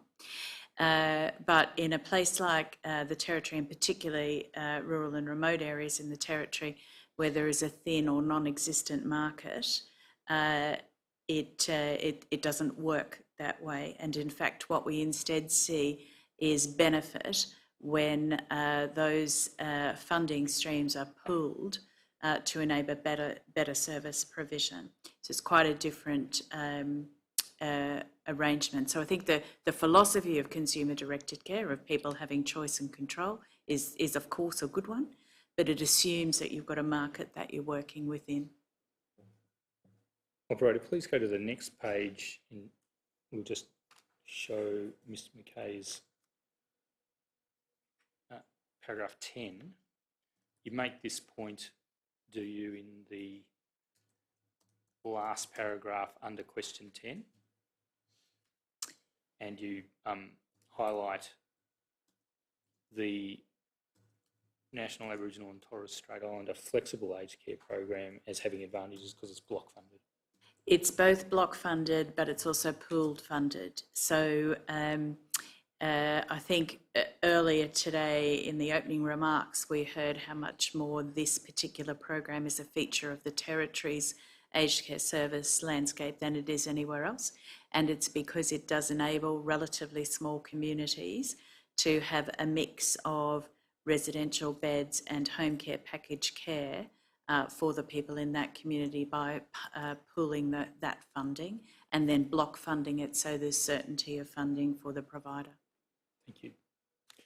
In the paragraph, the very short paragraph just above it, you refer to the Commonwealth Home Support Program and also the Transition Care Program, and you say they work effectively in the Northern Territory.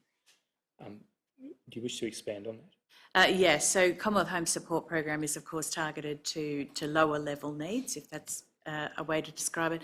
Transition care is about giving people a bit more intensive support as a mechanism to try and have a situation where people can remain in their own homes as opposed to needing residential aged care or a higher level of home care package. So it's across the spectrum of the whole aged care arena. Those are effective programs, as the note says. Thank you. Ms McKay, you've explained to the Commissioners your observations about the limitations on residential aged care places and the halving of the amount of assigned home care packages. You've also made other observations about the other programs that have some advantages over those, subject to the availability of the services and the depth of the market. I just want to ask you now about the flow-on impacts of the scarcities of aged care service provision you've been speaking about, and in particular those flow-on impacts for NT Health, for the system that is administered by NT Health. If we start with paragraph 12 of your statement, beginning at the foot of page 11, the main text goes over the page. Do you wish to expand on the impact of the long waiting times that the Commission's been hearing about concerning HCPs? Yeah, so if a person's been assessed as needing a level 4 home care package, that's indicative of them needing quite a significant level of support to remain at home. And if you need to wait 12 to 18 months to access that support, it is more likely that you will continue to deteriorate during that time and in fact be more likely to then need residential aged care. By the time you factor in, as you've noted, difficulties in accessing residential aged care, it can be the case that individuals in this situation actually need to be in hospital because it is the only place able to care for their high-level needs. And presumably, by reference amongst other things to that evaluation of the psychogeriatric service, it's clear that that's going to be a more costly outcome for the system as a whole? Correct, correct.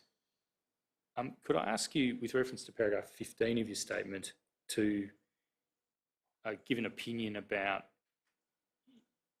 to the extent you can, the impact of restrictions imposed on take-up of residential care places, perhaps by analogy with the freezing sanction, that is the freezing that was placed on a particular approved provider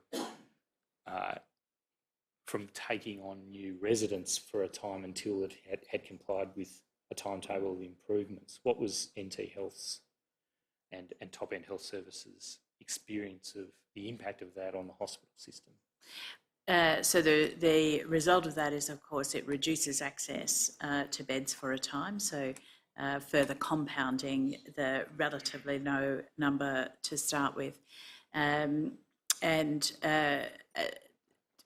Feedback from people who were here at the time, I wasn't personally, is that in addition to that, if you like, sort of hard instance where the provider is unable to accept new admissions for a time, it can have a flow-on effect into members of the community more broadly, being concerned about accessing residential aged care as a general statement, not necessarily even that provider, those concerns. So it has a flow backward effect onto the hospitals where a number of people who are accessing residential aged care will come from hospitals. So if we have a reduction in the number of beds that are available, that obviously has a flow-on effect. Similarly, though, for individuals who are at home waiting access. So that largely was the impact on that occasion. Thank you. You refer in paragraph 14 to a long-stay patient working group. What's the work of that group? So this group meet regularly to work through options for how people who have been in hospital for a long time awaiting residential aged care might be able to access residential aged care beds. Some of the issues are very complex. If the particular environment that person needs is not available in the territory aged care facilities, and how that might be managed. And sometimes it's about if particular individuals have behaviours of concern that need a management approach to enable them to transition into a residential aged care service. So the purpose of that group is to meet regularly and work through those issues in a desire to move people to a more appropriate setting.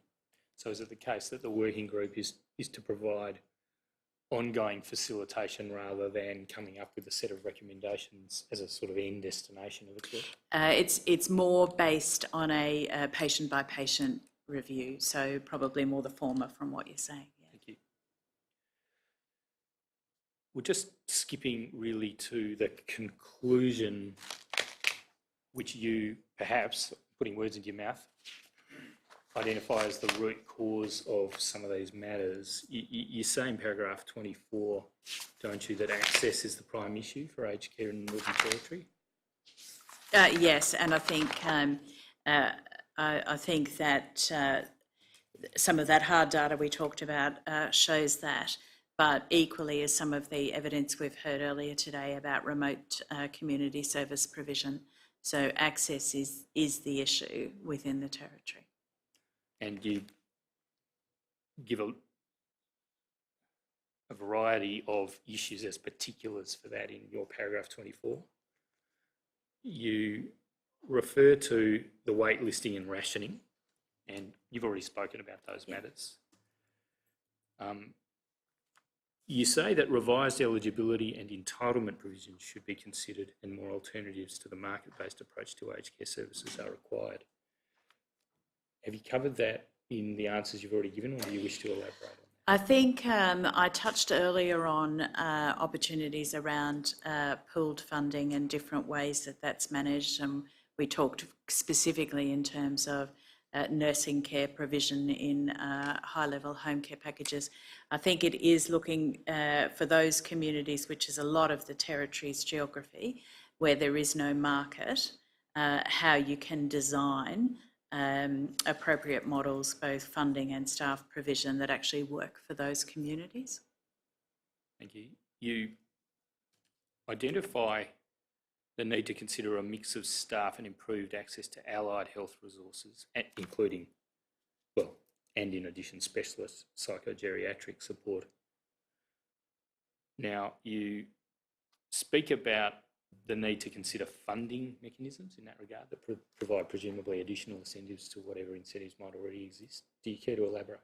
Yes, that's right. So a number of years ago, the aged care funding instrument, which is the mechanism by which residential aged care services receive funding for care, was altered to pay particular emphasis on physiotherapy service provision, and that did result in much higher access to physiotherapy services in residential aged care services. The proposal is that consideration be given in a similar sort of way to other allied health services. We heard quite a bit earlier today, for example, around food and nutrition. So there may well be other ways within the current funding frameworks to look at how some of those services could almost be incentivised. And you're not limiting that to having permanent staff. You say that it could extend to specialist services through in-reach models, for example, in the area of palliative care? Correct. I mean, there would be any number of different ways that, or different aspects that could be looked at. Again, I'd just say that we need to think about how that works in remote communities as well as urban centres, for whom there might not be the volume of work for some of the allied health specialties, for example. You've identified what you must consider to be a trend of residential providers not accepting individuals with complex behaviour needs. Please elaborate on that. Yes, I think that's a finding being seen right across the sector, that providers are less keen to take residents who have challenging or difficult behaviours. And so consequently that tends to be the cohort of potential residents who are in our acute hospitals, which isn't the ideal environment at all, of course.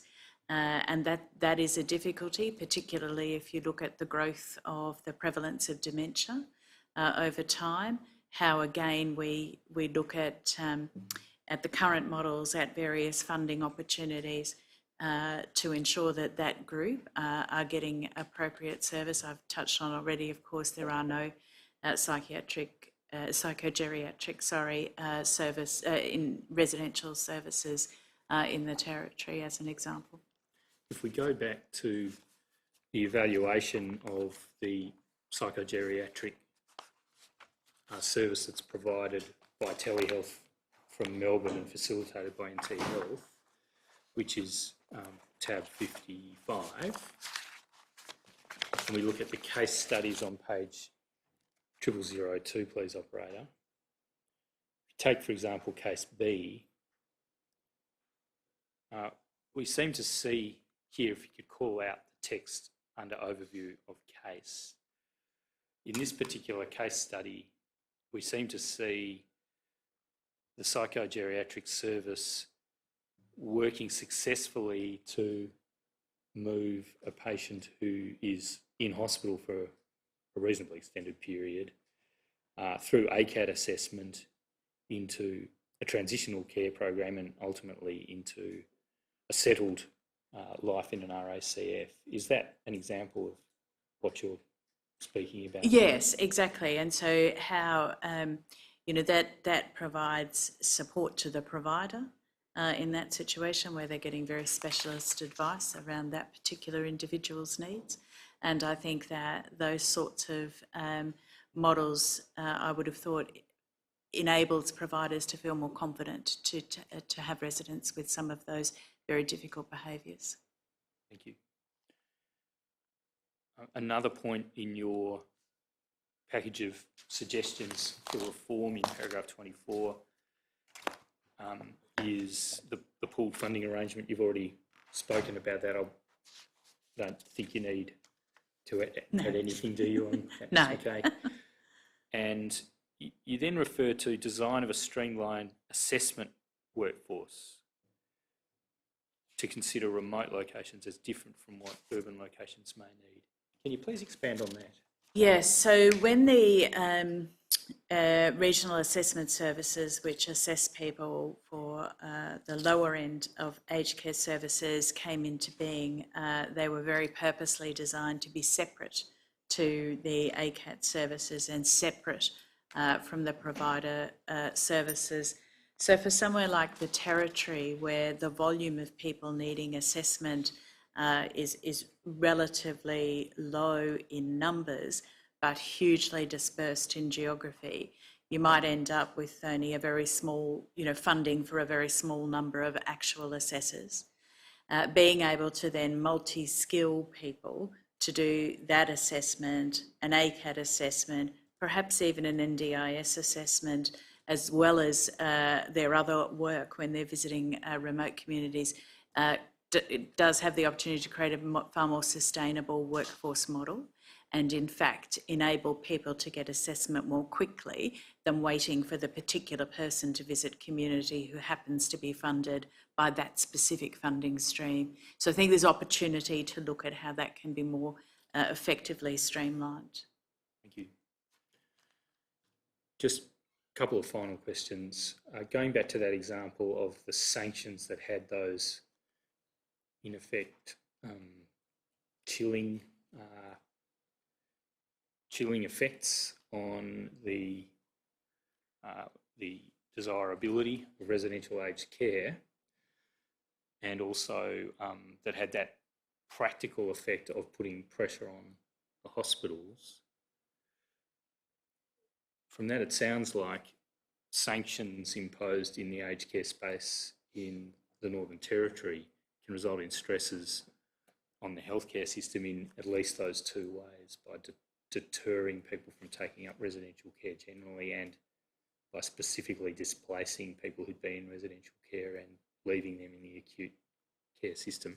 Do you have any suggestions how those? Yes, it's very vexed. The other aspect was, I think in your opening remarks, you talked about the fact that the Northern Territory occupancy rate for residential aged care is in fact higher than it is in other states. So you end up with a situation where a couple of beds not being able to be accessed can make a really big difference. I think it's quite a vexed scenario, because equally, if you have a situation where providers are not providing a safe or appropriate service, then you don't want more residents going into that service until it's reached a level of quality and safety provision that is acceptable. I'd make the point that the same happens somewhat in my experience, even when providers have non-compliances, so not necessarily at the sanction end, but at the non-compliance end, because often providers will self-limit new admissions while they focus on improving whatever the aspect of their service is that has been found wanting. So I think it is it's very difficult, because we want open transparency across the system. As individuals, we want to know that services are safe and appropriate. So the concept of that information being made public is obviously sound, but it does definitely have a flow-on effect across the rest of the system, and I think more pronounced here because of a whole range of the different aspects that we've touched on today in terms of limited access to begin with. Thank you.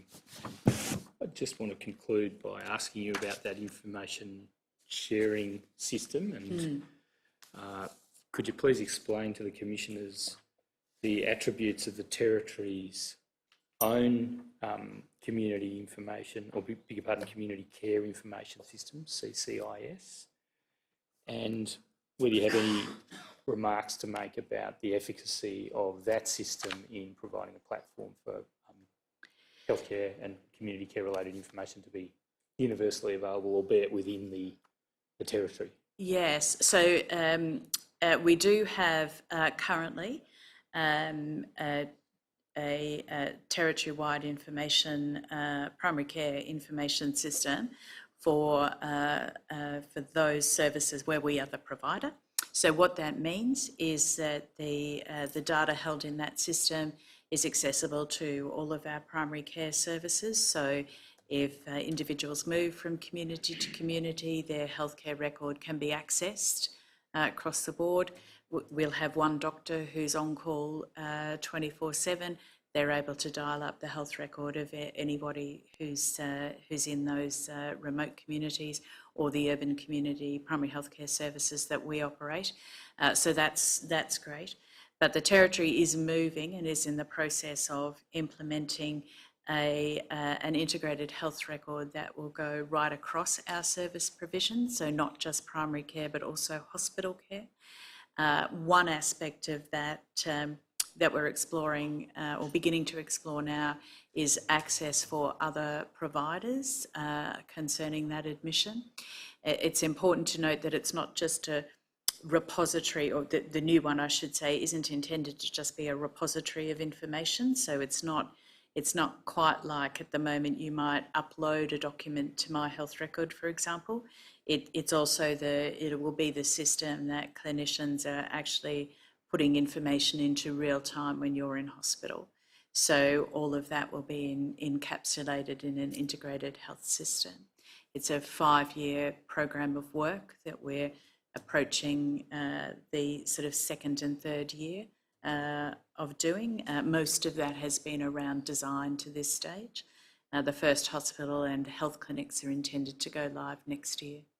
And I think a minute ago you might have said this, but is it anticipated that it will be available for other providers to link in, not just Territory owned and operated?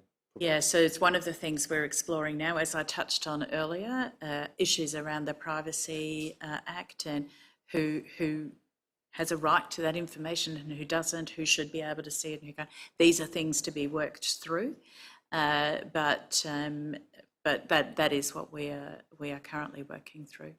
Commissioners, those are the questions I have for Ms McKay. Thank you, Mr Gray. Ms McKay, yeah, you've heard the evidence today from a number of witnesses about the importance which elderly Aboriginal people place on being on country for as long as possible, and the difficulties associated with the fact that when they get to the point where they do need institutional care, they have to travel enormous distances, generally off-country, to obtain those services. Does the department have any plans for expanding the number of residential care facilities beyond the major centres where they're available at the moment? So it is, of course, important to note it's the Commonwealth Government, not the Territory, that has responsibility for aged care provision. What we would say is that the NATSI Flex program is a really good mechanism for the Territory. It enables communities to have residential aged care for their community at a bed number far fewer than what is required to actually run a viable residential aged care service.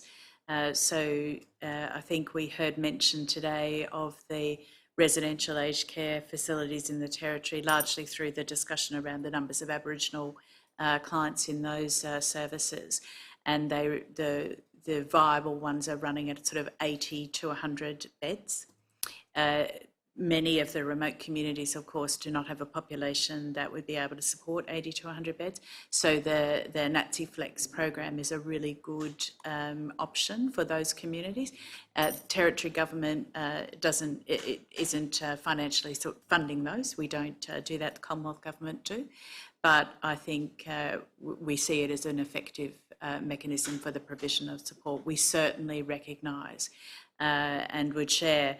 You know, we heard some powerful testimony earlier about the issues of older people coming off country for residential aged care and the real difficulty and impacts of that. We would completely endorse that view, and so that would be my comments. And is that an approach you've urged upon your Commonwealth colleagues? Yes, you know, there are a number of remote communities that have this model and run very effective facilities and services for those communities. I think The point made earlier about the fact that some of our bigger communities don't have it is probably a point well made. But I think it would be, it is really coming to the only way that we can keep elders on country who need that level of care, who really need a residential option. Commissioner, if I may. Yes, of course. Anything arising? Yeah, thank you, please, Commissioner. please. Mr McKay, just with reference to what you've said in answer to Commissioner Tracy's question, and also with reference to what you said earlier about the Northern Territory only providing, that is the Northern Territory Department of Health through the health services only providing ACAT services and equipment, whether that's through the health services or from the department in some other form. Outside ACAT services and equipment, the Northern Territory government is not currently providing any Commonwealth-funded aged care services, is that right? That's right. The Northern Territory government is not an approved provider of aged care services. Has the Northern Territory government any intention, to the best of your knowledge, of entering that space and becoming an approved provider of aged care services? Not at this time, to my knowledge. To the best of your knowledge, has the Northern Territory government advocated to the Commonwealth government for either the granting of funds to others to support capital investment for the construction of residential aged care facilities in other communities, or for increases in NATSI-Flex funding for that, for a similar purpose, albeit not for the erection of residential aged care facilities in formal terms? I don't know that they have, very specifically. I do know, though, that the Northern Territory government has raised the issues that we've talked about here in terms of access to residential aged care packages, home care packages, etc., and is keen to continue to work with our Commonwealth colleagues on how that might be addressed. Commissioner, staff of the Commission may take that up administratively in order to determine what those communications have been. Thank you, Mr Gray. Ms Mackay, thank you very much for your very helpful evidence. We greatly appreciate the time you've taken away from your no doubt very busy duties to come and enlighten us about how things work up here in the top end. Thank you very much. Thank you. 10 o'clock? Yes, thank you. The Commission will adjourn until 10 a.m. tomorrow morning. All rise. Royal Commission is now adjourned until the 9th of July at 10 a.m.